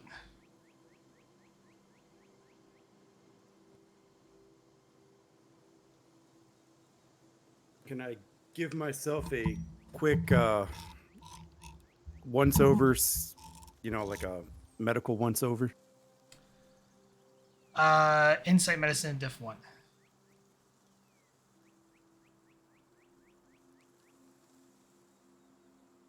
Gain a momentum. Your arm is definitely broken, and you can feel like you've probably cracked at least 4 ribs.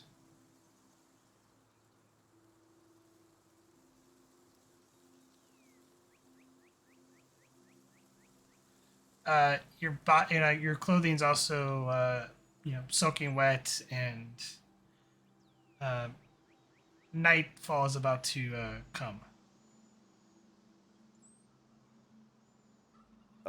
Either way, I'm gonna have to try to get to a town or something. One, to try to get, my arm and ribs patched up. Second, to try to call security, Uh, or at least try to get in touch with Starfleet.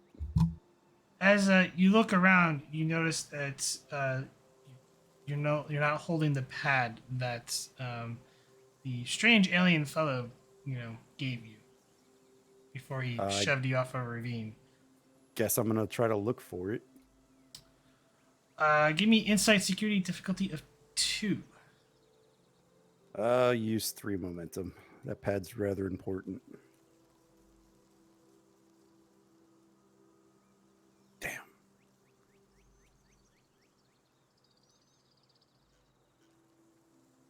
You have a way to re-roll that. Do I? Well, you could challenge a value, or use a normal. You might have a normal milestone.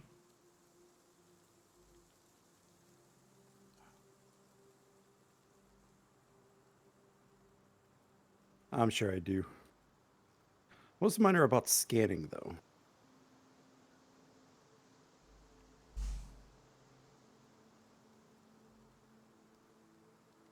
There is one from Desert of Yesterday to figure out a time travel site. Would that apply?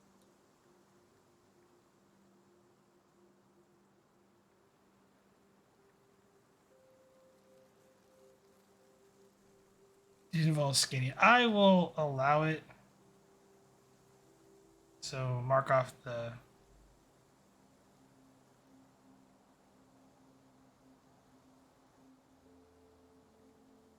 And then I'll reroll 3.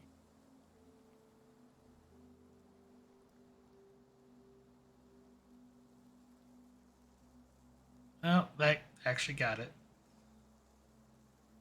I have a 12. You'd think I'd roll better than that. Right? Those are rolls. You should have saved those rolls for Pathfinder. Yeah, you start going across the rocky, river terrain, and you finally you find the pad, and then you see the body of the individual who's sort of wrecked your evening on the ground in a bloody mess. Does he have the pad? No. It floated nearby. Sort of the current type deal. The pad or the body? Both. Like the body washed up like along the shore, close by to where you're at, and the pad sort of drifted near him into some rubble, like tree branches and stuff. All right, I'm just going to keep a mental note of where the body is in case I have to come back and find it. But definitely taking the pad.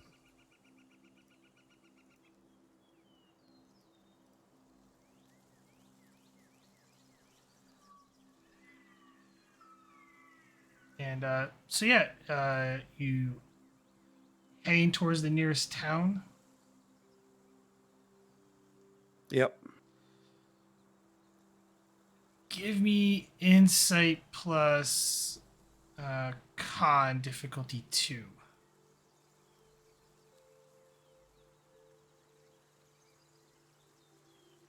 Use the momentum.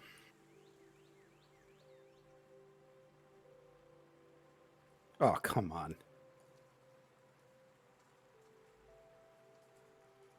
I'm gonna let that one stand. You wish to succeed at cost. That's fine. You think if you follow the river, it will probably lead you to a nearby one of the towns that's on the outskirts. Near the ranch. As for the complication, you realize that by the time you reach the town that the river heads towards, that nightfall will have come, and it will take you quite a while to get there.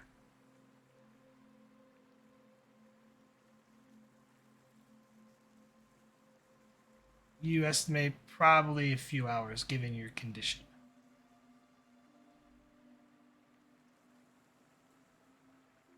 Yeah, we'll get going.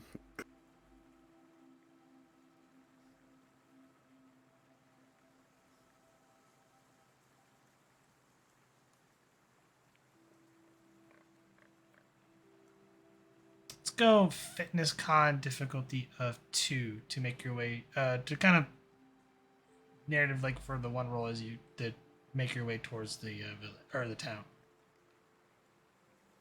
Take a threat.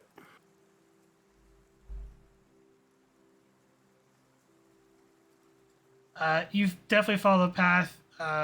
Given your condition, it's your size just killing you, and with your arm, it's definitely slow going, and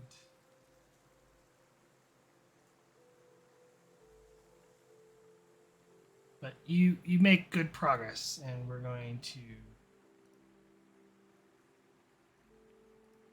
head back to Deep Space 17.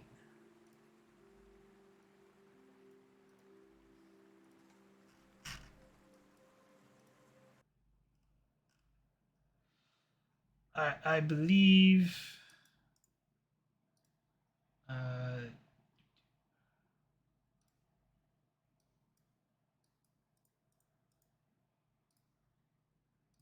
both commanders were going to see Tuzat. If I'm not mistaken.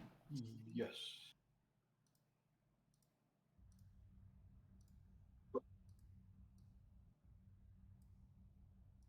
Exactly. Meanwhile, in a station far, far away. Yes, very far, far away. But not a long time ago.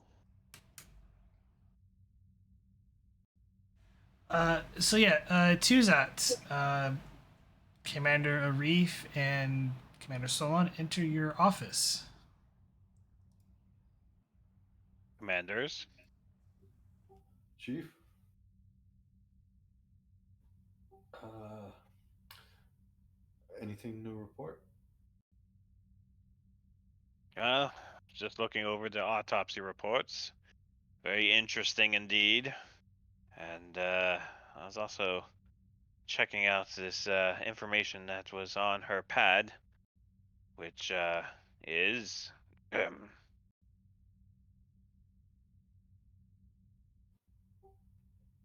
I'm sorry, which is.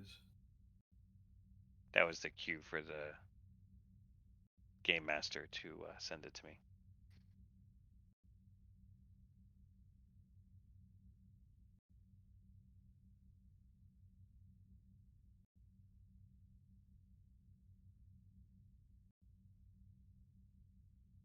It's interesting that there was a toxin from Cardassian poisons. I did find a Cardassian tea in a jar in the quarters, as well as tea that was recently consumed. Have you had either of those tested for the Cardassian poison? I did have them take samples. I don't know if the lab results have come back on them yet. Was the tea replicated? It appeared to be genuine.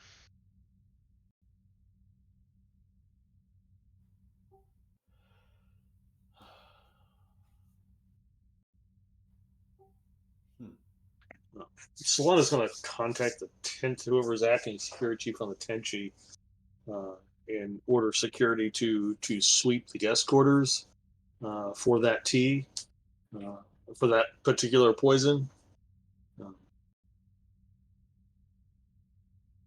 Yeah, and The basically sweep anywhere the Cardassians have been for that poison, for that matter. Now I should note that when I was looking around and particularly checking out the container with the tea, I found a note of a rather personal nature. I later came to find out that it was from the Gaul's wife.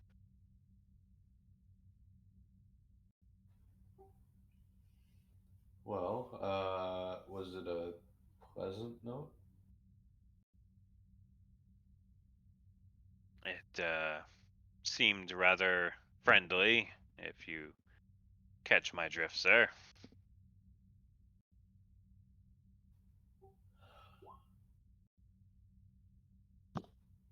Hmm.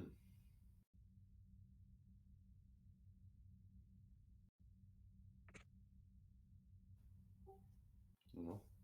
What do you make of that, Chief? Would not one expect a note from one's spouse to be friendly? Yes, yes, one would. However, I can't help get past a certain suspicion that he may have had a separate relationship, perhaps as the humans say, a love triangle was evolving.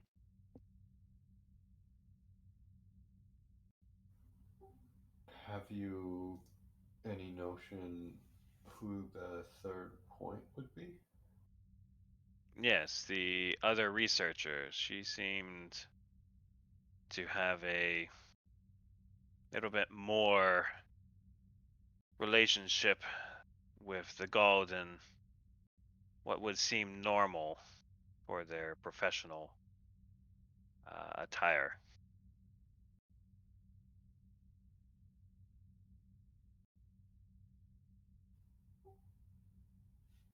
Did Well, the other researcher indicate that she was involved in a uh, extramarital affair with the goal? She did not. In fact, she adamantly denies it. I understand such relationships are fairly common among Cardassians. Though I confess I am unfamiliar with their social customs as to whether how accepted such relationships are. Indeed, my understanding of the culture is limited, to say the least.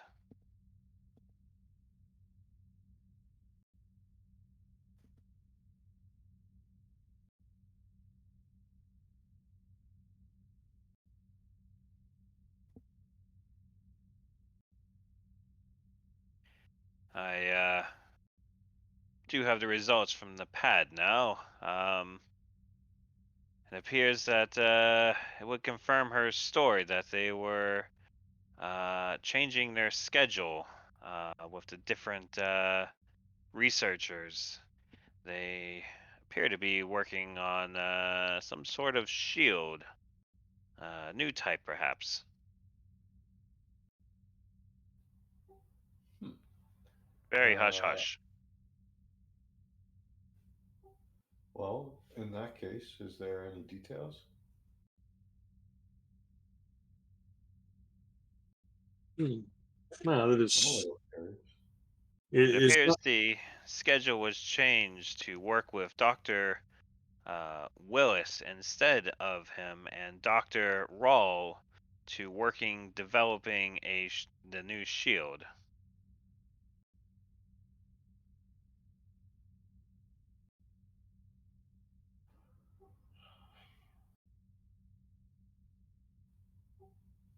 Well,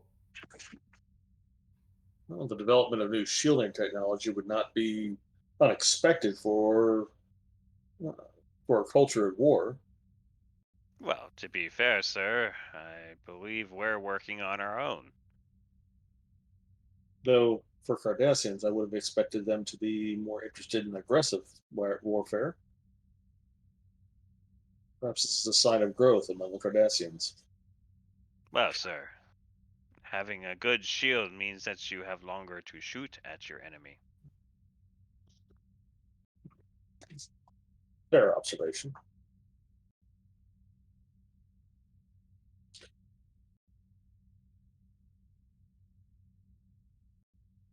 But even if the other researcher was having an extramarital affair with the gull,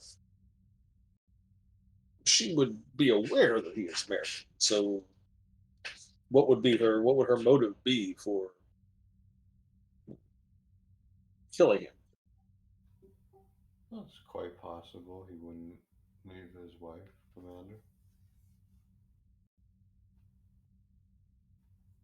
Emotions, ugly business.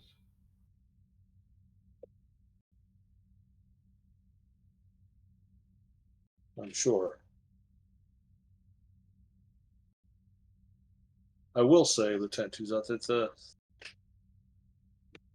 the gull was quite worried and anxious about something. I had asked him to speak to you, or I'd asked you to give him the security briefing because he was adamant about asking about security arrangements repeatedly on the trip here. But he seemed to be forthcoming about his lack of awareness of specific threats against him. Ah, the computer has decrypted a little bit more of the pad. The Gall and Dr. Rawl were to begin work on shield harmonics, while Dr. Willis, Jera, and Dr. Fletcher worked on shield matrix. This new matrix is to combat the Breen's energy dampening effects, since the old adaptation made during the Dominion War appears to be ineffective anymore.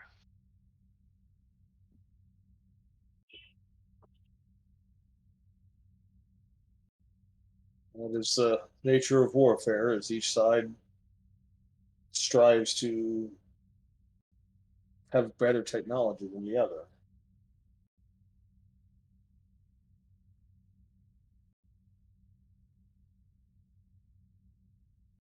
Yes,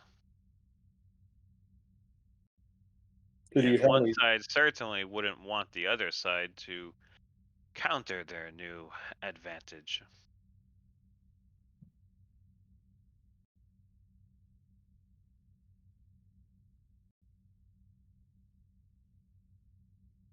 is considering their environmental requirements, it seems unlikely that we would have a Breen agent either aboard the Tenshi or the station. Well, an actual Breen? Probably not. Although, if their hearts were truly set on it, I don't know how many they have, uh, I suspect that it could be arranged, but it might be much more easier to find a more sympathetic uh, to your cause.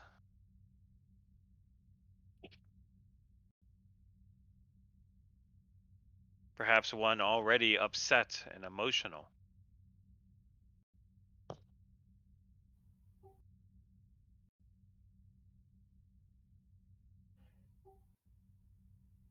I think I should double check with the captain, Chief, but would you recommend bringing her in? Well, she is under guard 24 hours a day. So the good news is we do have an eye on her. Would you Very count well. her among your suspects, Chief? What was that? Would you count the Cardassian researcher among your list of suspects? Of course.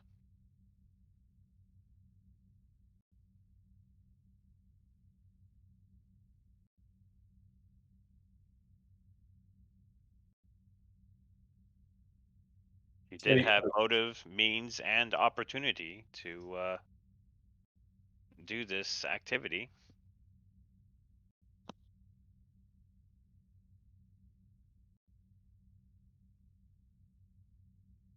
I will be interested to see to learn the results of the analysis of the tea that you discovered in the Guild's room. It was always possible that the wife found out about the extramarital affair.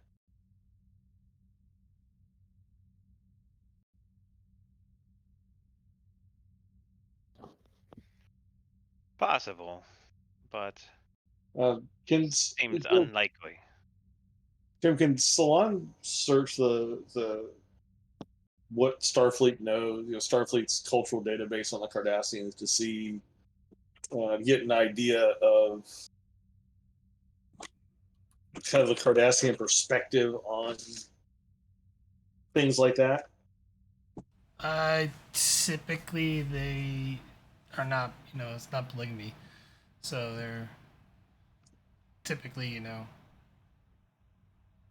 two parties engage in a, marital arrangement that they stay together for life. Or do they tend to be monogamous? They tend to be monogamous in those relationships. Yeah, they don't really have affairs. It's actually a shun because it goes against their pride. Yeah, that's what I was asking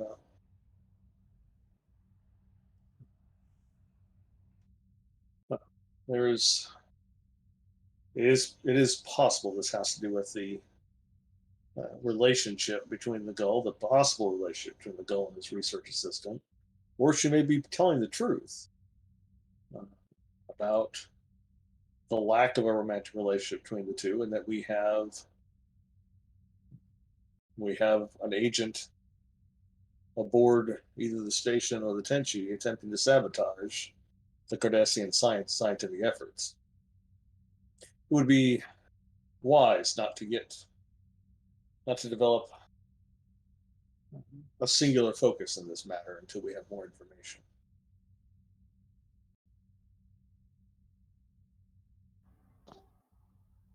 Perhaps a trap is in order.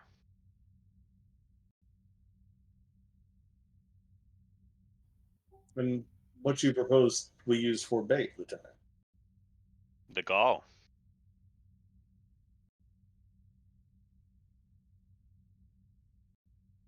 If we were to say, float a rumor that some amazing procedure that the doctor came up with was able to, in fact, uh, make the gall survive in at least some limited capacity to give information, that could cause them to wish to finish what they started. If we keep the number of people who are aware of the gall's true condition of, well, dead, it could solve the problem for us. Sounds like a very good idea, Chief. And if nobody comes, well, that's okay too.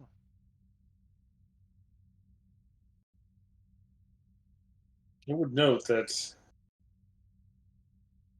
if your original suspect is in fact the murderer, she knows the gull is dead. Well, she believes the gall is dead. She saw that the heart was stopped. That's why we say that there was a new technique. I'll have the doctor put together some medical mumbo jumbo that sounds plausible, and that while the gall will not survive permanently, might be able to give some information for a day or two that they might not wish for them to give.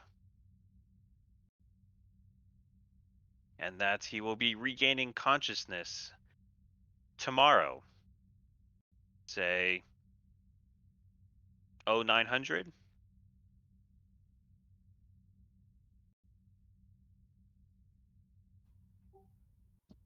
Sounds like a good plan to me.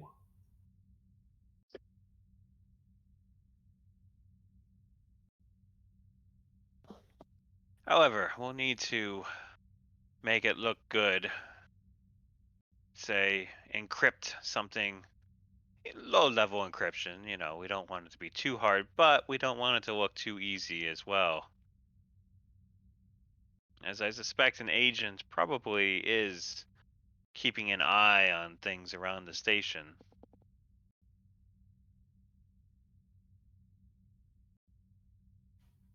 Are you capable of that level of, I guess, partial encryption? Well, I can certainly try.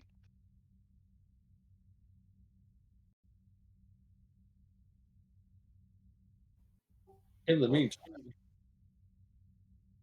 can you use the station's internal sensors to scan for Tzenkethi life signs? Perhaps to draw up a list of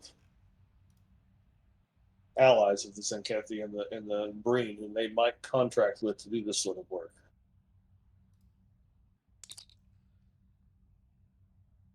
Commander Solon, this is the Tenshi.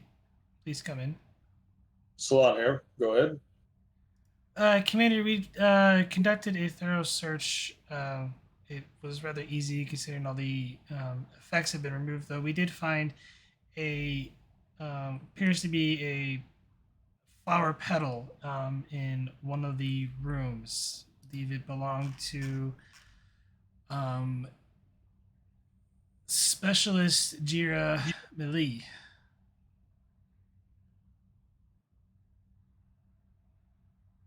One of the Cardassian researchers.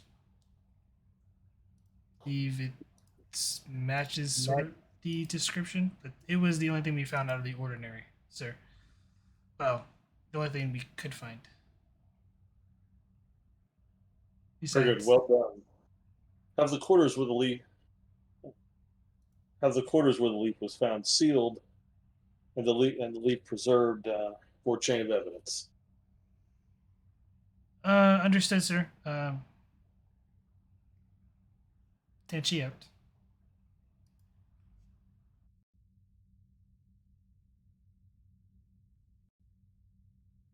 That is, I presume you heard that, gentlemen. Yes, very interesting.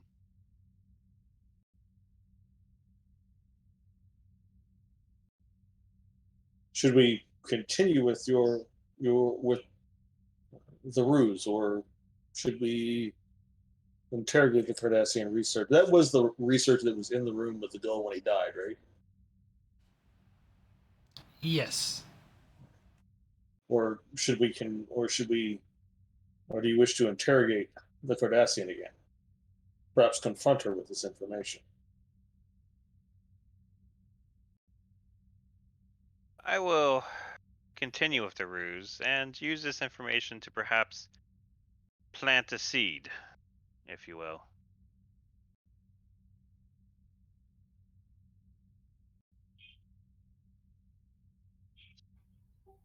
whatever you think is best, Chief. We'll need to have sensors concentrating on areas all around the sick bay. I recommend that we move the body of the individual, the Gaul, to a more remote location, but still some sort of sick bay facility that would not be used by general public or staff, to make it a little more suspicious should anyone come to that area.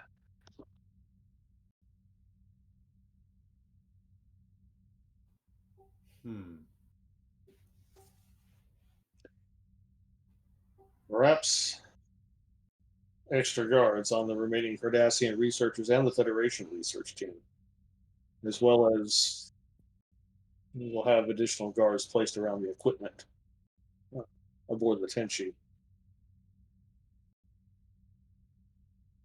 My only concern is if we make it too hard, well, they might not be able to take the bait. Needs to be challenging, not impossible.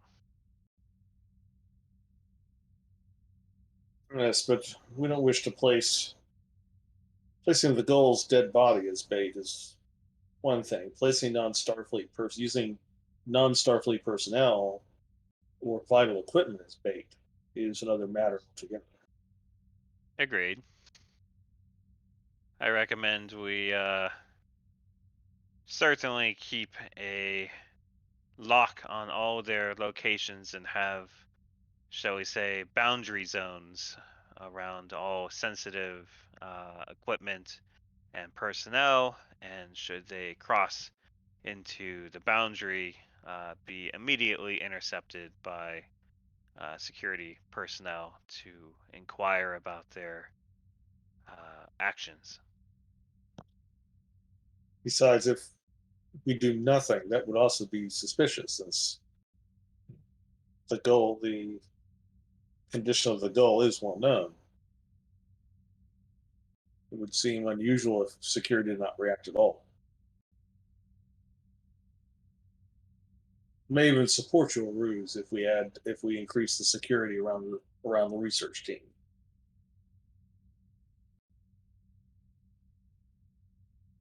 Perhaps.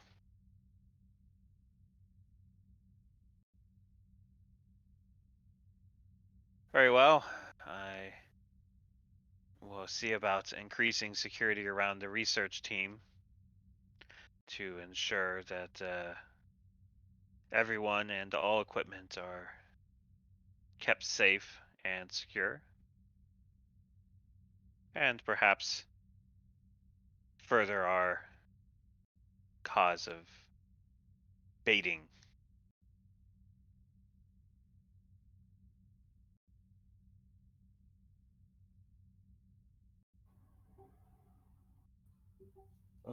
A little distractedly, Arif's going to say, absolutely, Chief. You have my full authority to handle this matter however you see fit. Excellent. I appreciate your confidence, sir.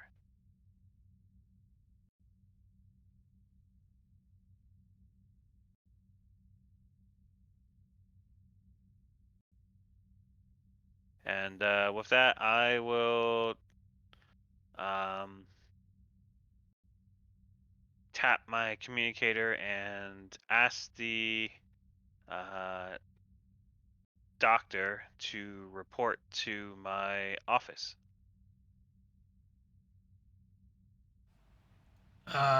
Which one? Chief medical officer for the station. A few moments pass by. Dr. Boone shows up. Ah, Dr. Boone. Come in. Lieutenant, commanders, how can I be of service?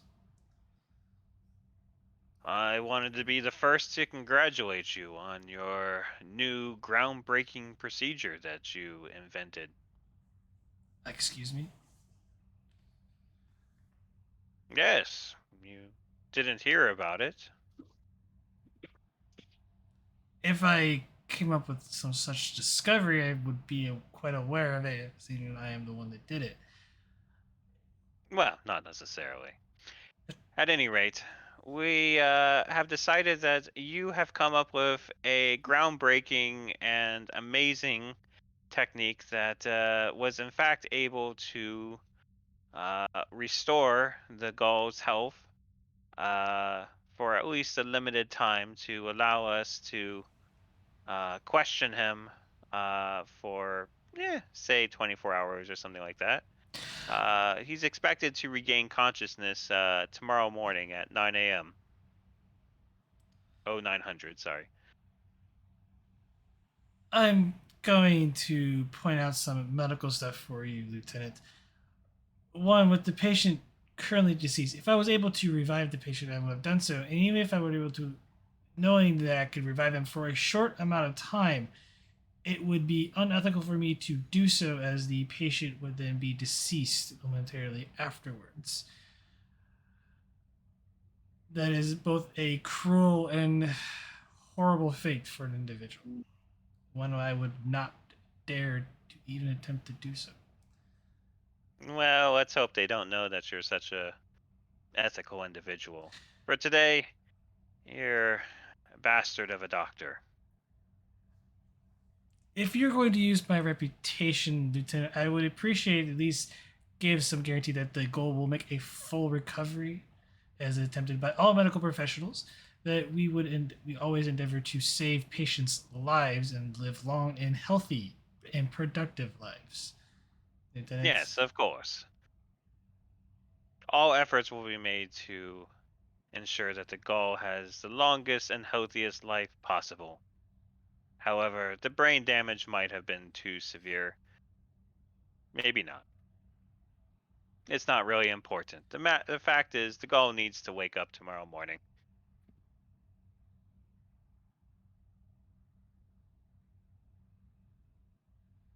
Now, so I will need you to make up some medical mumbo jumbo, make it sound really technical and obscure, and the details of how you managed to pull this off, so that I can put it into a report that will conveniently get intercepted. the doctor just looks to Reef, and you are approving of this plan, Commander. Almost kind of looking like he was put on the spot. I just nod, or Reef just nods. Dr. Science. Very well. I will file the report. There is a possibility.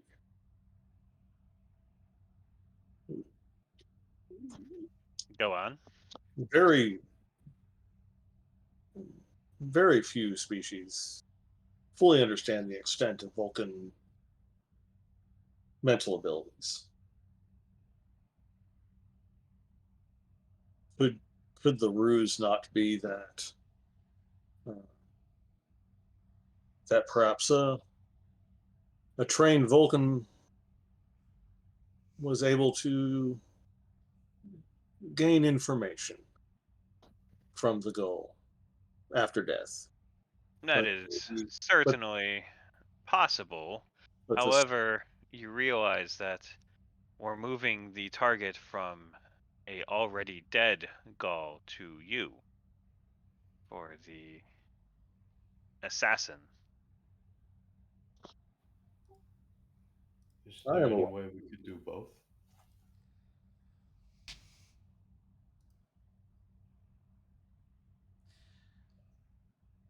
I merely presented it as an alternative. Gentlemen, before you continue on this path, I will remind you that we did conduct a test of the tea, and we did find the neurotoxin within the tea, even though it is very badly degraded. But the tea was the source of the poison. If Great. you, Doctor, tell me, if you had found it soon enough, do you have a antitoxin that could counteract it? I would need a sample of the actual toxin itself to create an antitoxin. Lieutenant. I see. Clarification, Doctor. You said the sample was degraded. The sample that was in The dose that was used in the tea had diluted itself. by the water in the tea or through the The passage of time? the water in the tea through the passage of time. It became more diluted as it set in the tea, losing its potency.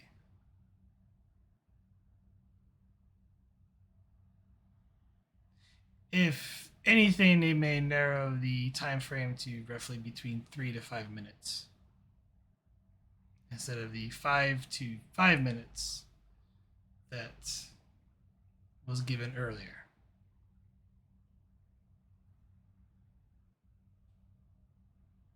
Sorry, 3 hours to 5 minutes. More and more does seem to keep pointing towards her, but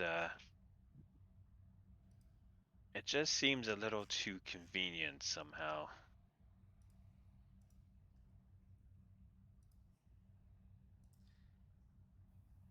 Well, I'm willing to trust your gut, Chief, but if we bring her in anyways, would that possibly lower the guard of the real culprit?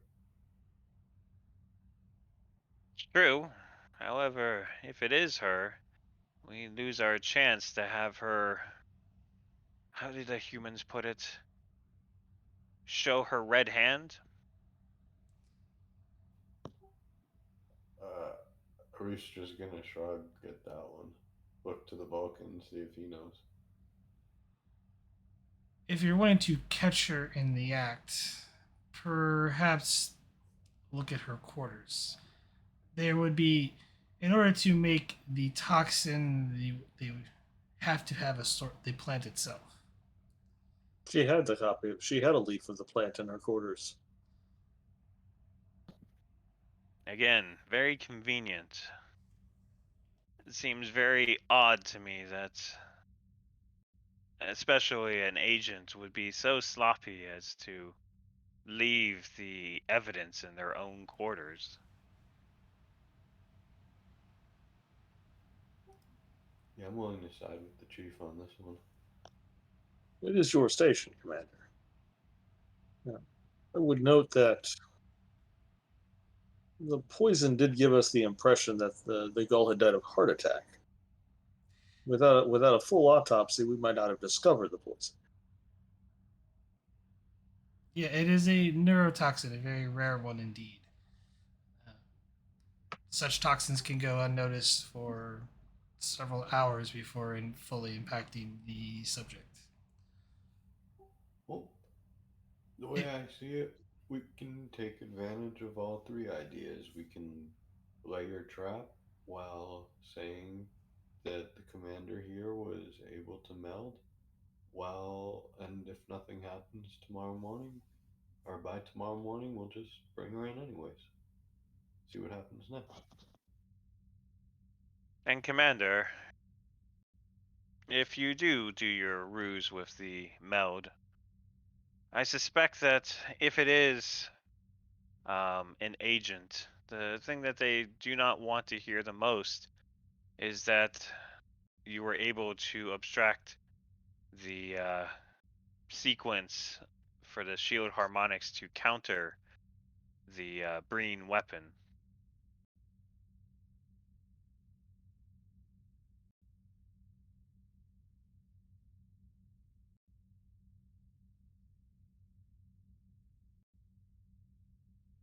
Well, as I might propose is that we're such a mental technique to be possible.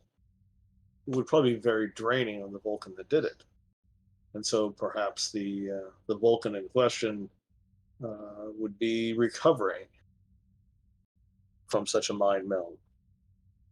Would be prepared to give his report in the morning. If you wish to continue with this theater of yours. Yes, we could have them both recovering and secure wing. I will have the gull's body moved and placed on a ventilation unit to stimulate life. If you'll excuse me, I have some work to be done to do. No.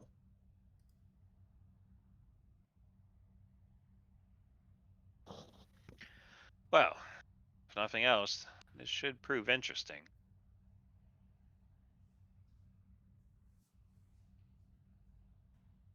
Besides, Commander, it will make for one hell of a report to the captain. That'll definitely get a chuckle.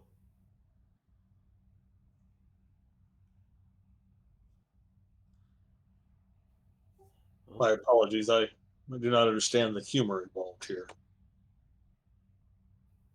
Oh, as I said before, emotions, ugly business. Okay, to move things along here, you set up your trap. The next day comes and nothing happens. You will note that the remaining research team is supposed to depart toward the planet's surface at 0900 hours.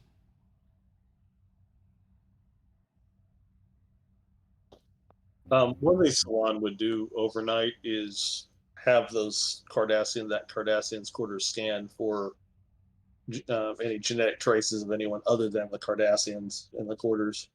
Though I suspect they will find nothing. All the researchers were in her quarters at some point. Okay. And same goes to all the other some of the other quarters that they often visited each other and talked to each other at different various times. Of course they did.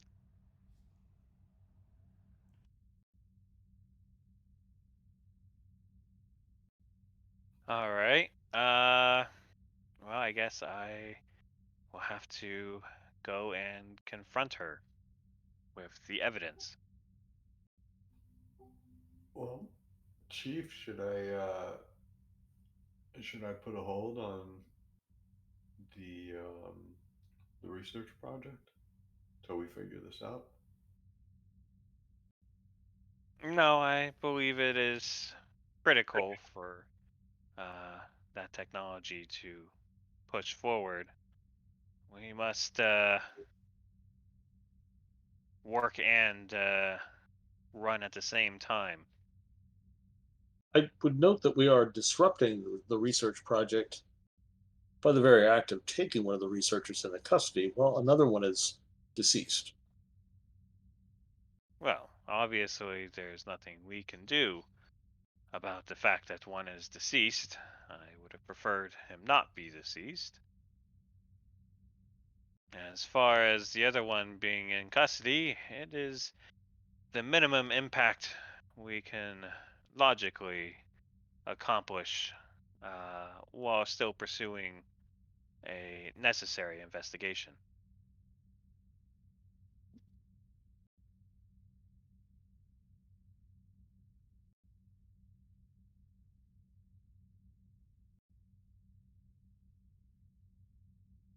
Very well, Lieutenant. I must prepare to move equipment to the planet's surface. You will excuse me, I shall return to the Tenchi. Of course.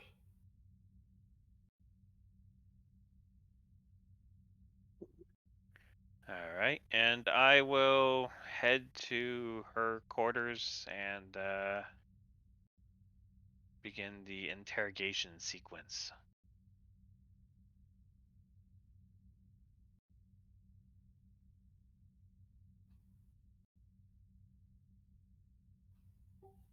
Uh, I will push the button again. Are you heading with Arif? Are you heading with Tuzat? I'm gonna go inform the captain and then join Tuzat. I will do that real quick.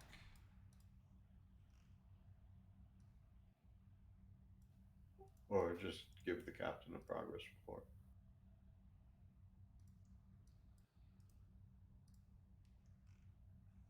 You meet up where Captain Keller is in his office enjoying his morning coffee. Commander, come in. How goes the investigation? Good morning, Captain.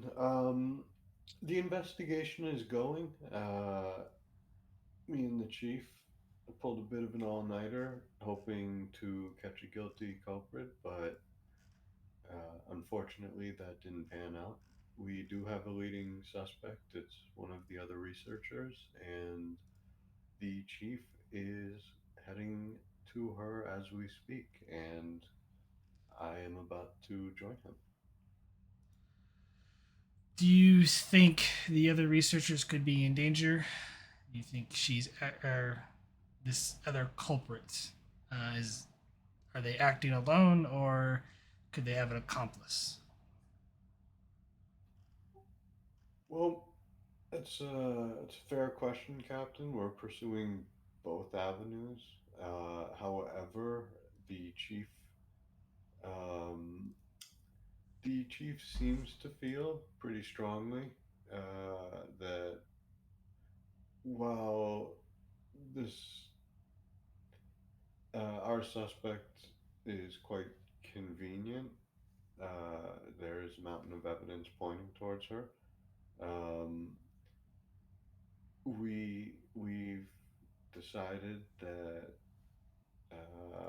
no matter what, taking her in for questioning should provide some sort of new information for us to follow.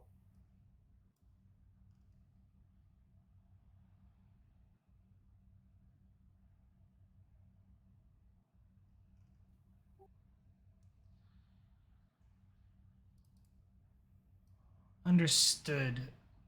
Perhaps given the light of information, has the other research team been apprised of the situation? I believe leadership No, duties Captain. fall to Dr. Willis. No, Captain. Well, it would certainly be the respectful thing to do. Um, I believe for the best of the investigation, it doesn't do any help to make the information public as of yet. I think we should keep it compartmentalized for now. Considering you have a strong lead, Commander, I'm going to order that the shuttle departure is delayed at least for the next 6 hours. Under the rules that they had to go through extra maintenance for the runabout.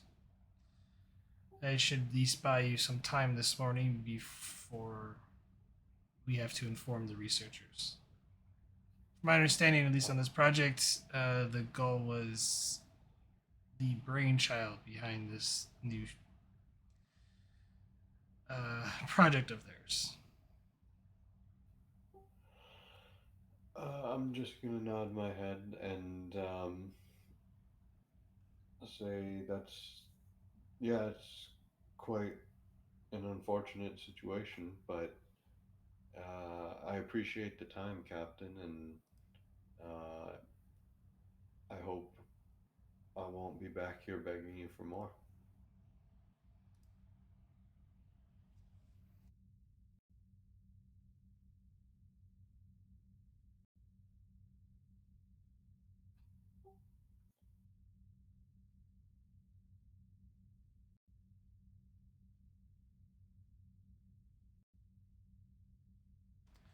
Understood. Good luck, Commander. Captain, and I'm gonna head out to find the good old chief.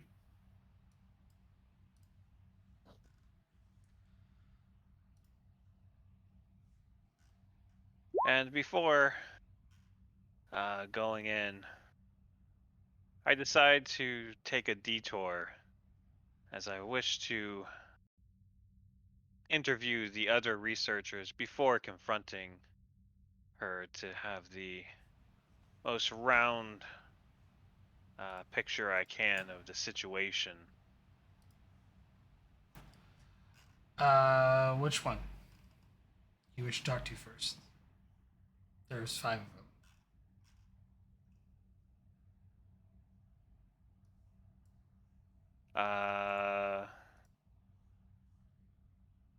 Dr. Willis.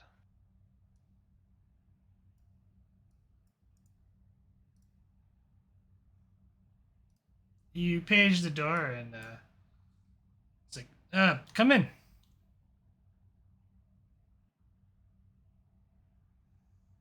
Greetings. Sorry, I'm not familiar with your name. Tuzit? Tazit? Tuzat. That's it. Tuzat. Yes. I'm the chief of security of this station. I just have a few questions for you, if you don't mind. Sure. I was just having my morning breakfast before I head to the shuttle bay to depart for the research facility and help get the equipment set up. What are you having for breakfast? Replicated eggs and bacon, the side of orange juice. It's not as good as the real thing, but it will do. If you would hold off on eating your breakfast for just a moment. Put this work down.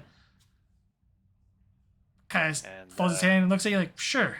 What can I help you with? first thing I want to do is scan his food and drink, make sure that there's no poison in it. The scan comes back. It's not poison. It's Okay. replicated food. So you know the replicator's not sabotaged. Okay. So, can you tell me anything about this project? The project is classified. You would have to talk to your commanding officer about getting clearance, or go Zeddy to get clearance to read the proper reports. Hmm. Uh, you can accompany. I have a meeting with him this morning before we depart down. You're welcome to attend to me if you wish to learn more about it. Hmm. Seemed the others were much more open about it, but as you wish. That's a huge security violation. Who was open to you about it, Lieutenant? Well, for the moment, I'm curious why the change of schedule at the last moment. Um. Oh, he forwarded to me.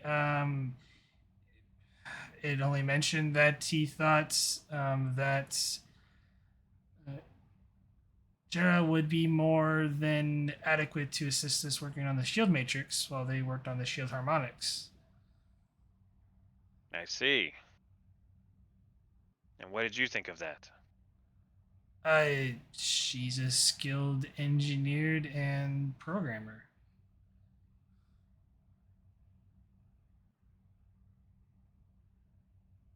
Did you feel it was the most logical move, or was there something else behind this?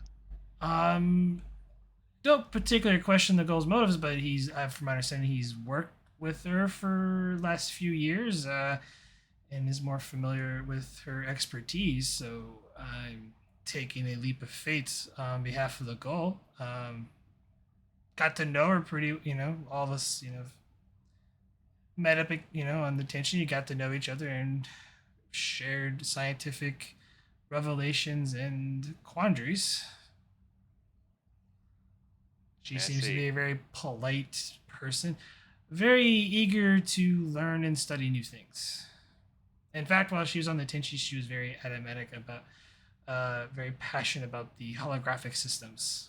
Appears that on Cardassia, they don't have their holographic technology is not as sophisticated as Federation technology is. Hmm. Interesting. She interfaced with the holodeck? No, she was more of talking with the chief engineer. She was also interested in how the holographic blind would work, to help protect us while we're on the planet's surface. I see.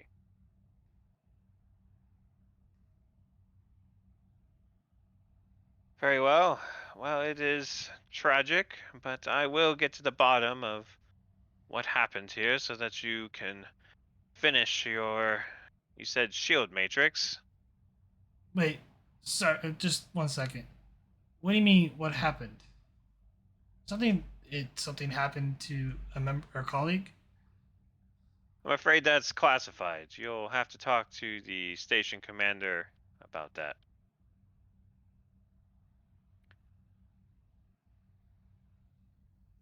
Kind of sits back and looks. Lieutenant, I would appreciate it if you tell me what's going on here. I am second in command of this research facility, and if this research team, if there's a problem with one of the members or someone is incapacitated, I would need to know so I can at least uh, keep the project on track. Yes. Well, I'm afraid you're now in command of the team. In command. What happened to Gold Zeddy?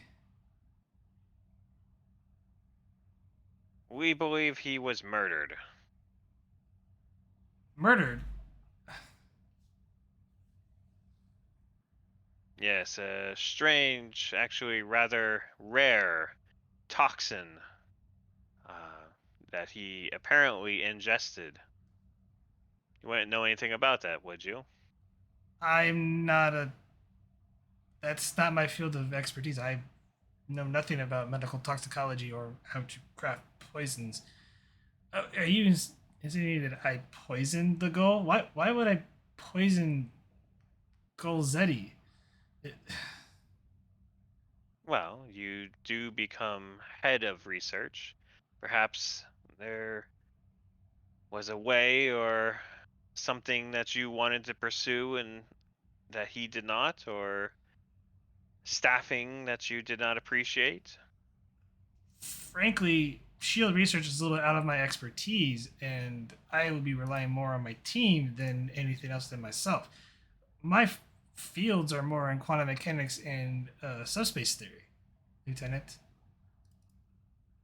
I Hmm. would gain nothing out of killing Golzetti. In fact, after this project is done, I will be more likely on to the next, research project for Starfleet, or even on behalf of a member of the Federation Council or some other planet.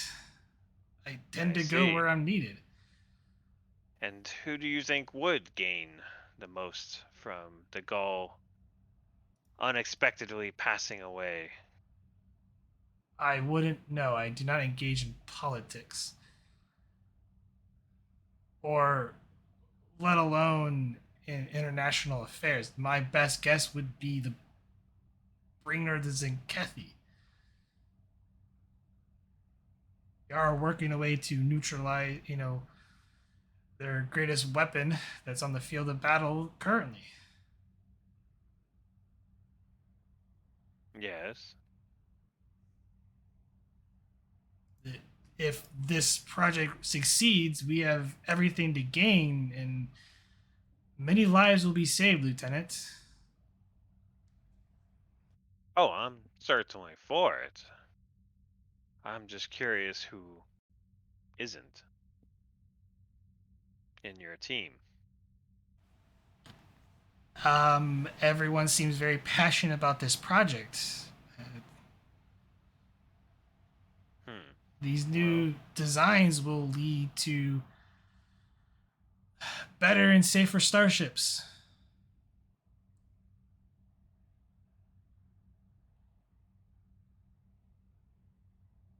apparently somebody on your team is not as excited about the prospect as you make them out to be.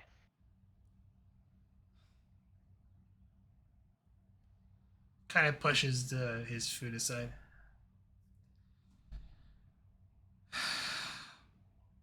Oh, I've just lost my appetite for the morning.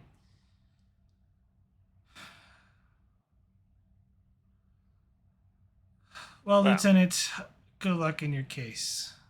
But I assure you, I know, I do not see why anyone on this research team would commit such lows, such heinous crimes as murder of a fellow colleague. the relationship between oh, what's her name? Jera and Zeddy. Karen. Yes. Did you ever notice it to be anything more than professional? They seemed a little close at times, but A little close? Raising an more, I eyebrow. could say they're very good friends or close colleagues. Um, But I did. nothing more. I didn't notice nothing more out of it. Were there any rumors? No, but the only thing I can say is Dr. Rawl would often have sidebar conversations with Zeddy. Hmm. Perhaps that's where I'll go next. Thank you. Oh, picks up his pad. Oh, they just delayed. That explains why the thing's been delayed 6 hours. Throws the pad down. And I will go talk to them next. And on your way out the door, you meet both commanders.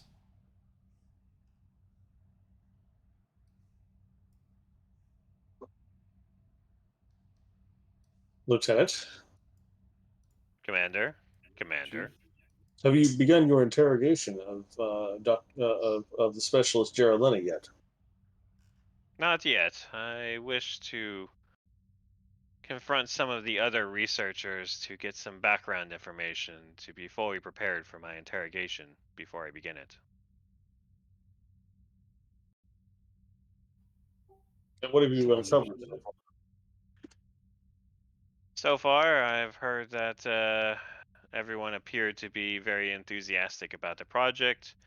Um, she seemed very interested in the holodeck technologies due to Cardassian's lack of said technologies on the starship, and I'm about to go and question another one about some curious, as he put it, sidebars that took place between our suspect and him.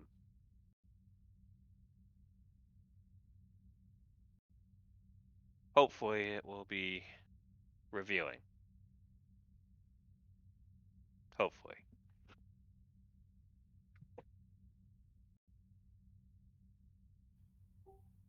well, do you mind if we tag along? Sure. More the merrier, eh? If nothing, maybe our presence in the background can simply add more weight to your words. As you say, Commander.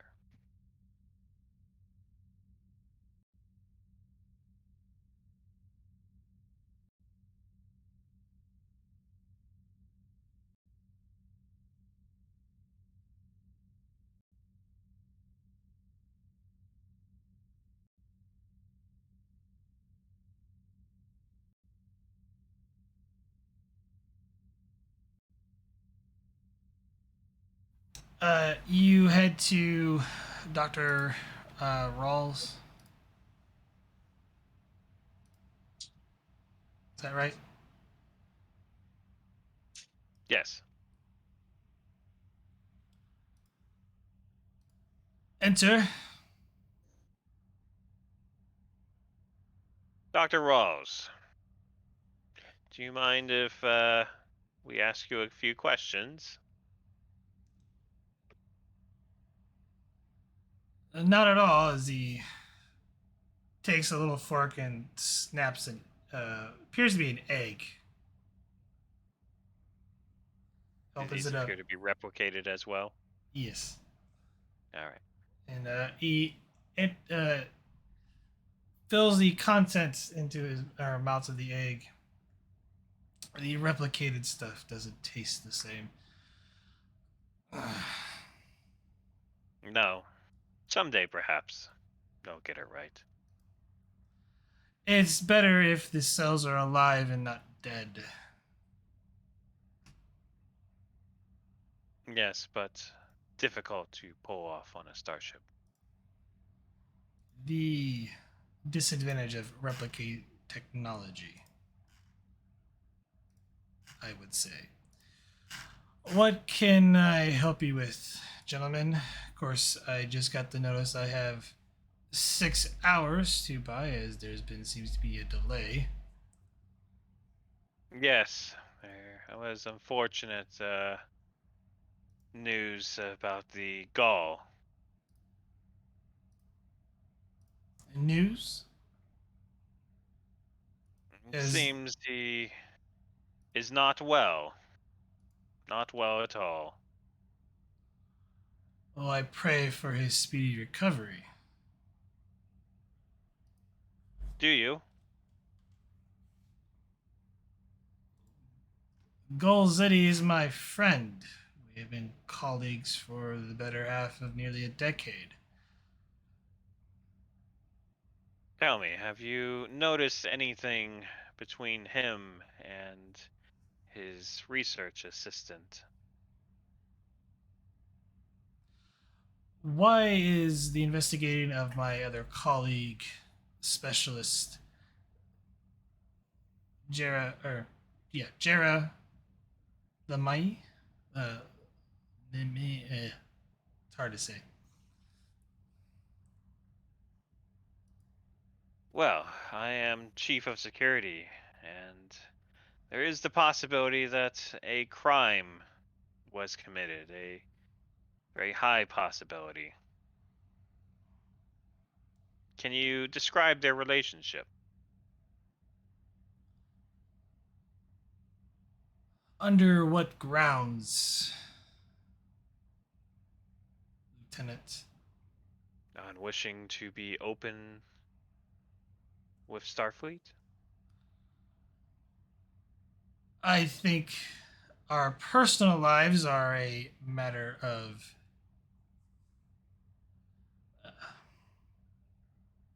Then how about the grounds of if you're a friend of the Gaul, as you say, then wouldn't you want justice for the Gaul if he was harmed or worse? what are you insinuating? What is wrong? What has happened to the Gull? Stop beating Takes around the bush, Lieutenant. eh, takes a deep breath, kind of blows into his respirator, a little fog coming out. I have some bad news. The Gaul is dead.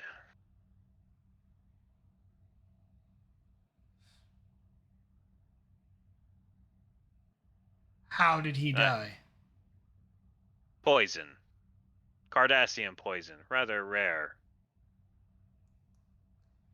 In the tea, Cardassians do if not you're interested. poison their.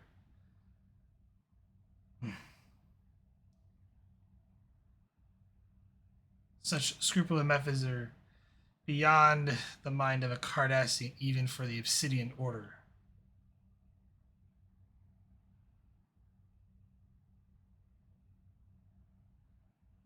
Well, one would think that anyway. Hmm.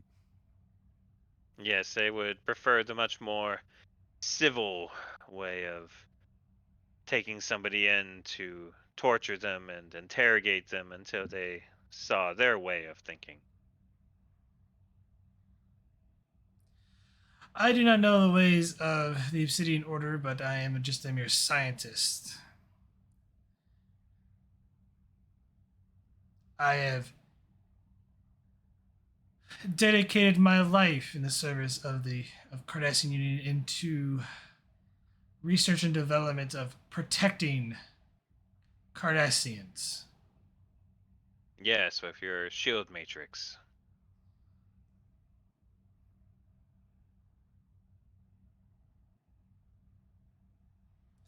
Are you inciting that I had something to do with the Gull's death?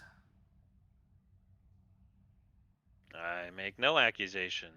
I simply restate my question. Can you tell me the relationship status between the Gaul and his assistant? Give me presence command difficulty of 2. Can I use defuse the situation or tension? Yes, I believe that lowers the difficulty by 1. So diff 1. Can I use negotiation as a focus? More like persuasion. Okay, I don't have that. So,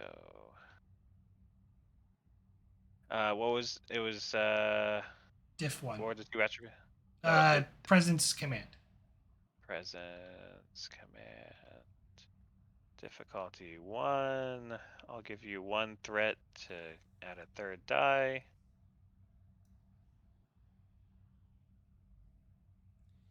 Gain in momentum.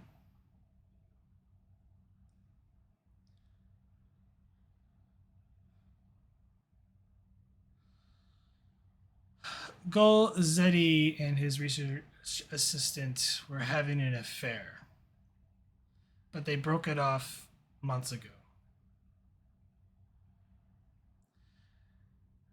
Zeddy has vowed to keep his relationship and status intact, and considering that we've been operating in more closer quarters, I felt obligated to inform Zeddy yesterday evening to have specialist Jeria transferred to work with the humans.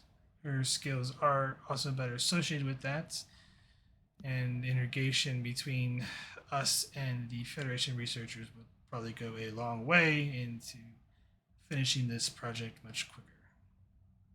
He agreed. How did she feel about the change? I do not know. He was to meet her last night and inform her.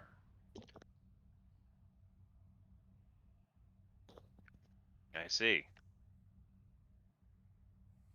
Well, thank you for your candor.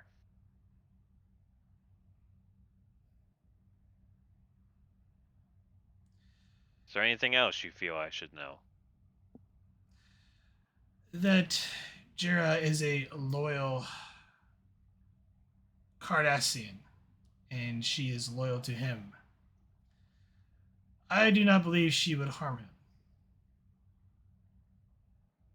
What about his wife? She knows nothing of the affair. And even if she did, she would not kill her husband. Plus, they haven't seen each other in 6 months. I see.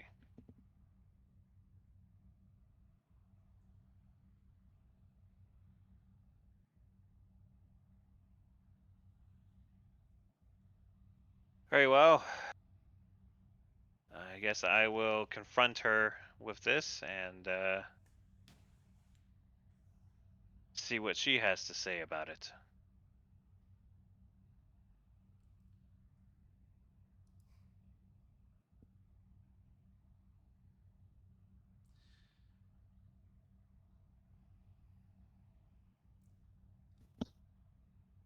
Guy motions like, you're free to go if you're not going to question him anymore.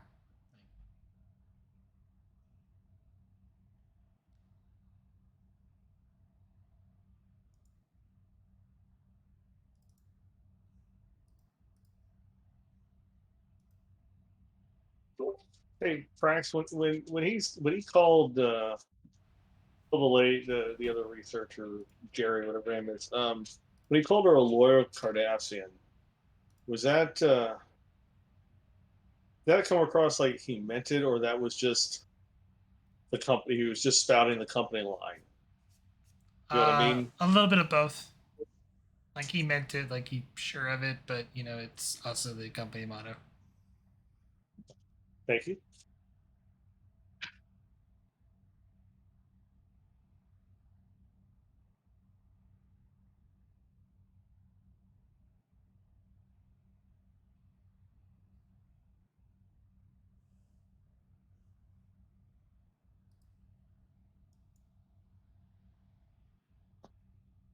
All right. Well, I guess let's head back, talk to her, see what she has to say about all this. As you say, Chief. Hey, before we go to the Lemmy's room, can I ask the the station CMO if he would know if someone handling the leaves from that poison, if it would leave traces, any kind of trace on an individual's skin?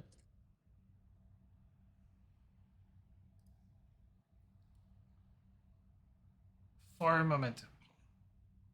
I will give you that momentum.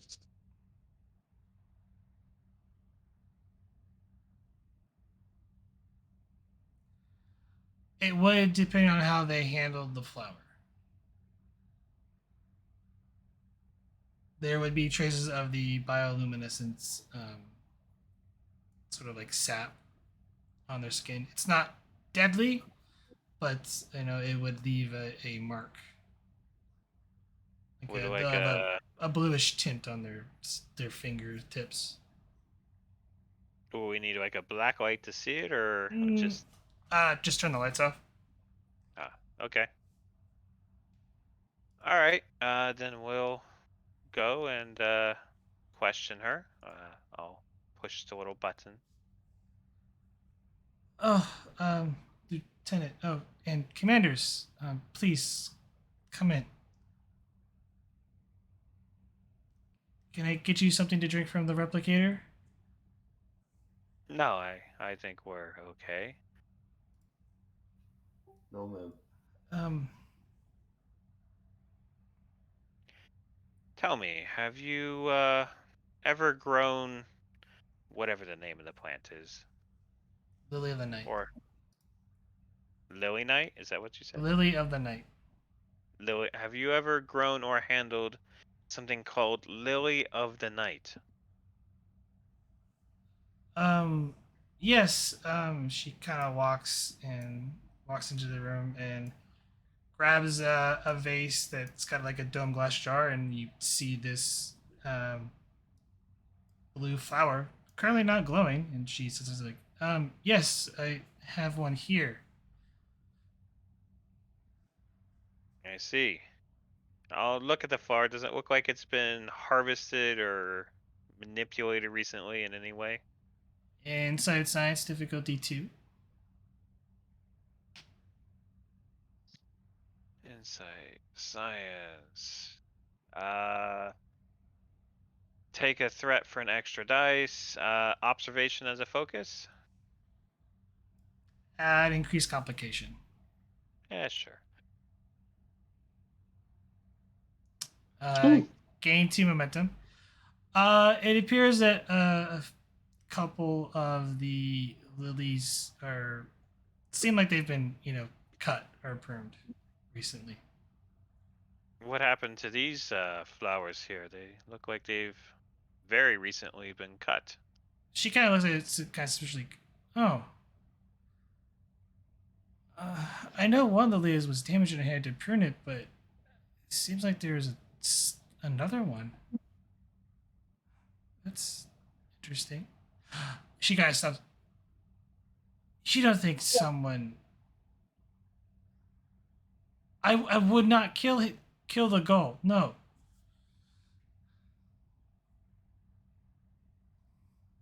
This flower is a memento token from my brother. I see. Has anyone else been in the bedroom area of your quarters besides you? I just placed the flower here recently in the bedroom area, but Where was it before? it was just in the quarters on the Tenshi. It was just in the main antuarium. Did anyone else go near it? Or appear to take interest in it? The 2 Federation researchers looked at it. They were kind of amazed, and I told them about the plant, how it glows in the night, and it makes for a nice night lamp, but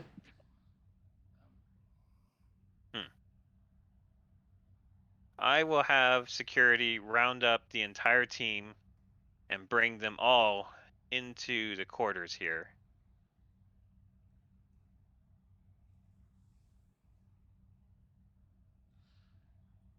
presence command difficulty 2.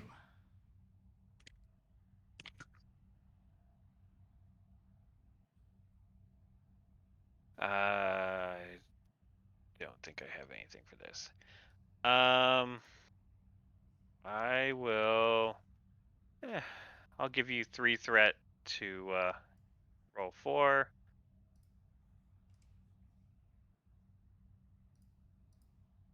gain 2 momentum.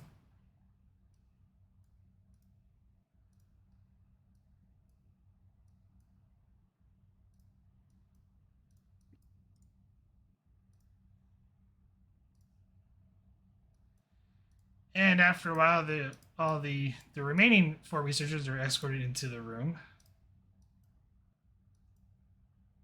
And I will have all of them basically line up along that wall there.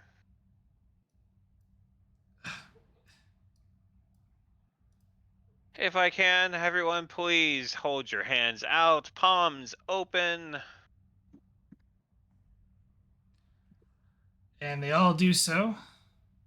Computer, please dim the lights. The lights 1/10 power. You dim the lights. The flower starts to grow brightly, and none of the researchers' hands have any sort of residue on their fingertips.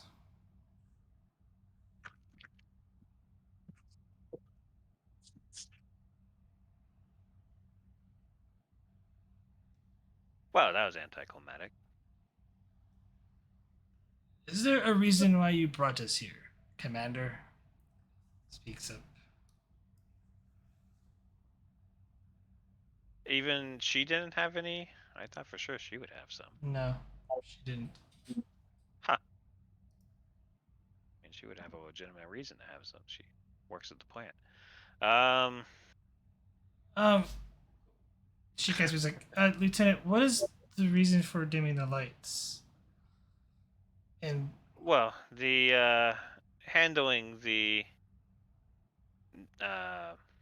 lily of the night, I was made to understand that it leaves a residue on your hands that can be visible when the lights are dimmed. if I have to handle the plant, I wear gloves. The bioluminescence can cause skin irritation. Very well. Security, I need all the rooms of the people searched, looked for gloves that glow in the dark.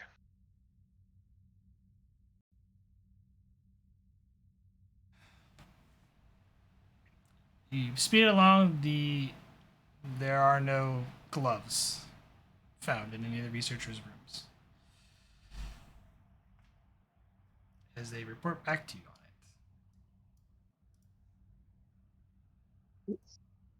it. Specialist Lindley, you misunderstand this plant being in your possession. A loose leaf of it found on the floor in your quarters of the Tenshi. I And I would not leave a loose leaf on the floor like that. I would dispose of it in the replicator. that is a reasonable explanation. There are other matters I don't wish to discuss in a full room that we are aware of. That you must understand you are the prime suspect in the murder. There is, of course, an easy way. Well, not easy. Dr. Fletcher A was like, thorough- sorry, Commander. Murder? please, Where is please do not interrupt, Doctor. Hmm. There is, Specialist, a thorough way to prove your innocence if you wish, if you are willing.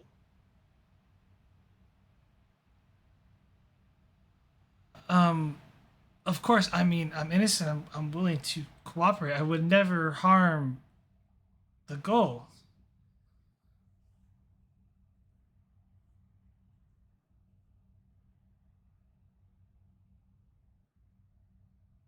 Are you familiar with what is colloquially referred to as Vulcan mysticism, Specialist?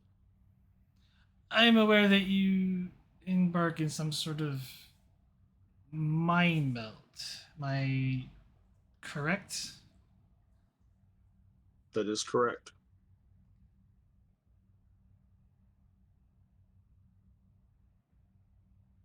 It is something as a Vulcan that is never forced on an unwilling, is very rarely forced on an unwilling individual.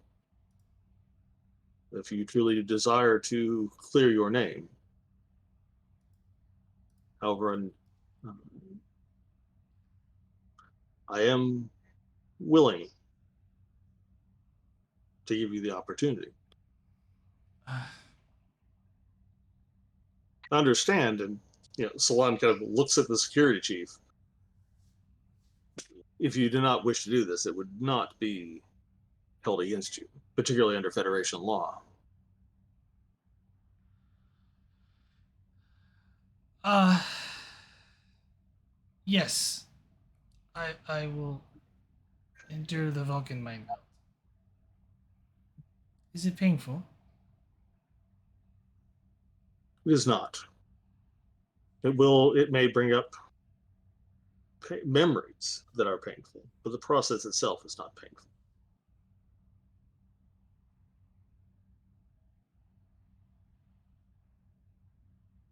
Salon looks at Arif and Tuzak with your permission, gentlemen. By all means. Oh, not.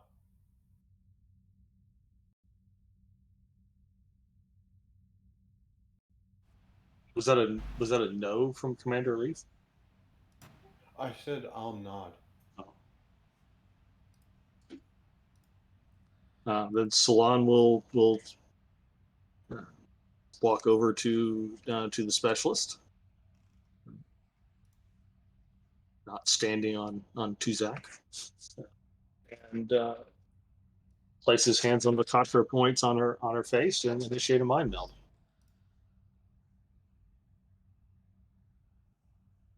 You begin initiating the mind meld. I'm not gonna make you roll for it because she's not resisting it.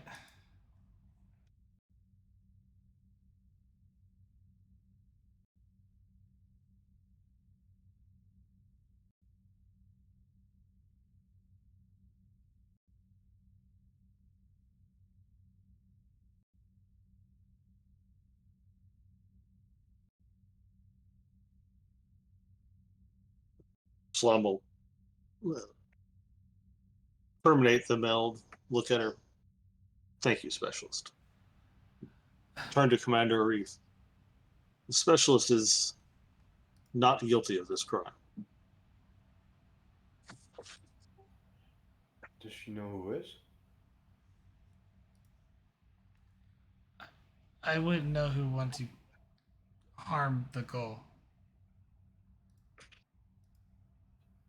Well, sometimes you just have to hope for an easy win. I said she was too convenient. It appears that you are correct. However, it is an avenue of investigation that we had to pursue.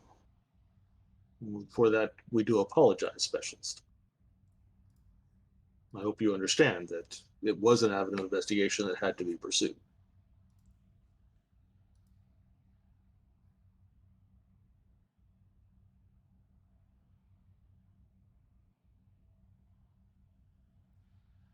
It's quite all right. I understand, and if it helps the investigation to at least set aside the fact that I am not the guilty party here, more than happy to comply.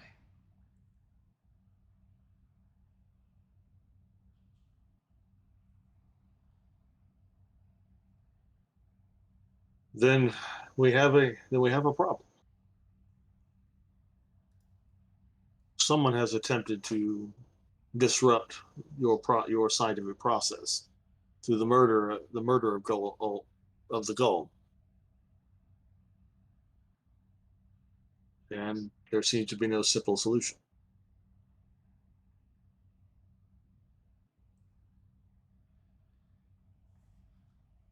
The Gull was quite anxious or worried for the security of the project, though he could name no specific threat.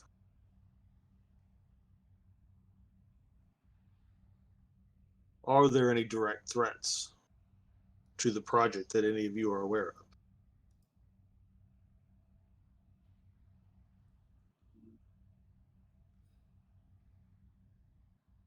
They all kind of look at each other like, no, other than our enemies. And Dr. Fletcher was like, Commanders, if you don't mind, I would like to get started on prepping some of the equipment. You know, at least the work must continue with death, even though Zeddy is dead. At least we could do is carry on his work. There is time, and the work will not stop, Dr. Fletcher. But identifying a threat to the research, very vital. And certainly takes priority. The threat could come from known enemies or unknown enemies. Even those from within our own regimes that are uneasy with the growing peace between our peoples. Not only is the cooperation between the Federation and the Cardassian Union a threat to the Breen and the Tzenkethi, however you say that, it is a threat to anyone, any government that would find a strengthening of the relationship between the Federation and the Cardassians a threat to them.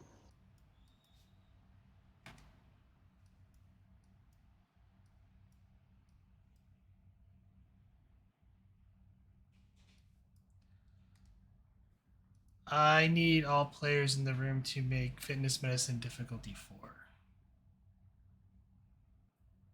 4. Except for Tuzat. I'm sorry, fitness. What was it? Fitness medicine difficulty 4. So Solon and Arif. Right. That's an 11 for me. Do you want to go first, Arif? Or do you want me to go first? Oh, I'll go first. Why not? Sorry, I'm also rolling for individuals. Could you please take one threat? I mean, he just spent a bunch. I bet he's more than willing to let you have one. I've had quite a bit.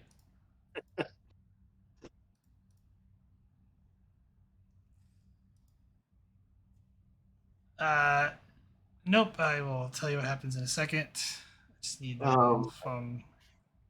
Will you take failure is not a part of the business of Starfleet or duty to ship and crew as a value?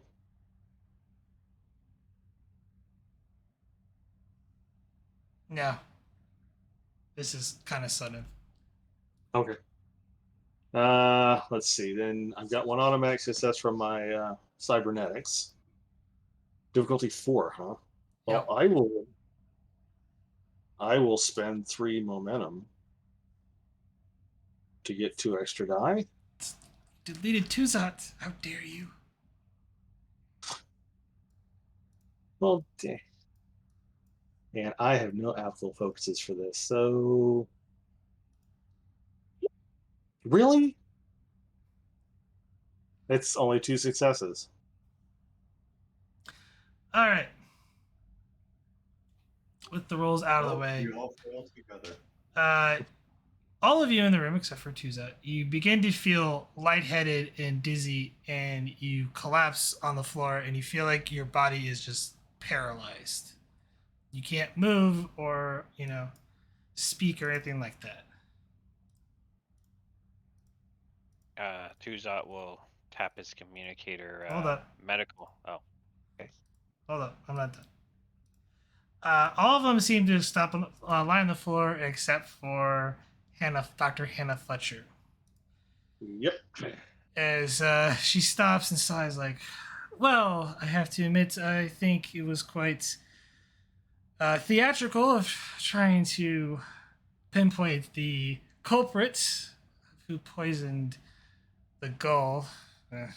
Cardassians is quite, well, admirable, but nice try. I do have to thank you though for bringing everyone here into the room. Makes my job so much easier, you see. And in her hand materializes a phaser, and she aims and fires at you. Tuzat. This will be. She's going first. This will be lethal. And extra minor to aim.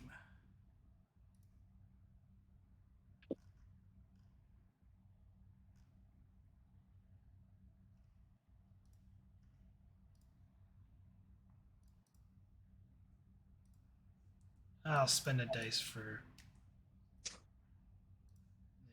There's a focus.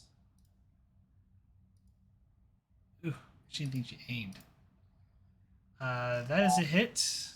And yep, she charged for vicious. So 2, 4, 6, 8.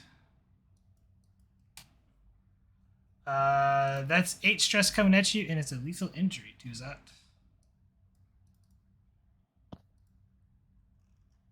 I have. Alright. I have a milestone from getting hurt last time. Can I use that to stay up? So you're spending your you can use that milestone to get a determination and use determination to avoid the injury. Not avoid the injury, to stay up. Yes, you still keep the lethal injury. Okay. So. Yep, I will do that.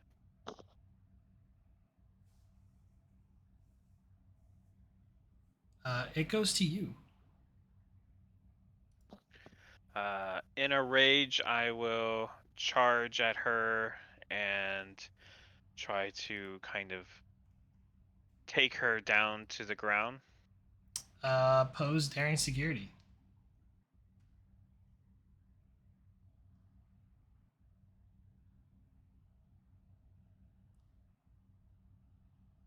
Okay. I will use the 1 momentum to activate cautious security and give 3 threat to roll 4 dice. I am going to spend her determination, adapt and overcome. Okay. With the 3 threat, and I will spend 2 threat to roll a 3rd dice.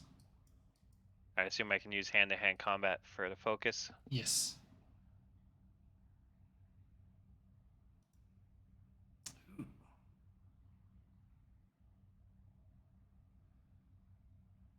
You gain a momentum. You succeed. Roll damage. Okay. Hand to hand.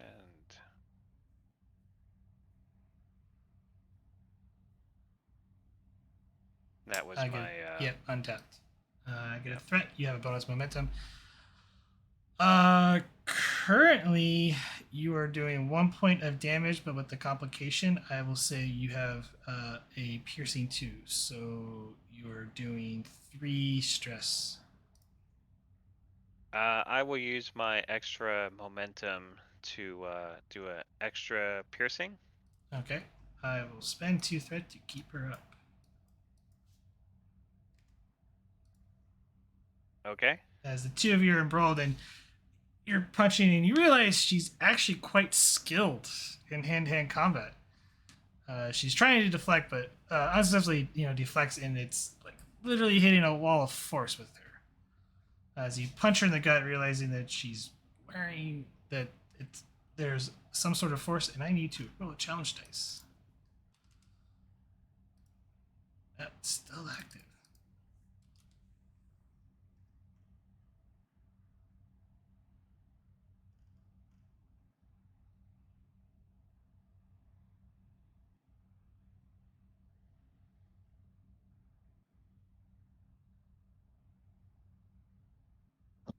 Out of curiosity, do the security outside the room hear any of this?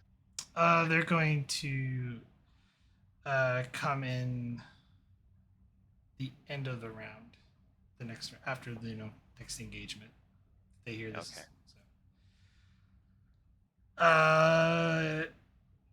So So go back to her. Yes. You know, why not? I am going to spend a threat for lethal, so it's going to increase the difficulty. And it's going to be opposed daring security, and I will roll 3 dice. Okay, I will use 1 momentum for third dice to activate cautious. Hand to hand as a focus.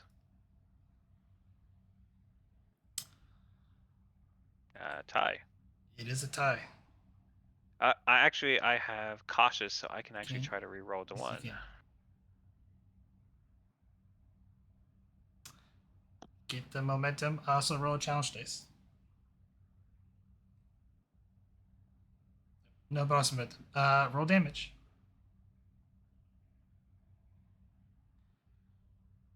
It's 1 stress.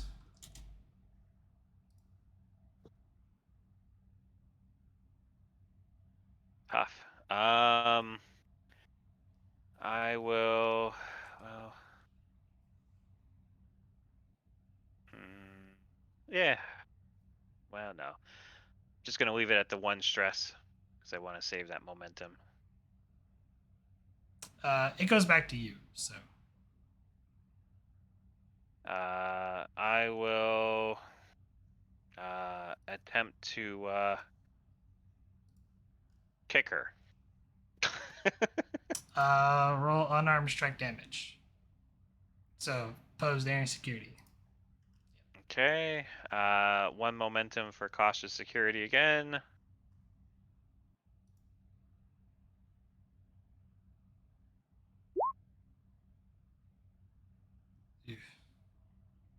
I'll roll flat. Gain the momentum back. Roll unarmed strike damage.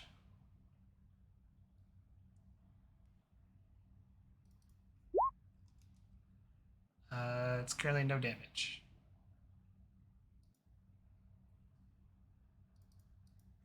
And you're battling with her, and it is just like hitting a wall of force every time you land a blow on her. And she's also tempting poorly and the 2 security guards run into the room, and they both stop, and you can see that they're getting ready to draw their phasers to help you out, and they both collapse to the floor.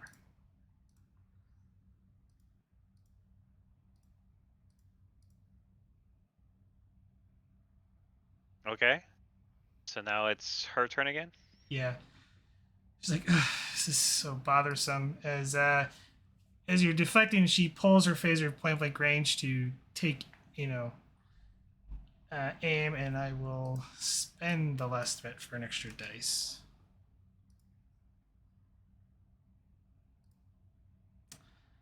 That is a hit. That is 4 stress. Wouldn't it be It's 3. Difficulty 3.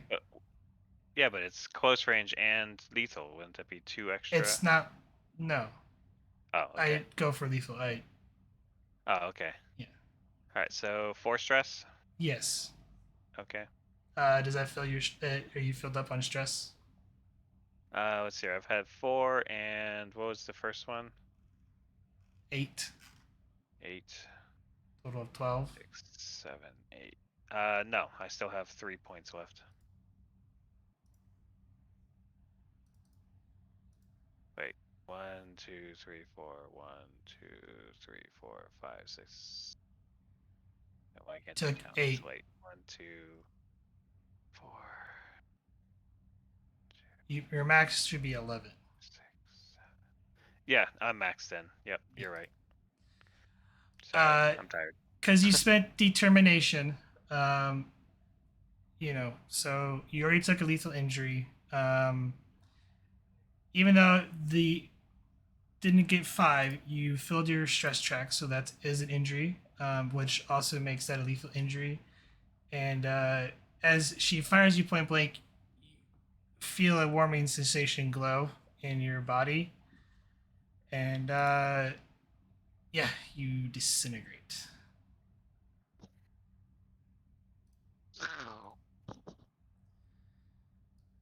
And that was anticlimactic. She goes, and I bid all of you a fair adieu, but seeing all of you may not survive. Lucky ones. And the hand phaser in her hand disappears, and she walks out of the quarters.